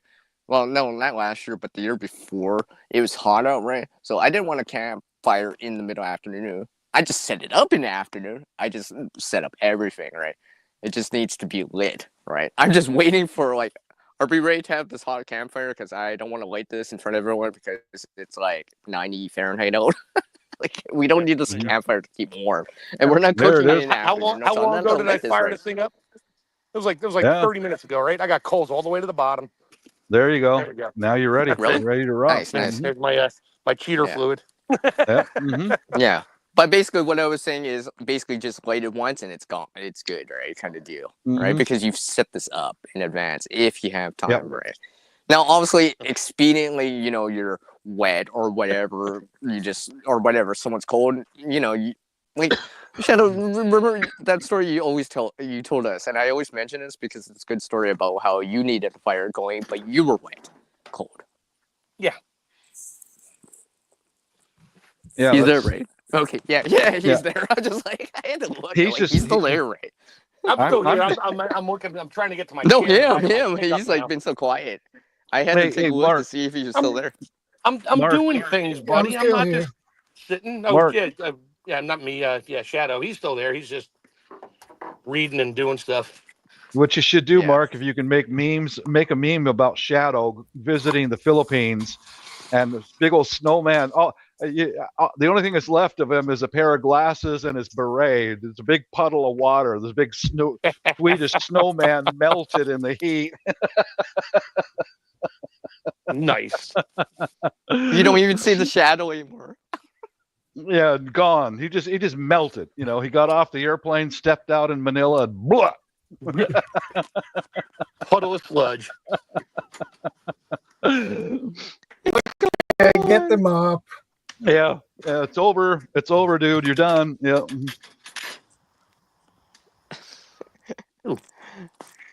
At this rate, Shadow's gonna fire all three of us. Yeah. Probably. You first. Probably. No, actually, Bob first, then me, then CR be the last man It'd be standing. like at this I'll point. 1, take it. 2, 3. You're all out. Mhm. I'll take it. You can fire me. No, Go ahead. Normal day. he's got fixed skin. Oh, He's got fixed skin. Well, hey, But yeah. get this. So after our date, we had a really good lunch at a sidewalk cafe, my wife and I. And there was this just gorgeous young lady goes walking by in these beautiful yoga Do tell more. pants. And she was like, huh. And my What color? wife's right here. Wife's right here. And oh, they were kind of a yellow color. Eyes up here. Very eye catching. Yeah, right. Okay. And okay. she goes See, I knew Bob walking would by. know. She goes walking by and goes into the restaurant, and I go, "Hun, God, I love yoga pants." No. It was, I said, "Thank God for yoga pants." And she just goes, "Mister." Bob, eyes up here. Eyes up here, Bob. I said, "Hon, a couple Eyes years up ago, here. I bought you some of those short yoga pants, the type with a string on the side where she can pull them way up." And I said, "You only wore those overseas." She goes, "Oh, they're too tight. I can't breathe." No, but just think of me, baby. Think of me. Yeah. Just think of me. I bought them for me, not for you. Trust me, honey, I'll get you breathing. I told that same story. We stopped at the coffee shop after we ate, got coffee to go, and two of the baristas were sitting at a table next to us. And I told that they're both young, they're both 18, 19. I told that same story to those young people. I go, "Yeah, then the wife's there." And I said, "Oh, thank God for yoga pants." And both of them, their mouths dropped open. Bob! You said that with your wife there? Yeah, Oh, my. that's what they said. I said, "Oh, so I'm a scoundrel, damn it, You should Jaw keep drops. your eyes open. You don't go to sleep, Bob. Yeah. Well, spatial awareness is important. At least Bob's Right. aware of his surroundings. Remember that. Yeah. Right? He's aware of Mhm. his surroundings. He can remember details. Like I got yoga my pants. chair. I'm good. Fire. Oh, you got your chair now, chair. Mark? There you go. You're and ready to the rock. back of my pickup truck is an absolute wreck of everything right now. Uh-huh. Hey, Yeah. I see a normal. bucket. I see a bucket. That's my water bucket. No, I didn't show you. Ah, So what I did this right before I went to that food summit. So hold on a second. Let me get that off. Get this out. Get this out. Piece of this. Get these buckets piece out of of here. that. So what I did is I took a 5-gallon bucket. I drilled one hole in it. Uh-huh. I went down to Home Depot and I bought. I'm gonna have to figure out how to do this. There we go. So a spigot. Yep. So I bought a fitting. Mhm. I had some rubber washers and stainless steel washers. So Yeah. and it's just small enough. So what I do is take these off. Yeah, I made a spigot for it because we had running water there. And let's see, how can I do this? Whatever. I'll do it up here. Yeah, no, So- we get the point. We get the point. Yeah. Whatever. Where's my camera? Oh, my Yeah, camera. it's just like a DIY version of. Good deal. corporate Good or- thinking. So Yeah. I stick Yeah. Yeah, this that- through the inside and thread it on, and the rubber washers seal it up. And I'm good. And I Yeah. just turn my I little mean- spigot on, and we can do dishes and stuff. It was great. Mm-hmm. This reminds me of what you showed Bob yesterday, actually, right? Yeah. No, I didn't. Yeah. show- Yeah, I the didn't show exactly the this same to way. anybody. 5-gallon container. Yeah, he was showing that. Yeah. I Yeah, got that I've got reminds me of several it of now. those. I've got several of You? those 5-gallon containers. Yeah, all full of clean water. I got 1 gallon that's all distilled water that's sanitary, and the rest of them are tap water. But yeah, I got them stacked up, in case anything goes sideways, just. Oh yeah. But you yeah, made it. I guess I'll mention. You mentioned a good suggestion, CR, to Yeah, I put was some kind of a stick mention or that, something through it so that the Go ahead. two girls could be able to pick one of those up easily, and they could team up on it. Yeah, it's a good idea. Yeah, I have to wait, right? No, because Mhm, if you mhm. think about it, like I said, if it's an emergency or you've been doing it for a long periods of time, your energy level's not gonna be as high, right? So you want to be That's able to fact. work efficiently, right? As That's possible. a You don't fact. want to be sweating, just lifting up water just to rehydrate back up. If that makes any Yeah, sense, I right? can come up with Like something. I don't know, I don't know, like I don't know how heavy they are, like or whatever, right? You'll have to find something that's suitable for it, right? Probably Yeah. metal, just because for Yeah. you, but just like Mhm. with handles or whatever, and it's just beside it, and so if your wife and your daughter are there, they can do it together. Or let's just say it could be as simple as, hey, you're injured and you can't lift as much or whatever, something like That's like let's say a sprained ankle or something, you can't put that much Mhm. weight on, and you got to double team it. Unfortunately, right? It would just Yeah. be like something set in advance, right? Maybe it's Good idea. multifunctional. Maybe it's maybe it's as simple as like, hey, I made this stick to use with it that's beside it, but it doubles as a broom at the end, so at least it Mhm. functions for something, right? Because I Yeah, always that's keep a that good in mind idea. because because in our cultures, there's other places in Africa and Europe and in Asia that actually do that or actually Yeah. have to do that, right? They carry water like that because it's the only way, right? They don't have Oh fancy yeah. pumps or anything like that, right? So, I and traveling yeah. over distances, right? I've seen I I've could seen just that imagine. myself, CR. The ladies over in the Philippines up in the mountains, they got a Hmm. communal spring. Water comes out of the ground, and they'll take a bucket and they'll get a bunch of rags and fold it up and put it on top of their head. And I've seen that myself. And they'll put a bucket full of water and they'll put one hand up on the bale and walk down the road, go back to their kitchen, back to home. Yeah, I've seen that myself. That I don't. I haven't tried that yet. I don't know if I can do that, but I mean, like, Hmm. just something just so like just to make it a little bit easier in terms. Because the thing is, when you're lifting a container like a bucket that's heavy on one side for a long period of time, it will hurt your back in time because Yeah, you're off balance. You have so much extra weight on one side, it will hurt your right. back in time, You or are pull right. your Yeah, or yeah, yeah. you pull something on your back, and Put it that's the last thing you want to straight do. on top of their back, right on the middle of their body. Yeah. Yeah, because the last thing in an emergency is to strain your back. If you're injured from a back pain or whatever, you're less effective now. And then that, all right. Hmm. You don't want to be going for that, right? I mean, like an emergency or disaster, that's the last thing you want is to like pull a muscle like that on your back, because Hmm. that means you can't Compounds. lift anything. Yeah. Yeah, Hmm. you can't lift anything. You can't really get out of bed or do anything until it starts to heal or whatever, right? And it's so easy to do that. Sometimes it's just like, oops. That's why they say lift with your knees, not with your back, in terms of shoveling, because it happens and it Yeah. sucks Here's too. And I'll so, see if I can. yeah. Yeah, I'll see if I can. What I'm doing right now, I'm looking for one of Filipina P's videos. Showed this family that lives up in the mountains, and they're farming. They live on like $10 a week, 10 or $12 a week. If you can Mm-hmm. get to know people like that, especially the Filipinos, where they've got an understanding of English, do it, because they can really teach you stuff that we have lost here in the West. Yeah. Well, yeah, because the conveniences, right? Right. I'll see if I Yeah, can find that video. Here we well, go. Here because we go. this stream is supposed to be about analog versus digital, right? That's Mhm. So if you think about it, we're just giving examples of analog, like Yeah. like Yeah. manually doing it Okay. versus like a sophisticated pump. If you could make my screen bigger there, Shadow.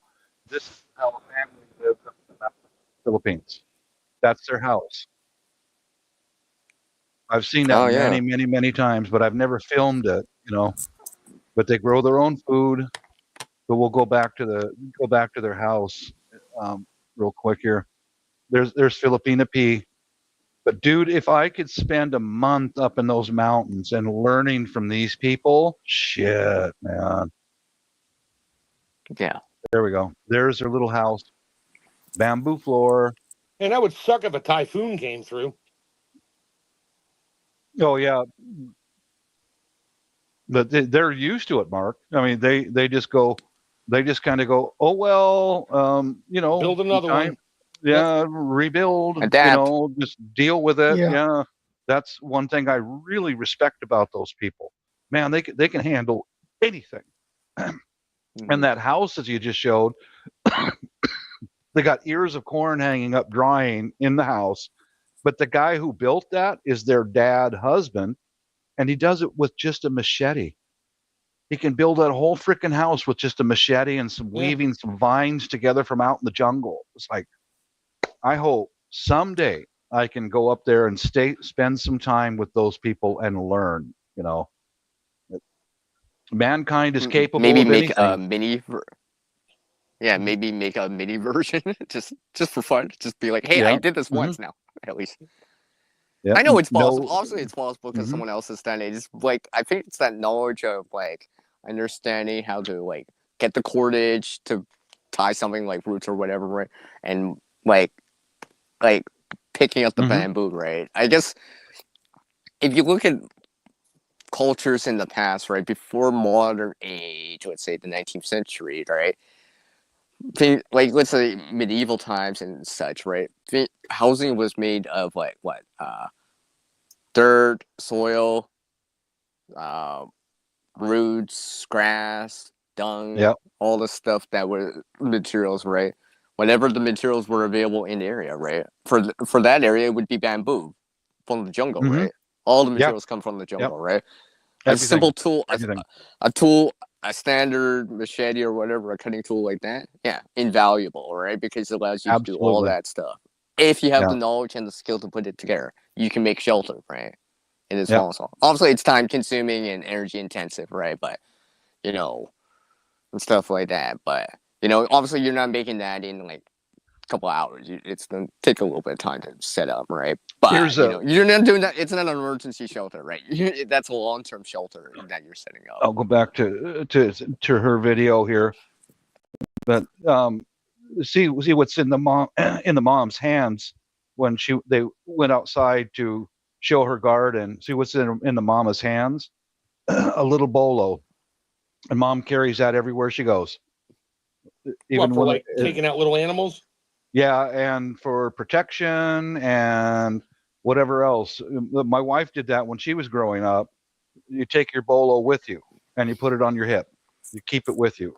I said, why? She goes, you never know what's going to jump out at you in your arm, you know. But a little tool like what she's got there, you can build a house if you've got the skills to do it. Freaking amazing, man. These people just, I mean, they look at us as wondrous and intelligent, but I look at them as more intelligent than we are because they can take all that stuff right out on the wood line right there and build a house. Very resourceful. Very, very, very resourceful. There's her garden. Right? She grows her own food. Because until you start doing it, it's just like, it's just like people in the Arctic that use like bone saws. Well, now they use metal saws to make an igloo, right? Because it's the same thing, right? It's the exact same thing. Like until you do it, you'll be like, and be in one, you'd be like, wow, this is just off the landscape, right? Where other people would, any other person, a first world nation or country would just be like, oh, I got nothing here, just nothing, and then someone else would be stranded. We would be stranded, and they'd walk away easy. This is the cooking side. This is the wife's kitchen. That's what she has to cook with. A couple of pots, some dry wood, and that's where she makes all the meals. Yeah. But if you put one of us in that situation, oh my God, man, life would be a struggle. But to them, it's like, it's just Tuesday. What the hell? Yeah, we would have to another normal day. Yes, sir. Yeah, we would have to adapt to that and learn from that. It would take a little bit of time to acclimatize to that. You see how we're not used to doing it like that, right? Yeah, they're used to it. They're tough people, man. They're really tough. You saw how the lady had two little humble little cooking pots. Dude, I've had meals made, the most delicious food you could imagine, cooked in humble little pots like that on an open fire. You know what this makes me wonder now, what Mark said about that story about that couple and what you just said, right? The difference right there, because like how they grew up, what they were accustomed to, what they've seen, and without like when they didn't have the conveniences of certain things, would they know what to do? Like, would you know what to do if you had to make a fire Many for would real in a campfire or whatever to stay warm, right? Yeah. Because someone hasn't actually done that, never been camping, never gone to Boy or Girl Scouts or anything like that, never had a mentor to show them.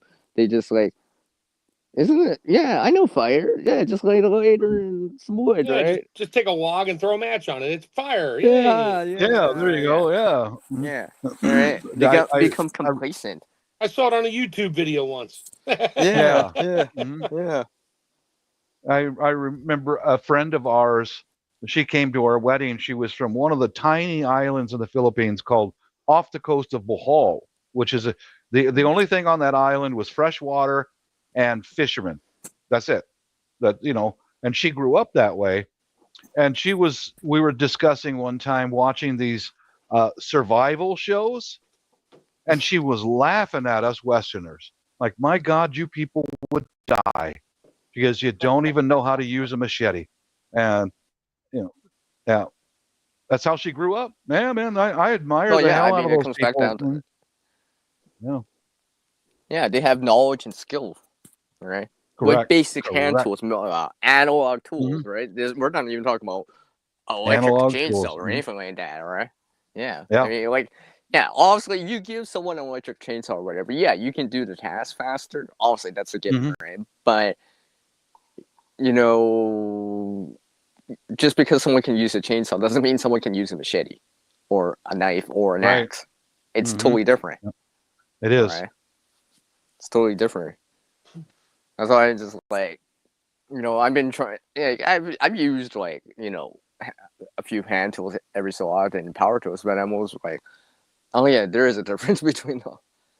It's not just the speed; it's the way you handle it, the way you the fall through, and all this stuff. I don't think Shadow's seen this video that I took in Yellowstone. I'm not sure if you've seen it or not. Which one? The short one where you're going to throw a saddle on a raccoon? That one? Yeah. So a saddle on a bison, and it just shows you how out of touch the Western people are. Hey, at least you didn't try to do a selfie and get mauled. Oh God, some of these people. I've seen videos all over the place. These people are so stupid, man. Yeah. And I've seen them. It's a nice big furry fluffy thing like I see in the fluffy cartoons. cow. Let's get a selfie with the fluffy cow. It's wild. Try that with a or anything cougar. like that. I mean, I think it's because they think it's because it's not a wolf, it's not a coyote, it's not a bear. It's a herbivore. How big that animal is, Shadow. I'll show it again real quick. He's as big as the car. Yeah. That's a bull buffalo or bison. They'll knock him down. They gotta be 2,000 pounds. I don't care how strong you are. Easy. They'll knock down. Easy. Yeah. And we've lost touch with our senses. or whatever. I would or you're never. A boxer. You're not going to be able to outmatch that. It outweighs you. These idiots go out there with go right up to these things. Oh, look at the big fluffy cow. It tramples them and kills them. Picture, Herman, and bam! They're 12 feet in the air, man. Yeah. Oh, we must kill it. You see those and just yeah. Unbelievable. I mean, I feel sorry for them at times, but then I don't because it's just like you did it to yourself, right? It's not like it chased you. Yeah. to your car. It broke into your car. It's called natural selection. Yeah, that's what one of the baristas at the coffee shop, she said, Bob, that's what you call natural selection. Yeah. Yeah. But that was a good comparison because he was next to the road and a car passed in front of him. As big as a car. And it's a wild animal. That's some of the analog stuff that people have forgotten. It's a wild animal. Stay away from it, So, Shadow, what time is it there? 18 minutes after midnight. Okay. We keep forgetting that Bob's on the West Coast, I'm on the East Coast, and CR's somewhere in between in Canada. And Shadow needs to go to bed because I think we were done 20 minutes ago? Yeah, I want to show you guys one thing before we wrap things up, okay? Okay. I'm gonna share it. Hey, CR, you can come on Bob's live on Sunday. Sunday, 7 p.m. Actually, I would like to.